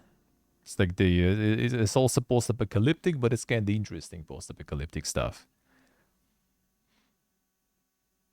Tencent and NetEase about to China game time limit regulations. Now that's the dank ones. Enforcing game time limit across the country as the winter school holiday period approaches. Period set to run between January 15th and February 14th. It's quite the vacation there. We'll see millions of children out of school for a well-deserved break, but their gaming time has been slashed by the government. Both Tencent and NetEase, two of the largest gaming corporations on the planet, signaled their adherence to the regulations. I mean, not like they had a lot of choice in that, really. In the month-long holiday period, youngsters will be permitted to play just 16 hours of video games. Insane, eh?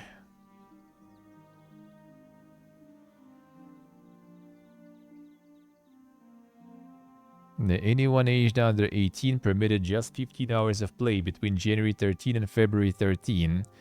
NetEase will allow 16 hours in the same window. Regulations stress that 1 hour per day will be allowed on Fridays, Saturdays, Sundays, and holidays. This was a concept first set up in 2021, with the Chinese government expressing concerns that young people were spending too much time neck deep in video games. The rules were put in place. More than 200 gaming companies pledged to adhere to the regulations.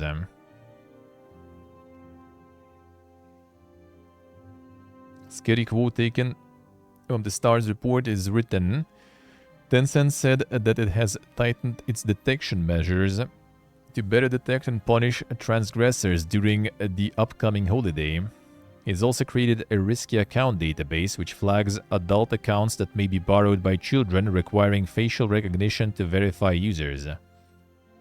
Way to think, man. Way to think. Anyone over the age of 18 is free to play as many games as they want.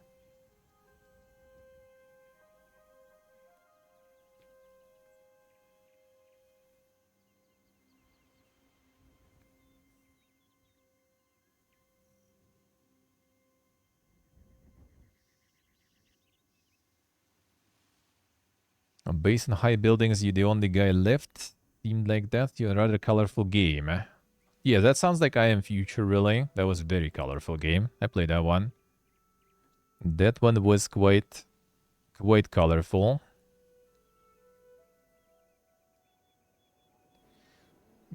Yeah, that like I kind of like it should be like parents really doing the parenting. To be honest, when parents kind of suck with that, should the government kind of like interfere? I don't know. I don't know. I feel like it should be like when like limitations like that should be only when there is like a need for it. Like if someone is like really bad with like performance in school, for example, and then they get some sort of like restrictions on them. Maybe kind of as like a punishment and to make them focus on what they're gonna say thank you later for, probably. But just in general, blanket like limiting amount of like time people can play. I don't know, man. I don't know. That one already out, yeah. That one is already out. I played it. How to provide systems to help. Yeah, something like that. Like in my case, for example, like when I was a kid, I couldn't play too much myself anyway because like parents wouldn't fucking let me anyway.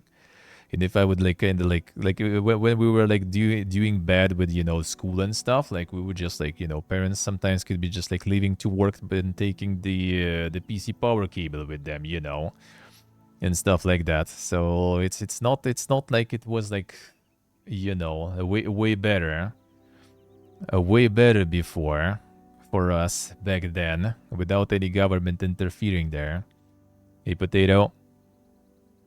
But I guess nowadays, with like the tablet parenting and the TikTok parenting and stuff, maybe already like too much pipiga stuff going. But then again, I think it should be the kind of like case to case basis, not just the blanket stuff, because like some people can do it. Like later down the line, I was still managing to play quite decent amount, and in the same time being outside with my friends, and in the same time being okay with my studies and everything, and I had plenty of time for everything. Like, if anything, being outside with friends actually was the worst thing for my performance in school and stuff because, we were fucking drinking and like early drinking, early smoking, early girls and all that stuff. And it was just kind of like wasting way more of my time rather than playing video games. Like, my mom, for example, would rather have me sitting at home playing video games than, just like appearing at the door like close to midnight, not in the best condition. Or when my stepfather needed to kind of like drag me home because I was completely shit faced and just couldn't, get there, basically. When I was like 16 or something. Like, mom would rather have me just playing video games there. To be honest. Still all kind of worked, I guess. Kinda.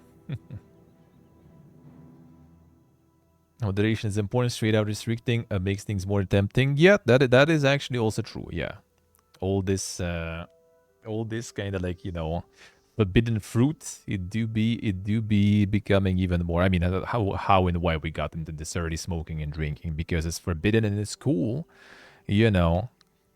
So yeah. But also, I guess if it wouldn't be forbidden, that also could be kind of weird, I guess, right? So it's a tricky one. It should be about parenting for sure. But yeah, I just kind of assume, like, I don't really know.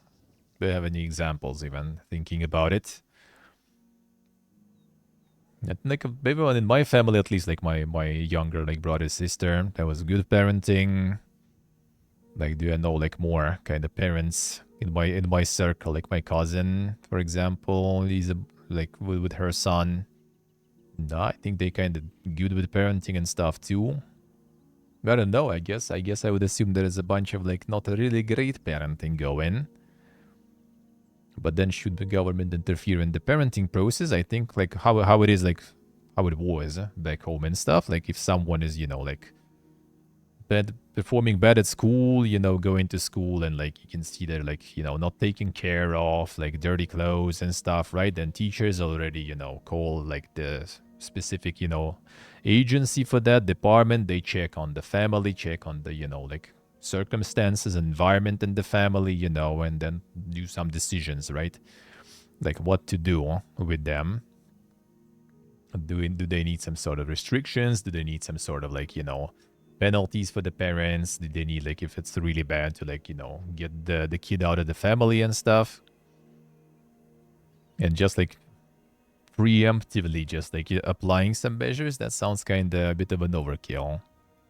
Especially so strict, in my opinion. Like like what, the whole month, and you have like 16 hours for the whole month of free time for the vacationals. Like I would understand like if it's like, you know, hour a day in the regular days, on the work day, the study day. Okay, baby, sure. Weekends, vacations, like, come on, man. You can do more. Kingdom Come Deliverance might have the longest script in gaming history. A post in social media made in January 13th was claimed that the fully printed script for Kingdom Come Deliverance 2 equals 1.7 million words, which falls just shy of the record established by Baldur's Gate 3 at 2 million words. This claim came from a content creator who was privy to a presentation made about the game some time ago. Alright, so like the first post was basically incorrect in the size. So Baldur's Gate 3 still dinker in terms of the script length. You know, not something to brag about, really, to be honest. It's not about the length, it's how, you know, it's how you use it. Nintendo Switch 2 Direct, April 2nd, 2025. So that's when we're gonna see more info on the Switch 2, and I guess the games also that will be there. So we'll see. For now, people seemingly not super pogging about it. I guess in April we'll see if it's actually worth pogging about or not. No, that's the one. Exclusive. Microsoft Activision report regarding financial performance is missing context. Yeah, Activision been disappointing, alright, for the company's overall revenue. After reaching out to Activision and Microsoft for comment, representatives from both companies said Information's report was missing some information. What a twist. Companies then provided context to show how the company has performed since the purchase, along with the state of Microsoft gaming. Its last 4 earnings reports, Microsoft reported revenue increases regularly for Xbox content and services going back to Q2 financial year 2024. Xbox content and services revenue increased by 61%, driven by 55 points of the net impact from the Activision acquisition. For the next quarter, revenue was reported to have increased by 62%, with 61 points attributed to Activision. For Q4 2024 was up another 61%, with 58 points of net impact from the purchase.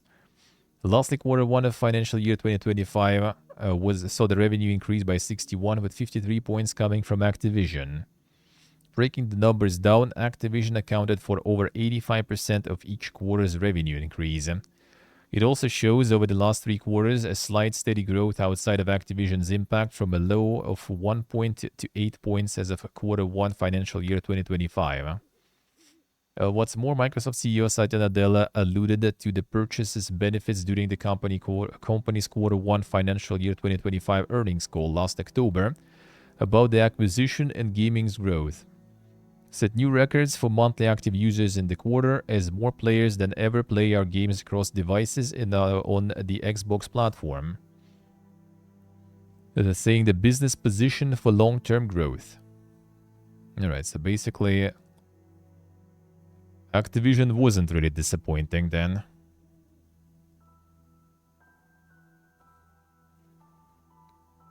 Warhammer Space Marine 2 devs are searching for their next game. Games Workshop CEO Kevin Roundtree first acknowledged the success of Space Marine 2, stating that they recognize the success of these Okay, the fuck is this? Like, confused me there. Recognize the success of these. Recognize that successes like these for Warhammer are not a given in the world of video games. Roundtree added that they are clearly looking for the next one and are remaining cautious when forecasting royalty income. I think it's just like someone copy-pasted something like weird here, or like rewrote something and forgot to delete the other one. Talking about Space Marine 2 success, the licensing revenue section of the financial statement revealed that earned income was £26.1 million, approximately $32 million, and the increase was mainly from Warhammer 40,000 Space Marine. 98% of the total licensing revenue for Games Workshop was contributed by PC and console game, which was also thanks to Space Marine 2's release on the platforms.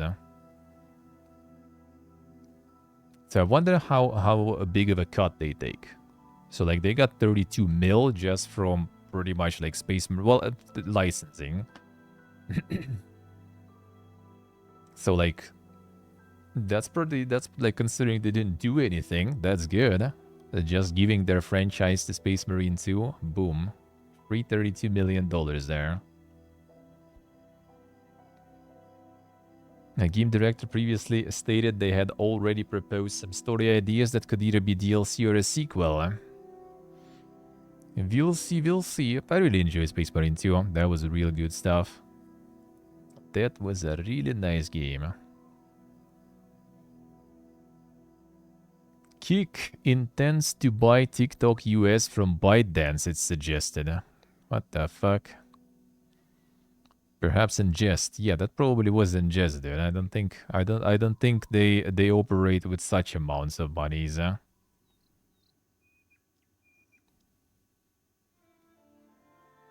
A revelation was uncovered in an image uploaded in a response to Mr. Beast, suggesting he and some billionaires are preparing to buy TikTok US platform ahead of the application's nationwide ban.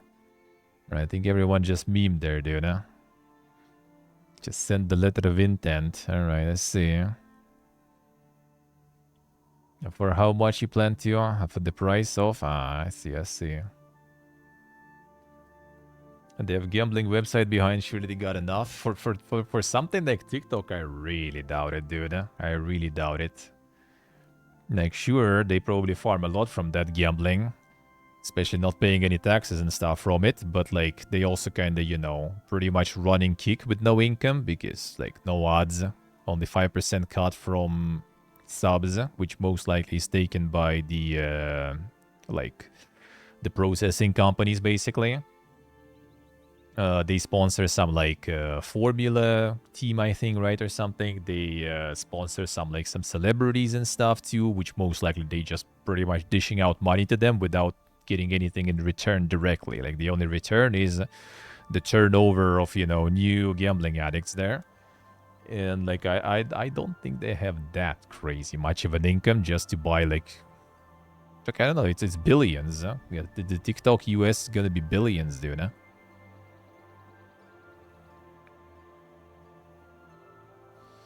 69 pages long, that should be... I mean, Mr. Beast also probably was just kind of... Yeah, it was actually, like, replied to Mr. Beast. I think they just kind of memeing there. I think they kind of memeing there. I mean, like, you know, like, kind of like tinfoil, moment of tinfoil stuff here, right? It's just gonna be... probably them trying, especially with like Trump kind of going in the office now, right? I think they said they might give them some extension or something for 90 days or something, right, to decide. So they kind of like, you know, threaten them, show them that they're serious about this, right? Now give them the extension, and then yeah, maybe they will just maybe the idea that Musk gonna also buy that is not really completely entirely false, because he's already kind of, you know, close to the administration and stuff. We're just gonna let him run another like big social media, and just to, you know, kind of monopolize the social media sphere even more that way, because that's gonna be like the second massive social media under them, pretty much, you know. Wouldn't surprise me, really. Kingdom Come Deliverance 2 banned in Saudi Arabia due to unskippable LGBTQ scenes, it is claimed.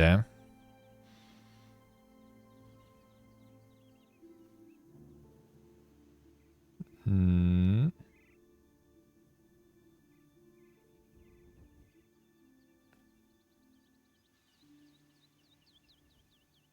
Not sure who exactly even posting that there, though.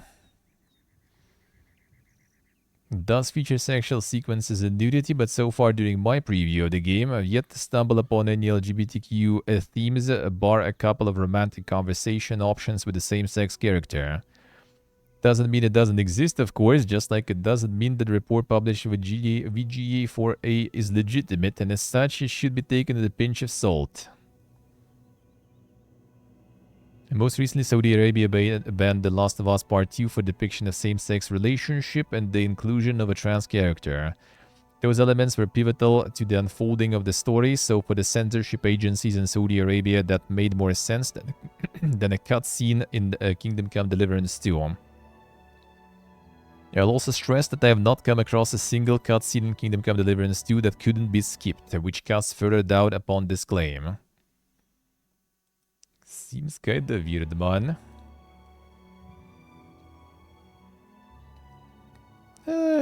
Like I wouldn't be surprised if it's just baiting, because I think all the insane, you know, like the anti woke crowd instantly picked it all up and stuff, and already like started like posting stuff to like the game director and everything. So I guess the bait kind of succeeded, eh?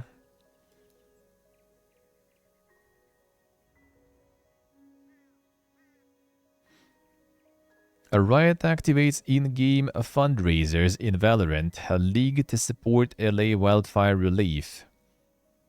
Hey, Portable, the hello. How we doing, man? Happens every single time. Oh, dude, you like it's an instant flip, always. Huh? It's an instant flip there.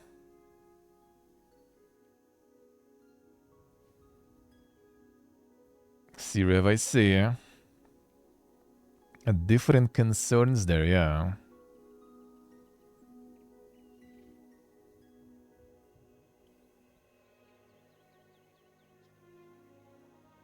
So what they gonna do? I implored fans to donate to California Fire Foundation, alright.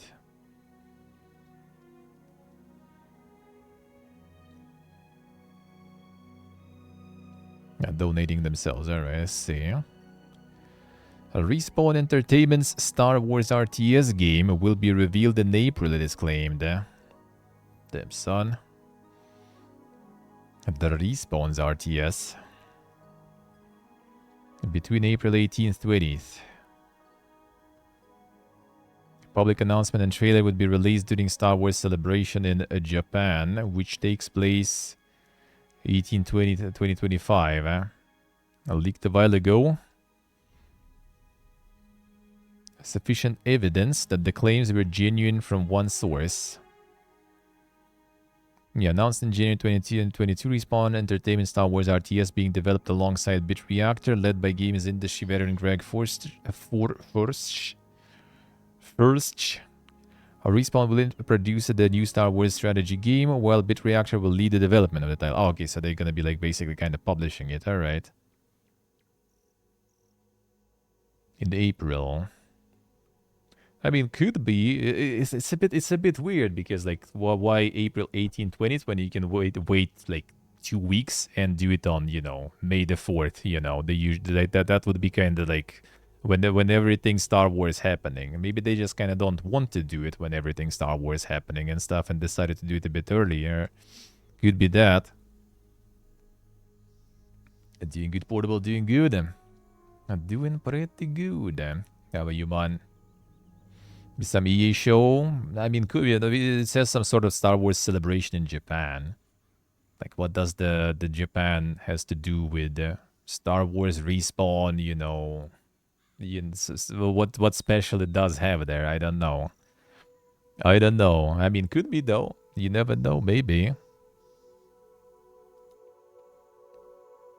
A Marvel Snap taken down in US due to government's TikTok ban. Damn, the collateral.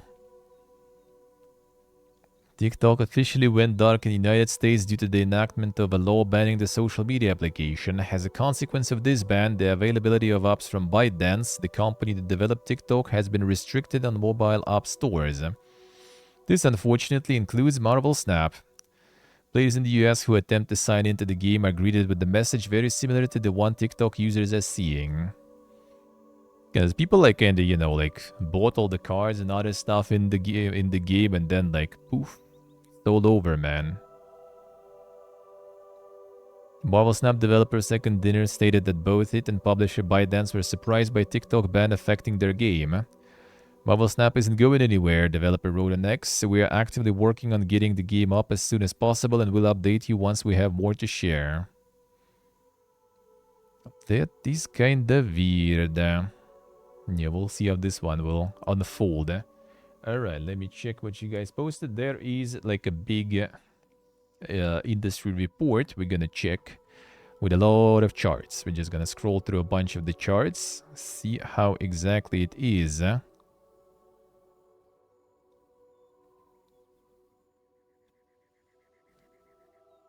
Alright, let's go. This one. Huh?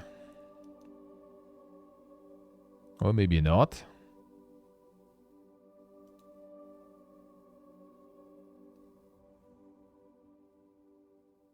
What happened with it?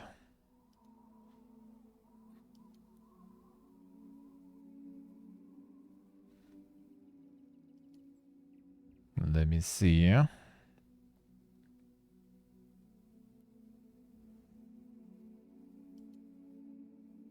Man, I hate this. Login, login, login. Get out. One moment. Yeah, it was just like in a nice, convenient place, and they removed it from there. I assume it's only on their website now. Let me see. Let me see, and let me try to get it. Real quick.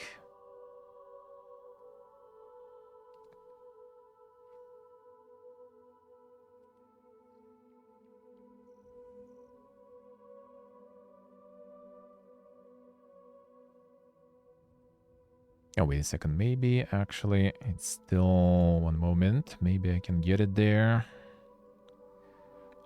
Yeah, probably should be able to.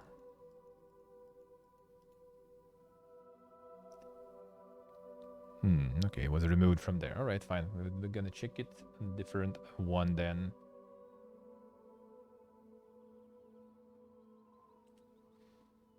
Gonna post the link and let's go.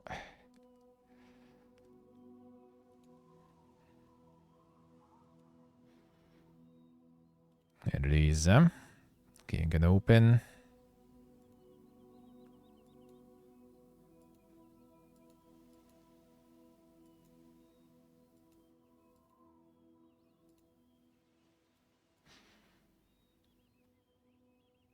All right, there we go. Okay, I got it. I got it. Good. All right, one sec. We can check it. Gonna go to bathroom first, though. One moment. Be right back.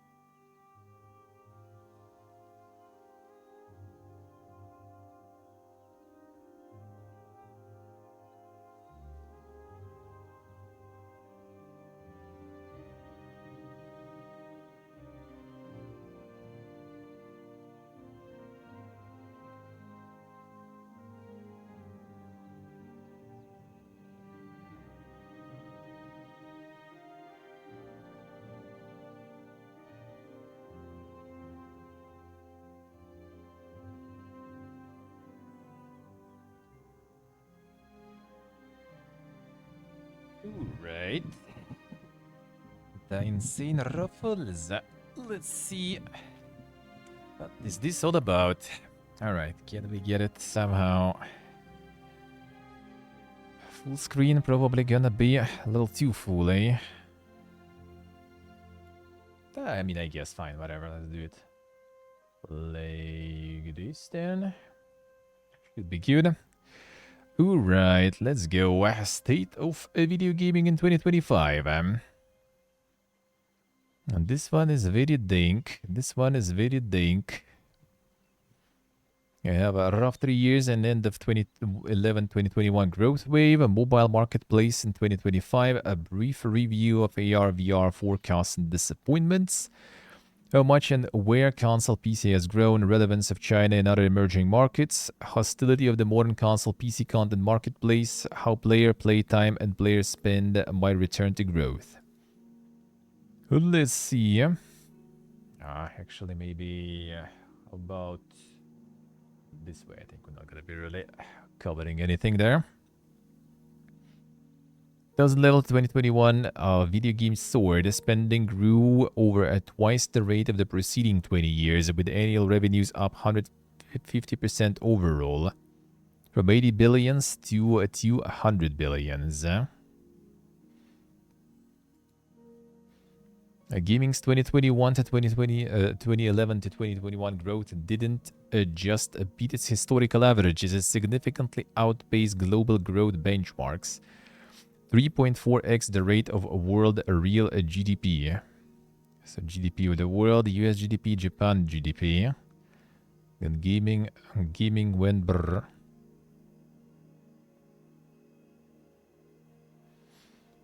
Nice, rev, nice. Another OG. Few anticipated a slowdown or even a pullback after COVID. Most expected that gaming's growth would continue at high rates, if not accelerate.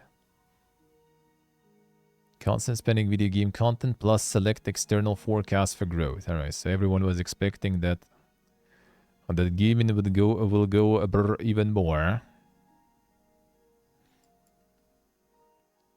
Instead, spend fell by 3.5% in 2022 and then barely grew in 23 and 24, finishing flat over 3 years, and thus short tens of billions in revenue versus forecasts.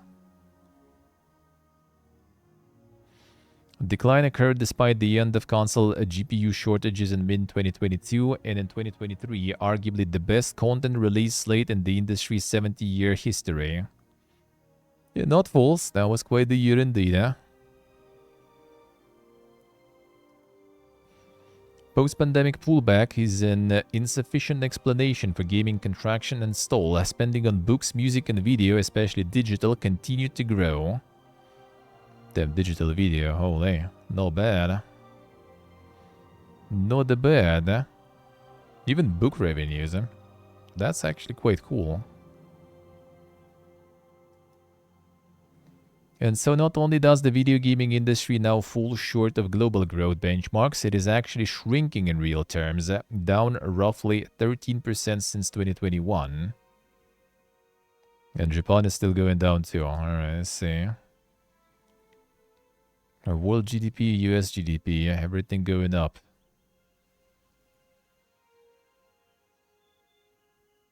Could be, Rev, could be. It's not just spend that is declining, players are too. Average playtime partly recovered, but this is mostly because less engaged players stopped playing entirely.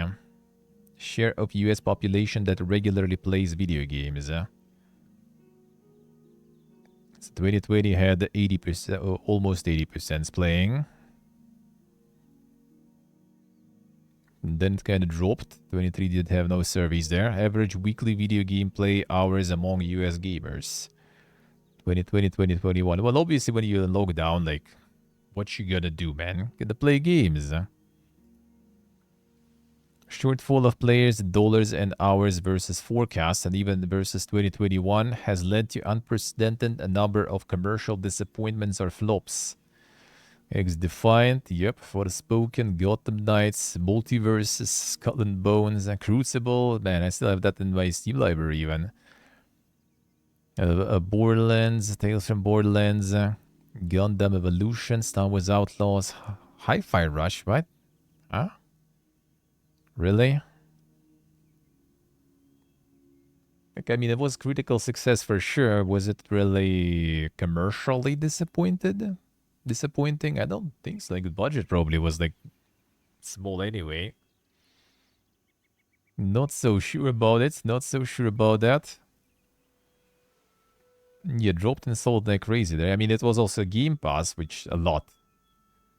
Hi-Fi Rush all fired. I mean, they are, but that was like for the different reason, though. That was for the different reason.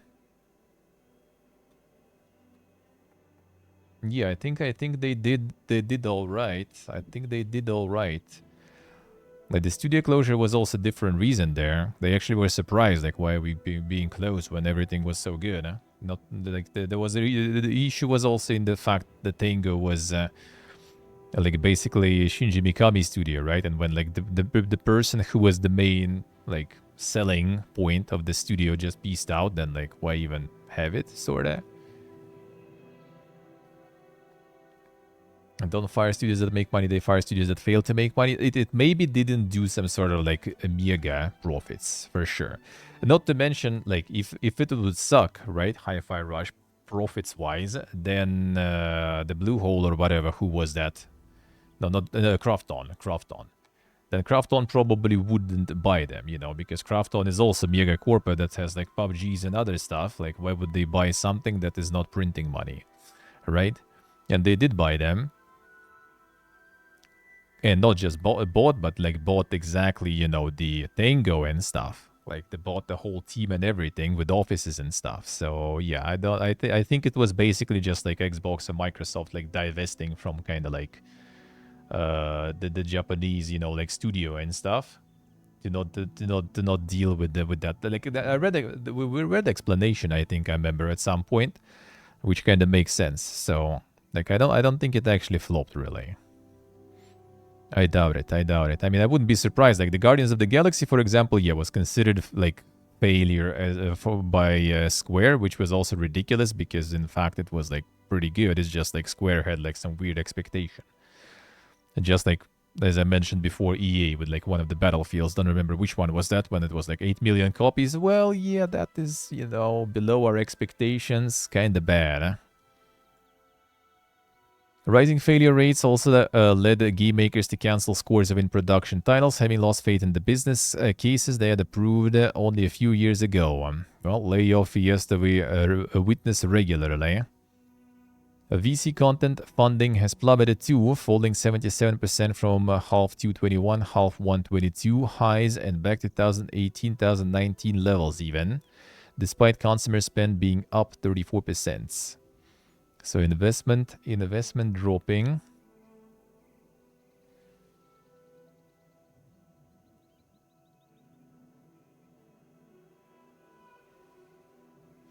Yeah, kind of below the pre-COVID. Well, actually, no, not really. Still close, but not exactly to the pre-COVID era, I guess. What's the VC? What was the name? Venture Capital, right? I think. A collapse in venture investment dollars comes not just from a smaller average investment rounds, but also far fewer rounds and from far fewer investors. Total, yeah, venture capital, it should be. VC deals and video game content studios publishers. So less deals and less volume.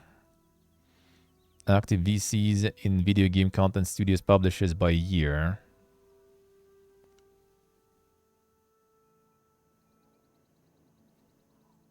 Yeah, they have like weird expectations there, I guess. Let's put it that way. A little too high.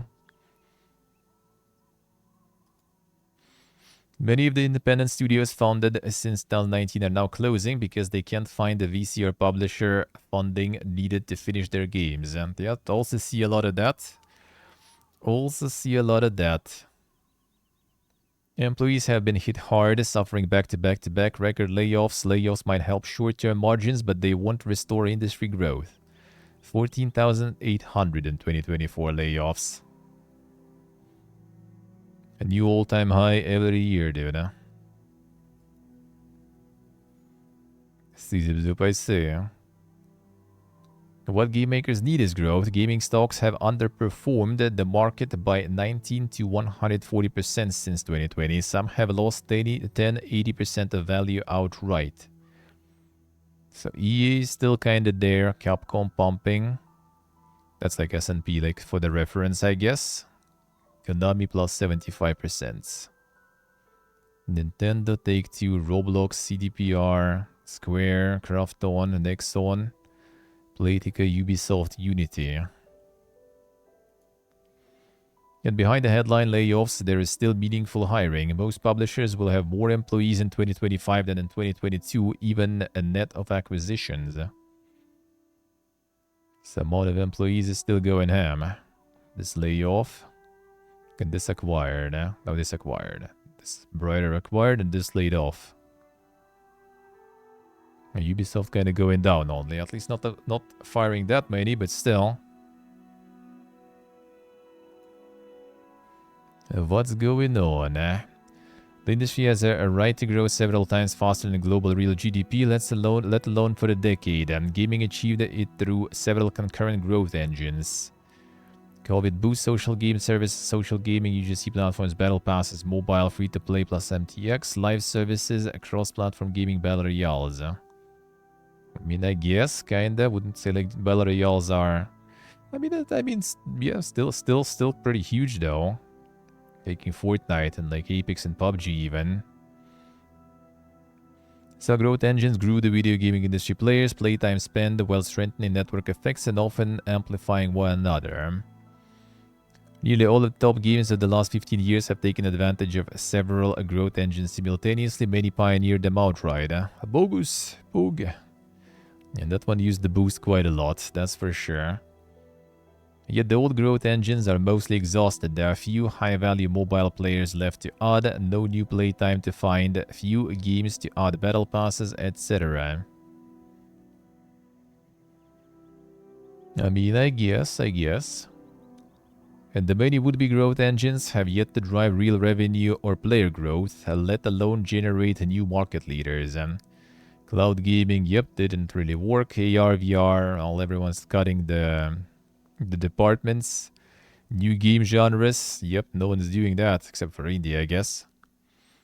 Esports game and the esports betting. That actually is pretty big though. But like game, I mean, I don't know, maybe they game plus esports betting, some sort of like integration or something, I guess. Because esports betting is already pumping though. Esports.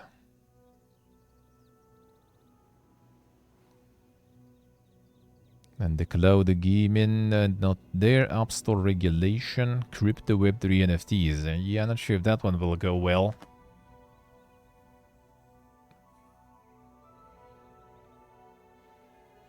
What the fuck, portable? What's that shit?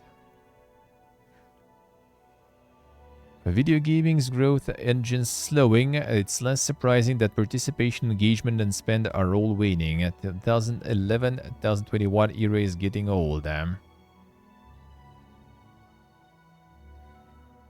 at least monthly spend is recovering a bit. Playtime slowly getting back. Shares of US who regularly games. Meanwhile, industry facing many new challenges, all the while old challenges have intensified. Mobile user growth, stagnant console install bases, growth in foreign developers, rise of social video, foreign focused growth, black hole games, that's where the old time goes. A worsening discovery, ATT, IDFA, there's some like Doom cheat codes there. IDKFA. And IDDQD. Reductions in game sampling, rising development costs, rising user acquisition costs, lengthening production timelines, closed app stores, deflationary pricing, fear of failure rates. Mobile marketplace. Growth driven by mobile growth. A form factor is over 2/3 of new spend since 2011 and is now 55% of the total market, up from 32%. PC getting back some share. Feels good, man. Feels good. Yeah, that's the VR there. 1, 2 billions. A massive mobile. 2 billions of arcade there.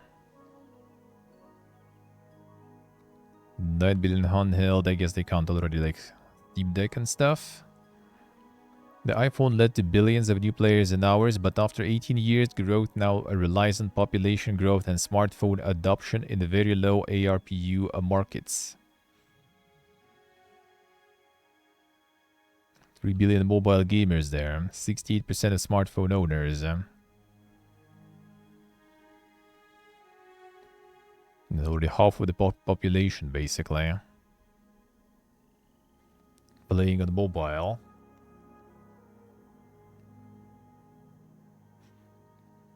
Yeah, gotta get more developing countries to get on this to hook them on the games there. But yeah, I guess they don't really spend that much though.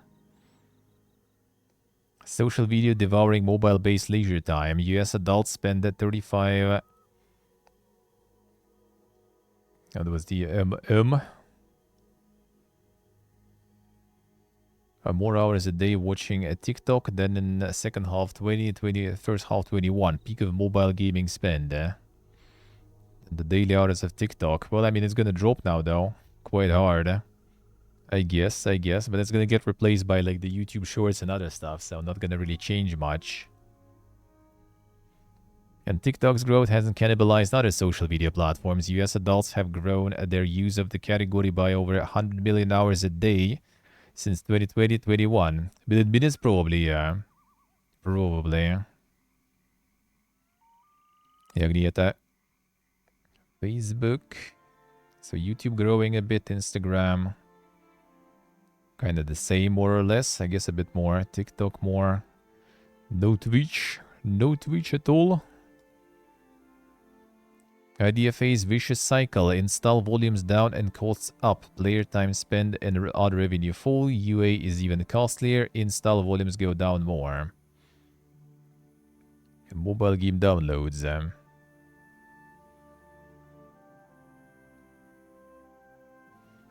A worldwide mobile game downloads by a year and type. Mid-core, hybrid casual, casual, hyper casual.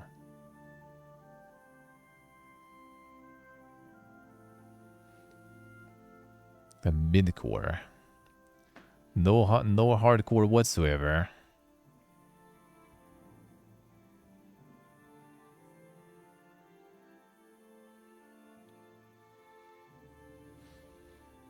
Same trying to make a new one, yeah.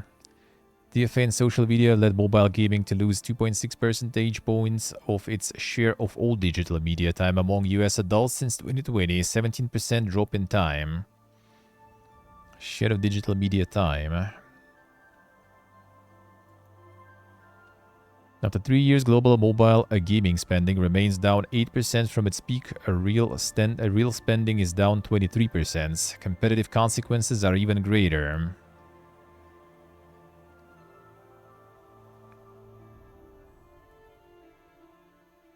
As mobile discovery, downloads, and revenue stagnated, competition ossified. The top 3 titles in the US by genre hold 40% of spend. Titles 2+ years old are 70%. Yeah, these are like these like slides and stuff. There's one also for PC games and like console games, which is like ridiculous there. Even more ridiculous, I guess. Actually, no, probably not. Like titles 2+ years old are 70% of game revenue. So basically, like all the OG games, except for hyper casual. I would assume hyper casual in general, people just kind of like install whatever they see like in the ads, just kind of like, you know, on the whim, basically. So they play more of a new stuff, even though it's still 1-2 years old though.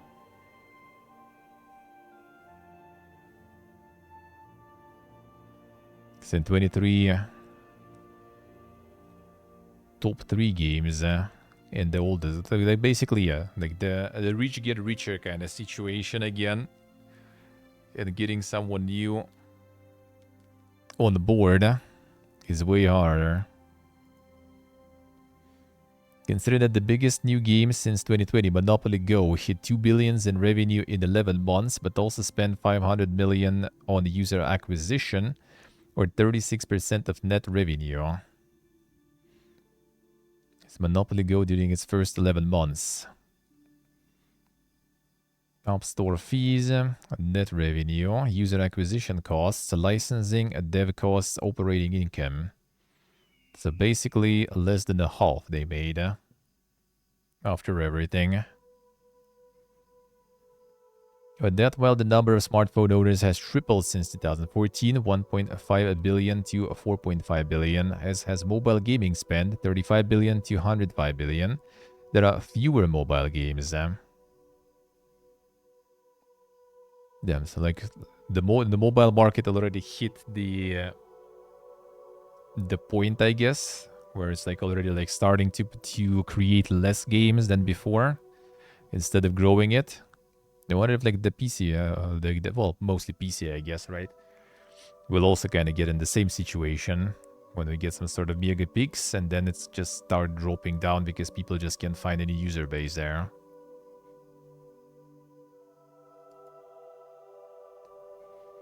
Even Call of Duty is struggling to launch new mobile titles. 2024's Warzone only 30% of the downloads of 2019 mobile after 9 months and 5% of the spend. Then Warzone is not farming much then, compared to Call of Duty Mobile. Well, that was also kind of like a really, really good period for them to release. Not for the world, but for them. That was the peak period of farm, I guess. Fortunately, part of Call of Duty Warzone challenge is that mobile is still thriving, yet this example exemplifies the stickiness of aged titles versus newer, better substitutes. So Warzone Mobile, well, the same Call of Duty Mobile is alive. Same 9 months in the market. Holy, that's quite the difference in profits there for sure.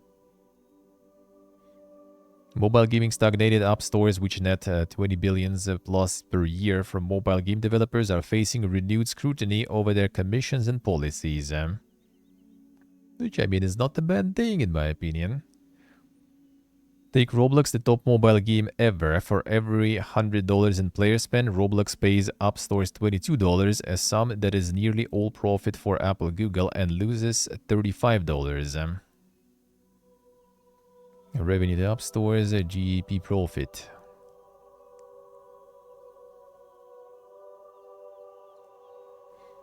Apple and Google likely net more in profit from mobile game sales than all non-China mobile and non-mobile publishers and platforms combined.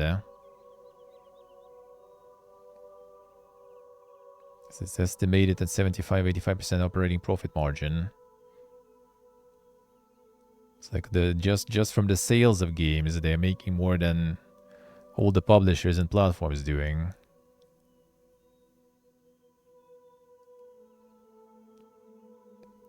AR/VR forecasts and disappointments. AR/VR content spend is up from 0 in 2011 to about 1-2 billion today, but this sum remains too small and stagnant to attract much game maker investment. Not moving much already for 4 years, basically. AR/VR devices improved substantially in performance and form factors. Sales are down to flat, especially after accounting for periodic upgrades. They're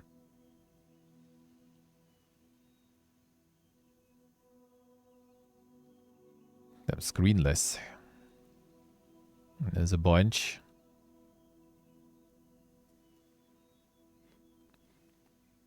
AR/VR sales are also way behind forecasts. Oh yeah, I remember like all this like, man, VR is gonna be so big. All the forecasts, dude. And then actually it never happened.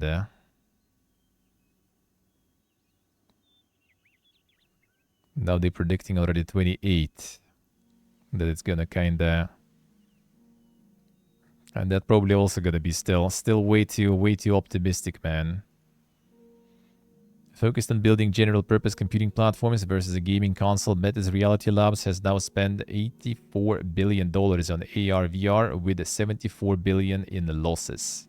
Yeah, that was always like every year just ridiculous to see like how much they take, how big of an L they took, and they just keep going. I mean, they believe into into that this much. Maybe it's already like the sunken cost fallacy. They just can't really stop.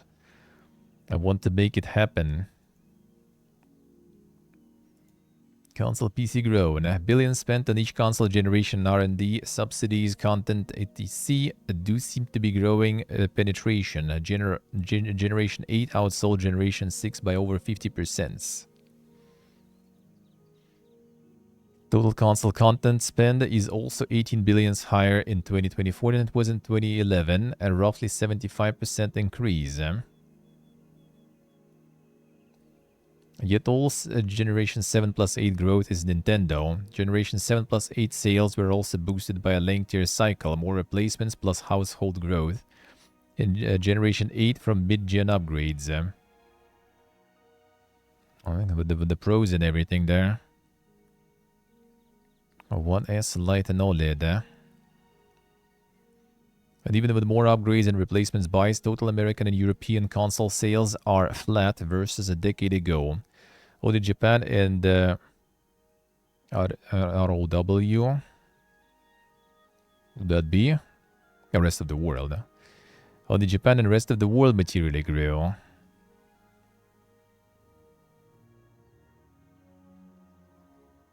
The rest of the world I kind of do understand. The Japan though. When Japan suddenly grew in consoles that much. I guess people started exploring something outside the Nintendo and Sony. But like Xbox kind of like is nowhere there. The entirety of Gen 6 to 8 console growth in Japan and rest of the world is Nintendo. Okay, I see. And in Japan, both PlayStation and Xbox declined in Generation 8. Yeah, I see. That's already... Alright. Switch mostly benefits Nintendo. Switch users buy 25-33% fewer games than PS Xbox owners. And over half of sales are Nintendo games versus 10% on PlayStation Xbox. The Nintendo yanking everything, dude. Switch's extraordinary sales are for the most part not from the new players, but from cannibalization of two console form factors, living room and handheld. That's why we're gonna see even more handhelds now. A decline of handheld revenues, minus 9 billion since 2011, also offsets roughly half of living room growth. Combined console is up in the more modest 9 billions or 28%. Switch 2 is likely mega hit. Generation 9 PlayStation and Xbox sales are both down versus Generation 8 after 49 months. And now a combined 6.8 million shortfall or minus 6.4%. Well, Switch 2 already some people kind of like having concerns about it, so we'll see if it will be like a mega hit, but it's Nintendo, so it most likely will be. If not mega, then just hit. PC is a big bright spot, adding 65% more content spend than living room console since 2011 and 225% more than combined console or 30 billions in total. 20 years ago, PC's share of non-mobile content spent was 29%, and is now 53%, and while console has stagnated since 2021, PC grown 20%. Then the PC Master Race, Pog. Hey, Toast. PC ecosystem benefits from many compounding advantages over the console ecosystem, and its momentum is still growing. Existing PC advantages, much larger library than any one console or all consoles combined with near full backwards compatibility. Much larger social graph than any on one console, often reaching into consoles. Ability to multitask, alt tab to YouTube, alright. Lower entry price point than consoles and higher top range of performance than high performance consoles. Entry price point lower than consoles. I mean, getting something for like $500 would be doable probably, like some discount pre-built or something with really old, specs. Maybe. But would be kind of not that simple, I would say. A greater competitive capability, keyboard mouse, ability to play nearly every early access title in early access, intensifying PC advantages, more annual game releases. True. PlayStation now releases its exclusives on PC, albeit in second window. Xbox does with all titles. Premium Roblox games can only be bought on PC. Damn, serious. Sigue esta bonessa. Hundreds of millions of children growing up on Roblox are unlikely to ask for a $500 console to play AAA games. Portable, I think like it's basically like not exactly lower entry price point and stuff. It's kind of this point. Like they already probably got like the PC for, you know, studies and stuff, some laptop or something or PC, and they're already playing on it. So yeah, why buying the console? Why asking for console when, you know, you already have something like this?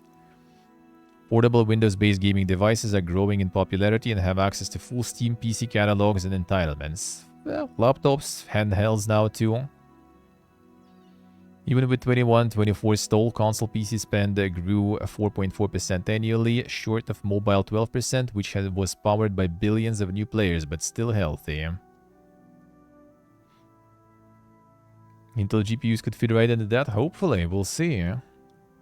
But Steam's consolidation of PC gamers provides insight into who is driving the category growth. In 2024, Steam's APAC MAU exceeds its total MAU in 2017. So the basically getting APAC Asia Pacific, right? But yeah, pretty much getting all the players from Asia, mostly. The largest share of Steam users now use Chinese as their default client language, which probably underrepresents China's total share of Steam users. Holy, more than English even already. Interesting. CCUs affirm APAC's role in Steam user growth. CCU peak when America sleeps and China gets home, and bottom when America is off work but China is at work.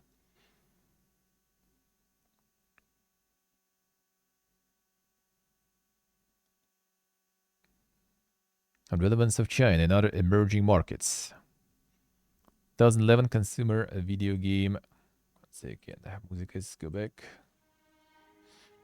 Consumers video game spend in China has grown by 39 billion, roughly a third of global growth, and to 22% of the total market.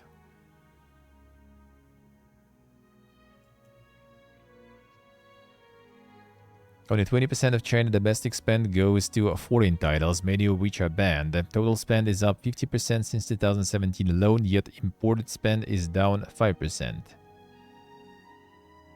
Well, that's official numbers though, because unofficially they buying all that stuff anyway. AAA games from China and for China are now achieving sales figures in China that challenge the worldwide sales of the most acclaimed Western AAA titles.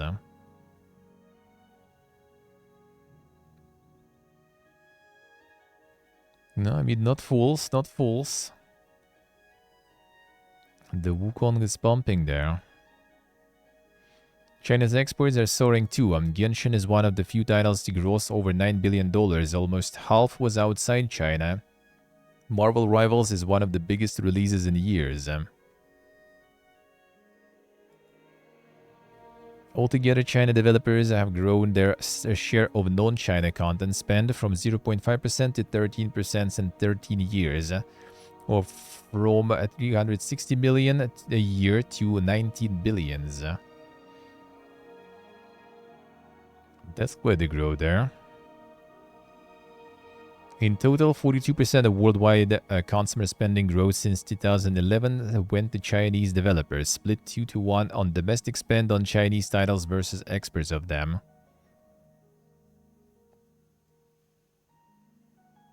Spend on domestic games 27%. Damn, son. And so total growth for non-Chinese developers since 2011 is less than headlines suggest. Mobile added 41 billion, not 83 billion. Well, console PC grew 31 billion, not 39 billion. And well, China is the largest, most mature and regulated non-Western market. It is no outlier. The most played AAA titles worldwide are Korean and Singaporean. Oh yeah, the Garena Free Fire. And Baba G. These non-Western titles thrive partly by focusing on lower device specifications, but also by investing in and prioritizing different cultural events and tones. Yeah, how about you guys start, like, improving the optimization? See, that actually kind of works pretty good, looks like. As foreign markets grow, their domestic production capabilities and supply grow too, and this always results in national preferences, then shifting to a local product. 10 highest grossing films in China per year by country of origin. More domestic stuff there. Films that now top the Chinese box office are not just made in China, they are fundamentally of China and for Chinese audiences. And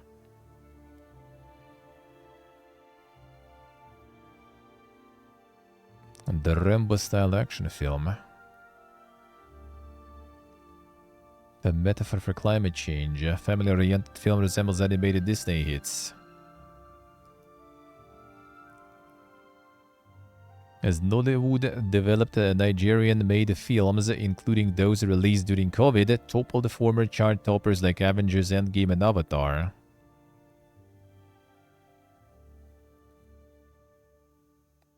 Everyone getting some dank movies seen. That's cool. India always had a strong domestic film industry. As a result, only 3 of the 50 highest grossing films of all time come from outside Bollywood. Avengers, Avatar, and Avengers again. Alright, everything else Bollywood farming. And so as console PC continue to grow primarily through Asian region, there will be more Garenas, Game Sciences, MiHoYos, and they'll take share in the West too. Hostility of the modern console PC marketplace. Without many new players, console PC growth relies on pricing, yet publishers struggles to keep them. Each decade, package prices fall 10-20% in real terms. $10 price hike for Gen 9 titles November 2020 lost all real value in only 29 months. Yep. Prepare for $100 games, boys. It's coming. It's coming. It's about to happen. In nearly all media categories, consumers expect and digest annual inflation adjustments. Several categories have massively increased real pricing over time. Welcome back, Huxer. The corporate charts feels good. Average movie ticket price.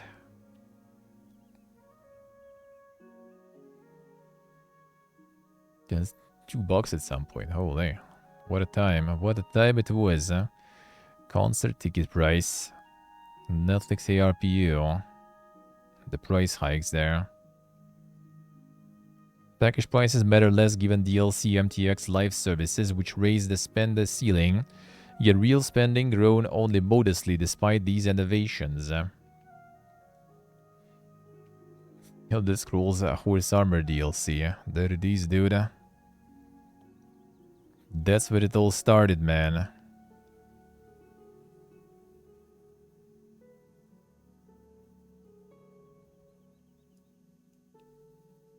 Few explanations for video games gaming inability to maintain inflation-adjusted prices, let alone grow them. Yeah, many are unique to the category. Anchored expectations. After 40 years with $10 increases every other generation, game prices are quite sticky and heavily scrutinized. Publishers lose billions annually in private game trades, sales, and piracy, and know that any price hike on package sales will spark more of this behavior, thereby cannibalizing the benefit of the price hike. Most popular and profitable games globally are typically free-to-play. This makes it difficult for rival games to push up pricing while reducing the incentives of the market leaders, which have the most pricing power, to do the same. Free-to-play also constrains consumer perceptions on what a great game should cost. DLC tends to have far better economics than the base game, but requires upfront sales first, as such publishers are reluctant to hike the base game price. Yet the price of DLC, which tends to offer fewer players' hours than the base game, is also affected by the price of the base game. Reports suggest that between 33–50% AAA gamers, skewing to PC gamers, wait until games are on sale before purchasing, offsetting the benefit of price increases and constraining value perceptions. While movies, albums, books, TV series at all do not have variable pricing by title or budget, many games do release at $20–50 versus $60–70 to help drive sales, which again constrains the size of the market. Worse, console plus PC is experiencing ongoing engagement decreases. Even so-called hardcore gamers are increasingly shifting time to other forms of leisure. Damn, we going extinct, boys. Gamers dying. AA AAA segments player playtime and pricing struggles are a surprise. Who wouldn't have bet on high fidelity gaming if they'd seen the games of 24 in 1904? Unfortunately, improvements in game fidelity, scale, and capability have led to a massive increase in the resources required to build such a game. The file sizes, credits per AAA open world action game, and does not include uncredited stuff or support. The average credits. It's even 2018 yet still. Franchises that cost $50 million per title only 15 years ago now run $200–500 million or more to develop, and costs are still growing. Yeah, Call of Duty $550 million. They're already putting Halo 6 here at 600, really?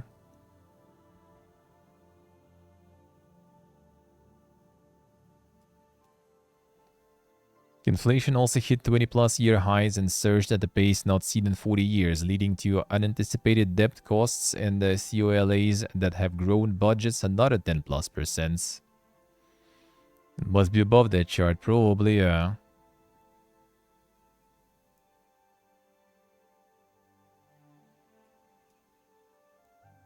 What else has grown far faster than gamers or spend? The supply of games. In 2024, Steam released nearly as many games per month as it did in 2014 overall. Not bad, not bad.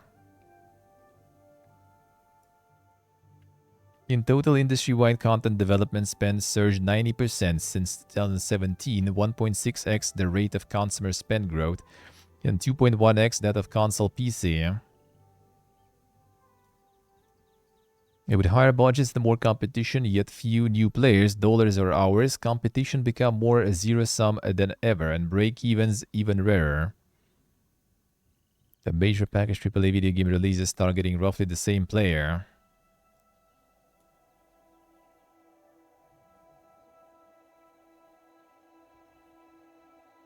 And of course, new releases exist in the market where many of the top games release annual or even quarterly updates. Fortnite, new season, Travis Scott, new season, new season, new season.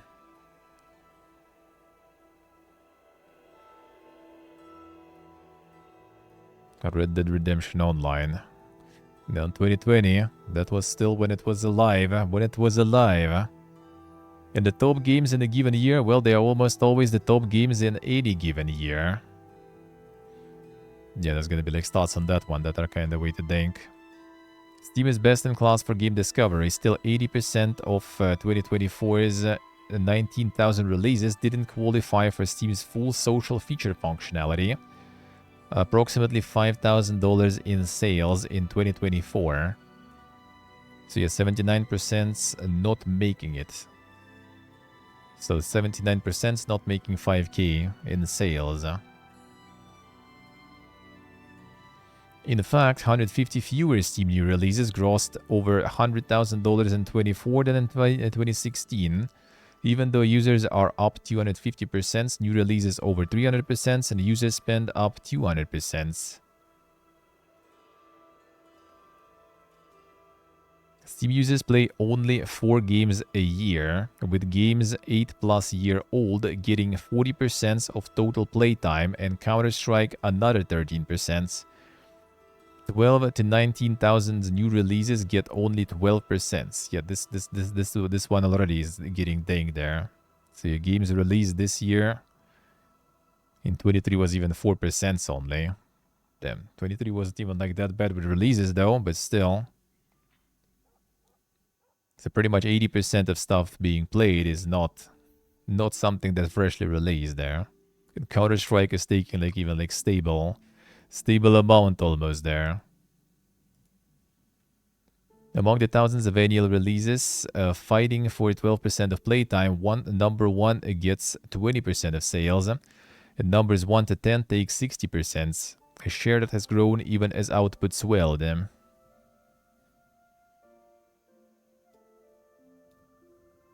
In total, the same 5 franchises on PC, oh yeah, this one, which are 6 to 22 years old, have averaged 30% of playtime for 4 years straight. On PlayStation, Xbox, 7 at 31 years, it is a stunning 43%. See, a console, Big 5, Call of Duty, FIFA, Fortnite, GTA, NBA. So this is basically all that. And then the next 5, and then the rest of like 30% is for everyone else. PC is a little bit more exquisite, but still. Excluding annual releases, NBA 2K, but including sequels, Spider-Man 2, only 6.5% of game time in 2023 was for new games, a share that was high versus 2021, 2022, 2024. And hello. Share of time spent playing. Annual updates, always on game as a service. Holy, there's the one. 60% there. Games released in 2019, 2020, 2021, 23, excluding annually released titles, and that's the annually released ones. Hell yeah, Dora, hell yeah. Tens of billions in development and marketing investment, and thousands of games competed for that 6.5% of total player hours, and 4 titles won half of it. Diablo, Hogwarts, Baldur's Gate, Starfield. Everything else 3.4%. So that's what you're competing by releasing a game in a given year, kinda. And you're competing with these guys too. And you are somewhere there with all these guys. A black hole games refers to phenomenon whereby a massive franchise title has such a hold on players that it's nearly impossible for a new game to pull them away. Well, like Fortnite and stuff, alright. Behind black hole games is not just Metcalfe's law. The value of a network is a quadratic function, but the stronger Reed's law, it is an exponential function.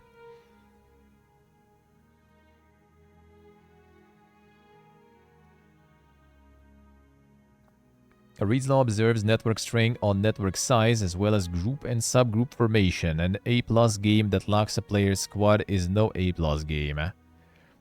As black holes strengthen, supply grows, but players stagnate. Even the best franchise often face falling sales but higher budgets across successive releases.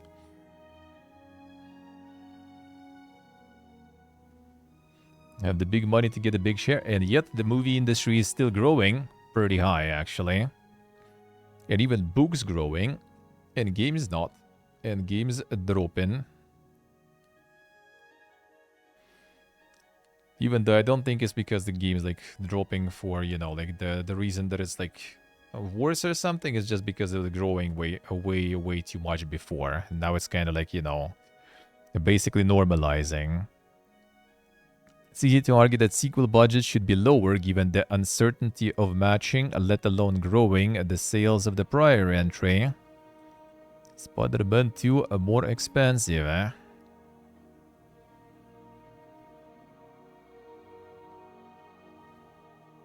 So the sales going down, but the game gets bigger.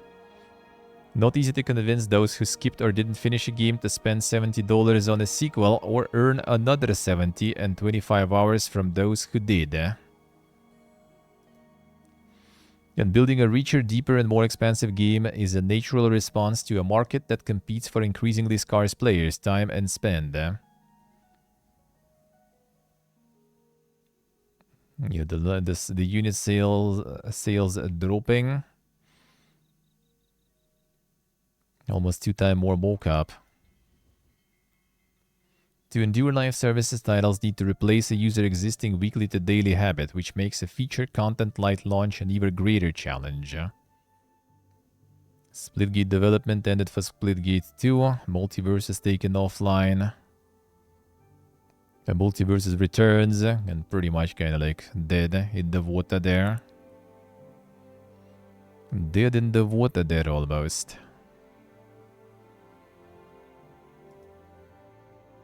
Even their cultural peak, many would-be game-as-a-service leaders have fewer players than long-running game-as-a-service leaders averaged over 4+ years. So yeah, that's the Helldivers, the dankest one, I assume, right? Oh wait, no, Helldivers here. Is this New World actually? Damn, New World was pumping there. Thought Helldivers would be danker. So you're not making it over the Baba G's and others there. Counter-Strike just like, you know, sitting there completely out of reach. And after a hit launch, new title must sustain against market leaders powered by extraordinary effective, profitable, and substantial releases and infrastructure. Yeah, get all the Call of Duties, man. Sharp decline for New World, yeah. The initial release was like really a fast drop. That was like a month or two and it was gone.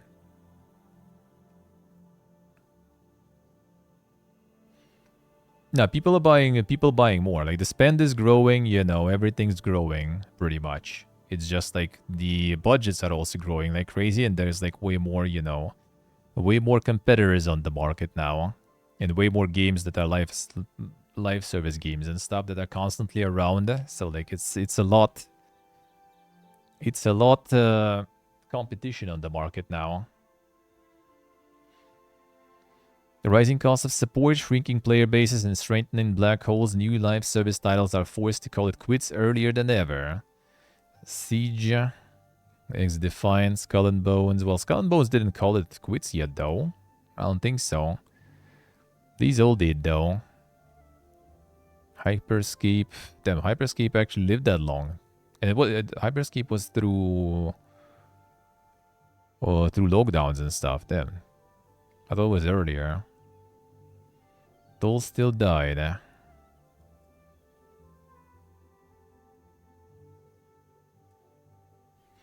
What's going on in a sentence? Exhaustion of decade-plus growth drivers that grew players' playtime and spend coincided with evolving user behaviors, changing monetization models, and growing lock-in effects that exacerbated long-running competitive and budgetary escalations.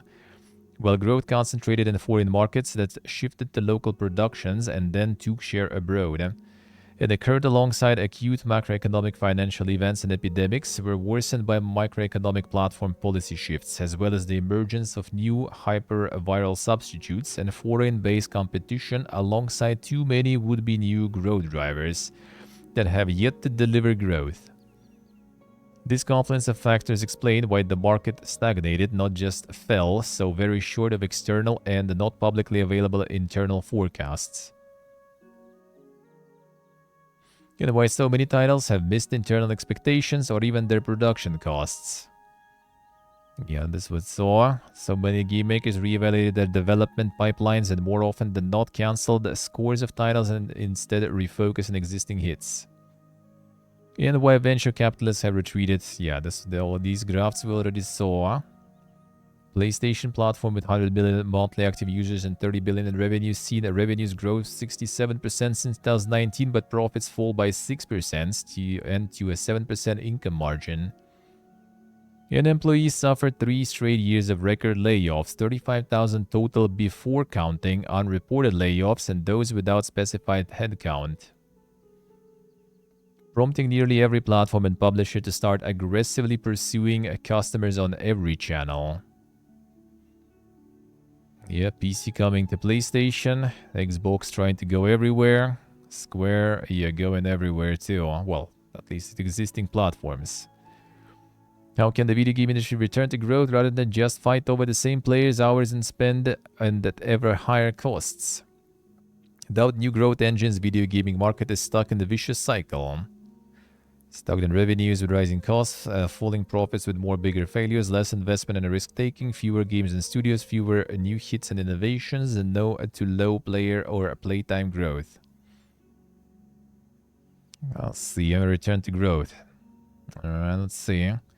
Low growth is a challenge for everyone, especially the largest players. New studios and franchises are emerging.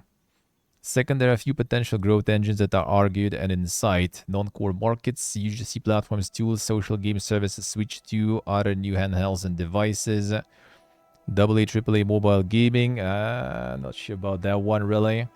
App Store regulation, a new game genres, AI, advertising, GTA 6 pricing. Oh yeah, that totally will help.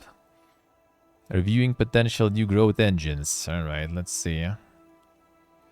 Case in China, global maturation of local regional content studios likely to substantially accelerate spending growth in those game markets.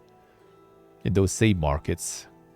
With growing national support plus far lower production costs, emerging market developers may take most of future growth and more of current spend.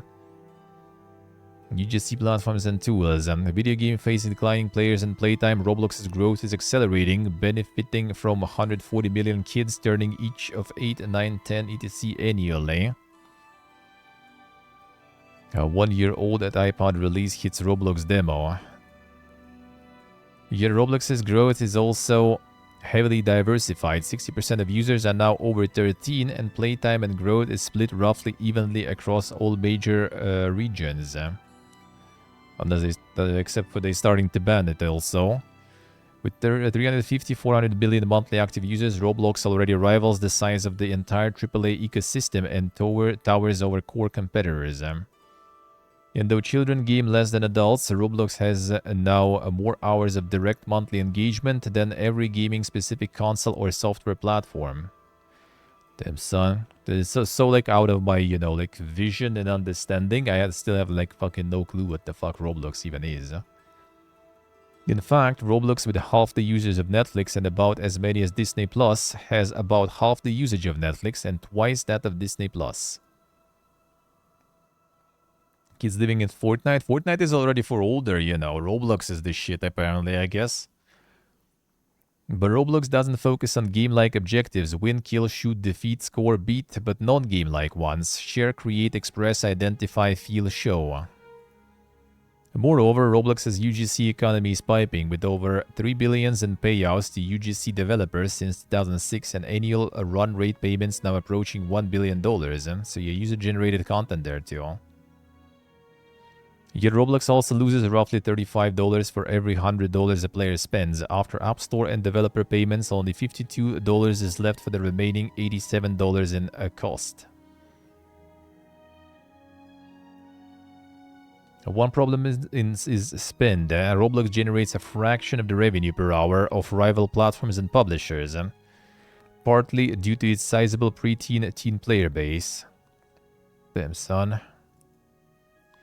Another challenge is the tech tools platform requires for such scale. Roblox now spends $1.4 billion annually, 45% of revenue just on R&D, 13x increase over 5 years. Roblox's engine and data centers now enable surprisingly high-fidelity games. Thus far, developers and users seem mostly uninterested in such experiences, alright? So that's already like on the Roblox engine they're making. Okay. Roblox's R&D also supports numerous, mostly non-gaming platform efforts. Few platforms ever reach 400 million monthly active users, and when they do, opportunities only grow.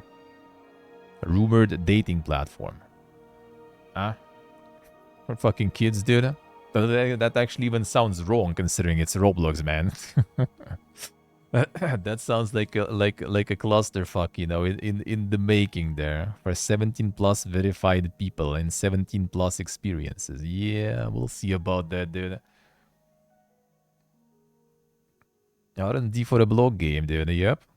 There it is, man. Yet Roblox has its own discoverability challenges. The most played experience is 10% of playtime.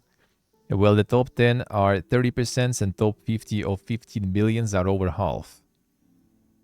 So they also have the same issue as like a Steam and everything there.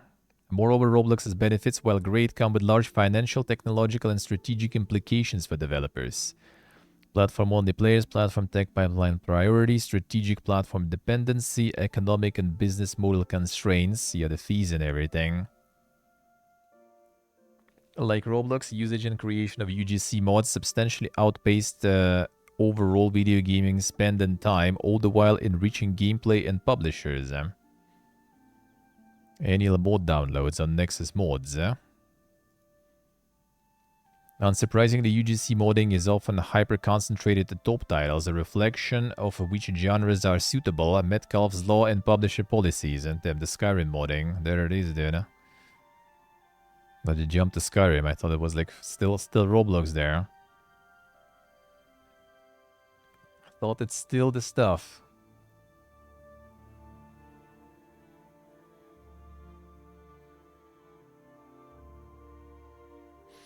CurseForge seen an annual mod downloads increase by more than 6 times to 24 billion, primarily to support of the best selling game in history, UGC platform Minecraft.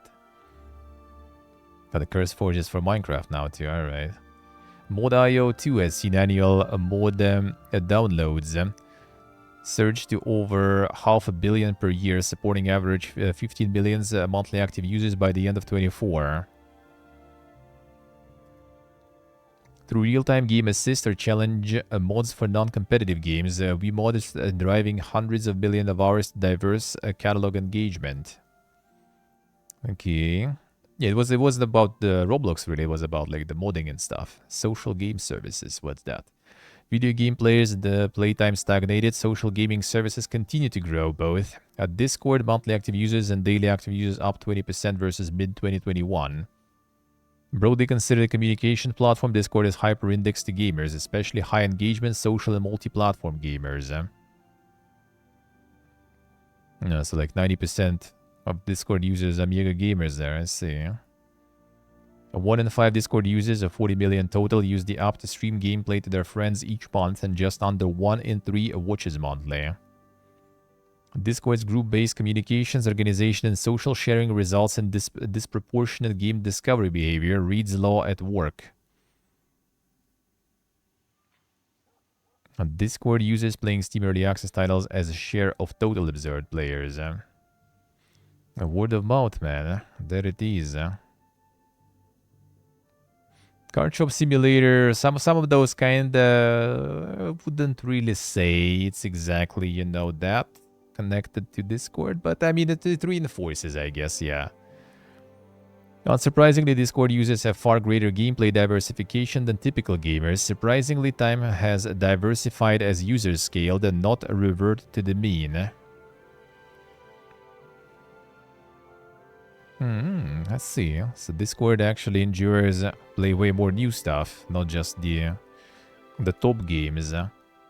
Discord's scale and influence over game discovery, squad formation, and cross-platform comms has even led PlayStation and Xbox to integrate Discord natively.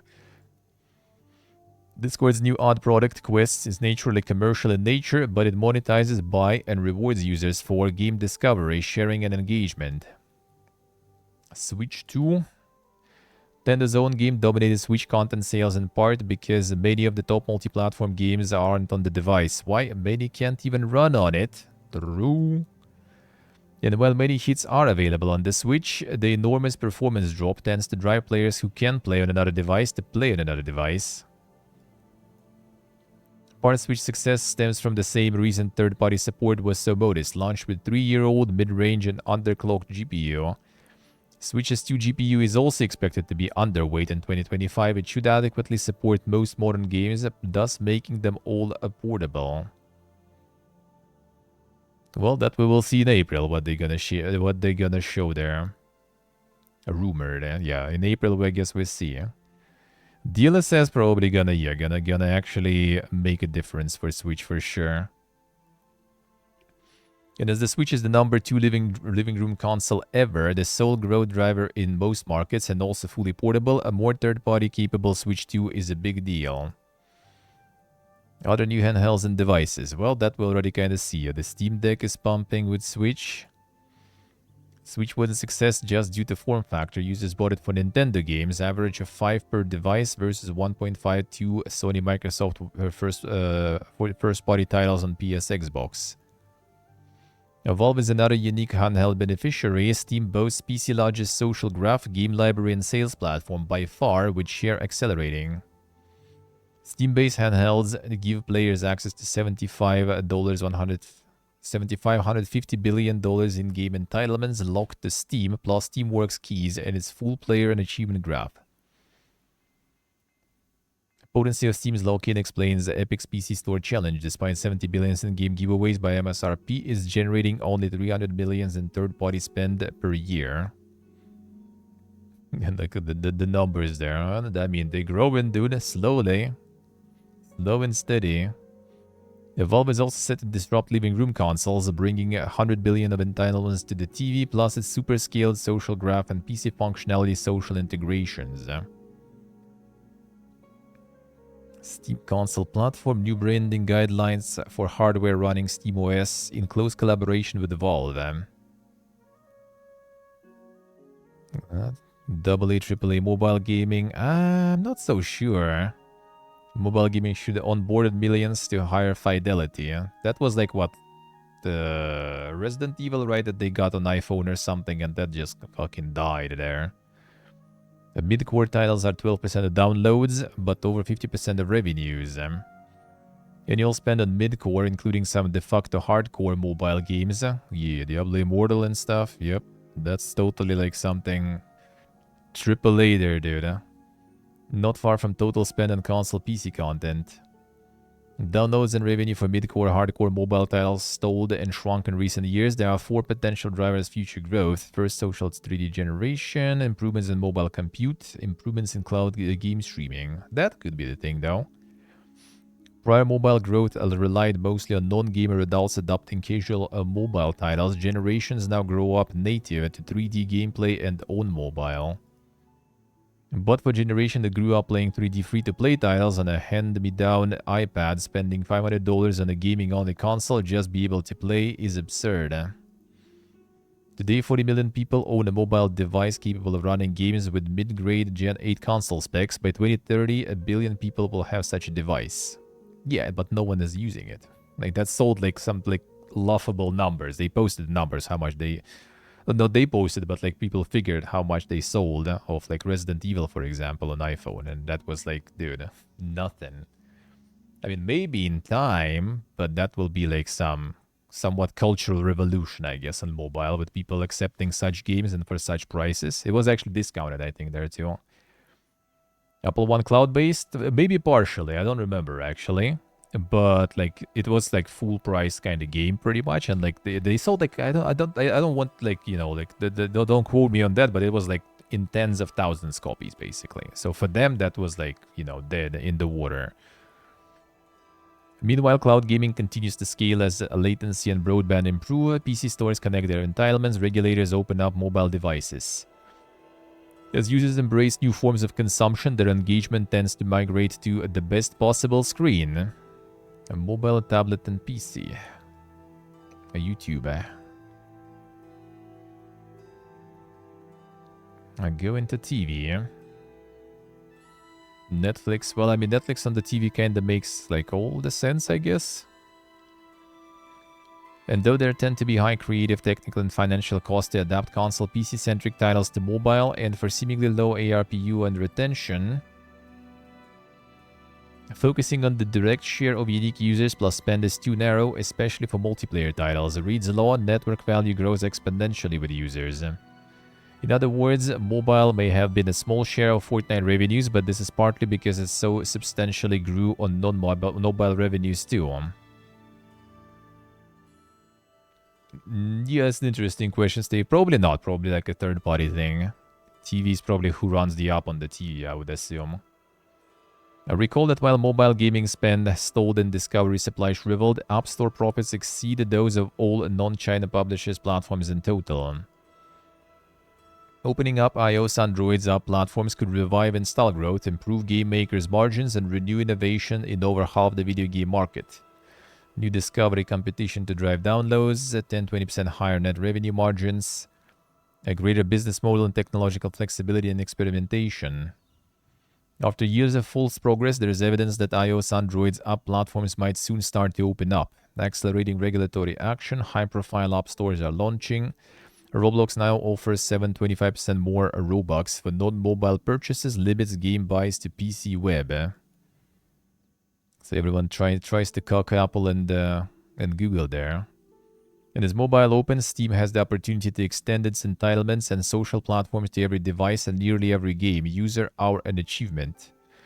I'm not sure if it'll be a good replacement for, like, you know, the mobile store if you just replace one monopolist with another monopolist. Yeah, I'm not sure if that'll be like that crazy good of a replacement there.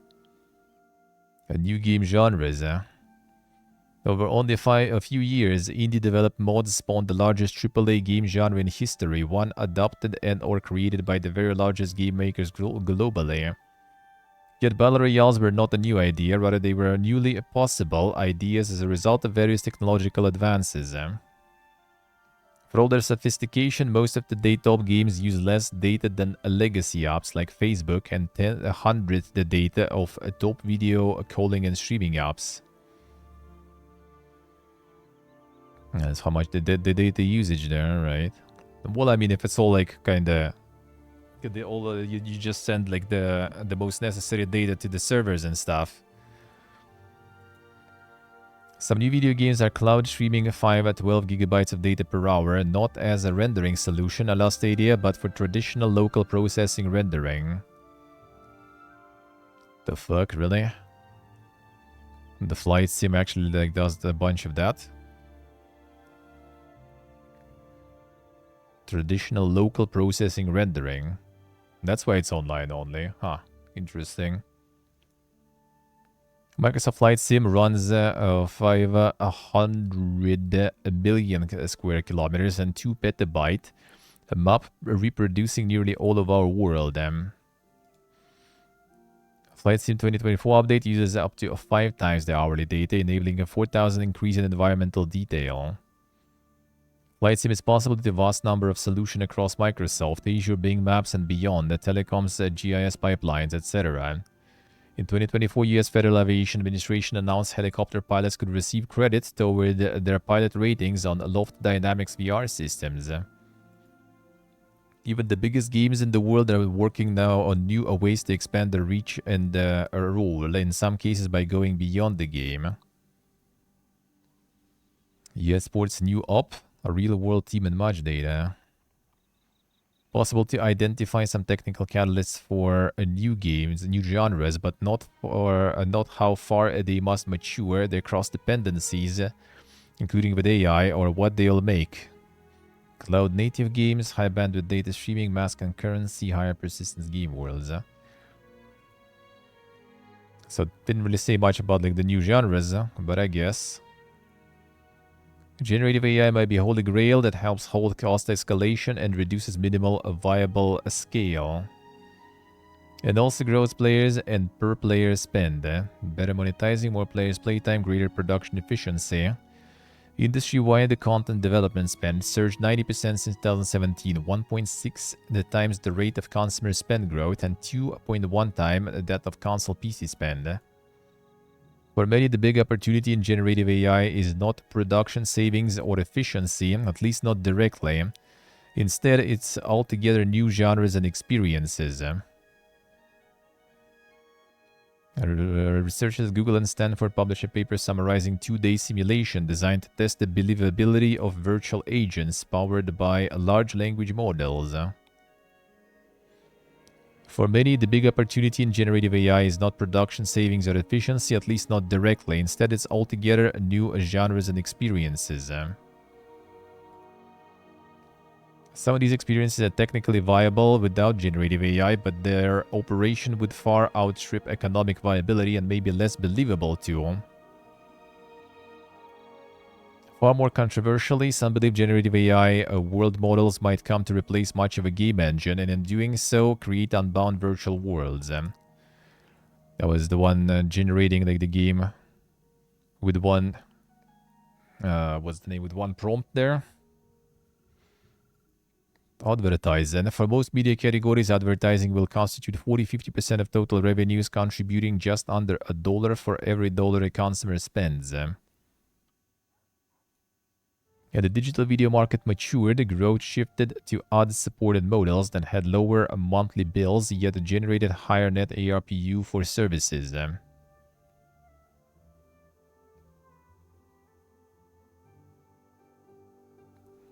Ad-free and ad-supported,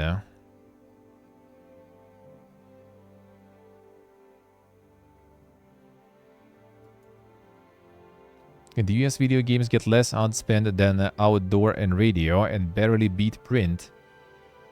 Hold 12.6% of digital media time, but only 2.8% of digital media ad spend.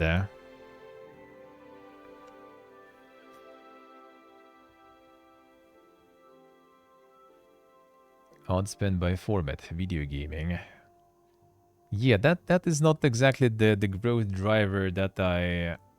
Yeah, you don't pay for radio. True. True. Yeah, I would rather not have that growth, you know, a vehicle that much there. Yes, consumer spend fell 2.3 billion versus 2021. Related ad revenue grew 9 billion from 8% to 12% of total revenues. But nearly all is on mobile games to promote mobile games. More off.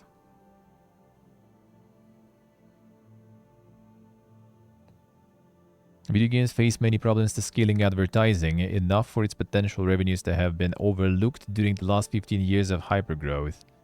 Odd unit problem, size dimension resolution placement of actual potential inventory, highly variable as a publisher needs one standard view problem, call to action plus measurement problem, limited history of odds problem, programmatic network requirement, high minimum viable scale. Yeah, most mediums have always had odds, gaming has not. Audience expectations and tolerance are thus fundamentally unique, as is buyer readiness. Yep, we are not ready, man. And I wish we don't need to change that. Like when you buy a product, you like if you bought the movie on the Blu-ray, right? You kind of don't really want to see odds there. You bought the ready product, and if you see the odds there, you're just gonna skip there. You're just gonna skip them. You're not gonna be sitting and watching them because it's on your Blu-ray that you bought. But as real game prices and engagement fall while cost and failure rates surge, advertising become a key area of focus for the biggest platforms and publishers. But yet, they will try to push that shit for sure. And GTA 6 pricing. Alright, let's see what this is gonna do. 2025 GTA 6 impact on industry playtime and spend will be mixed as it launches console only and severely cannibalize hours spent in other titles.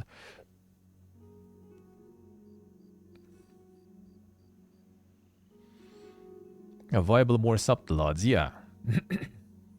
Like like even the Naughty Dog next game, right? Like even that, like odd placement there, like product placement, that already was kind of like weird, you know. It was too much on the nose. Like it should be way more subtle like that. Like, I wouldn't really mind, yeah, if there will be, like, some product placement here and there in the games. Like, I don't know, like, the Kajimbo Waited Ding had some, like, monster or something there, right? Or some other stuff. The people just, like, memed about it and kind of forgot about it, you know? Like, it wasn't too bad, I guess. Like, if it's done alright, then... maybe. But if it's, like, too much on the nose, that just kind of, like, dude, you already paid for this shit. Like, why?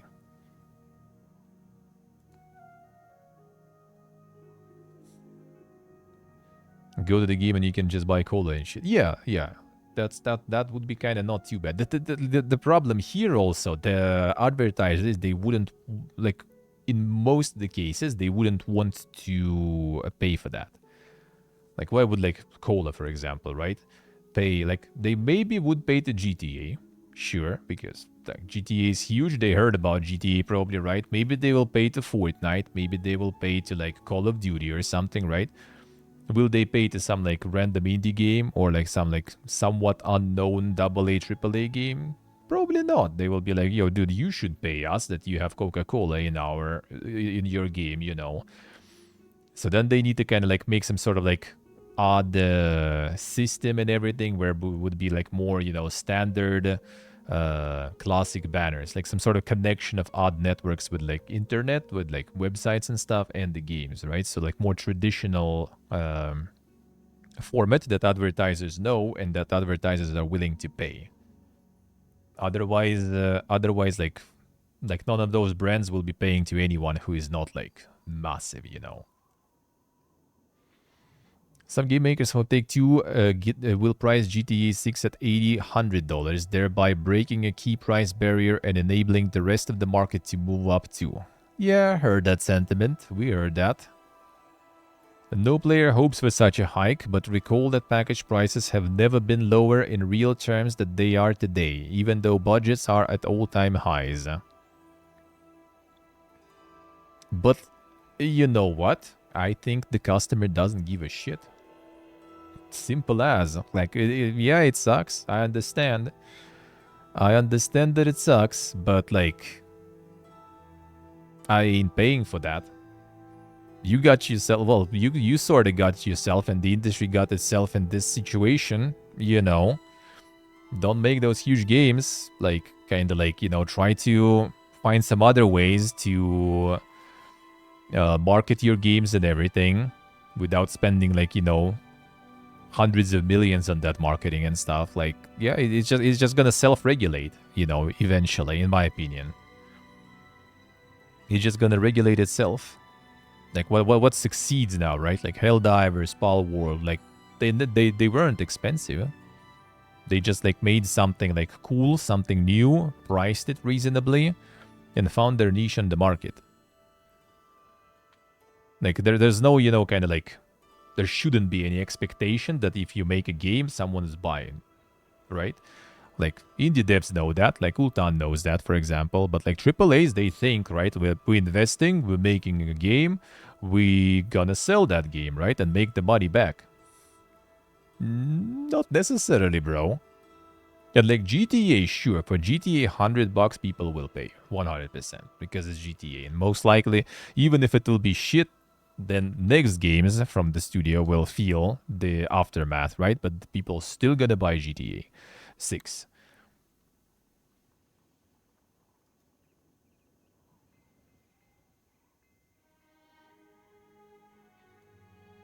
All right, that was the conclusion there. I see. All right. I mean, that was nice. That was very insightful. Very interesting. But for me, like, the main thing there, which again, like, why maybe like people not ready for those price hikes and stuff, is that majority of people, absolute majority of people, still playing the same 5 games. And the same, like, old, over 7 years old games, like, forever.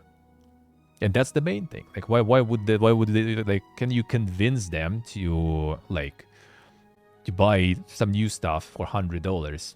Don't think so. And that and the economy not doing well,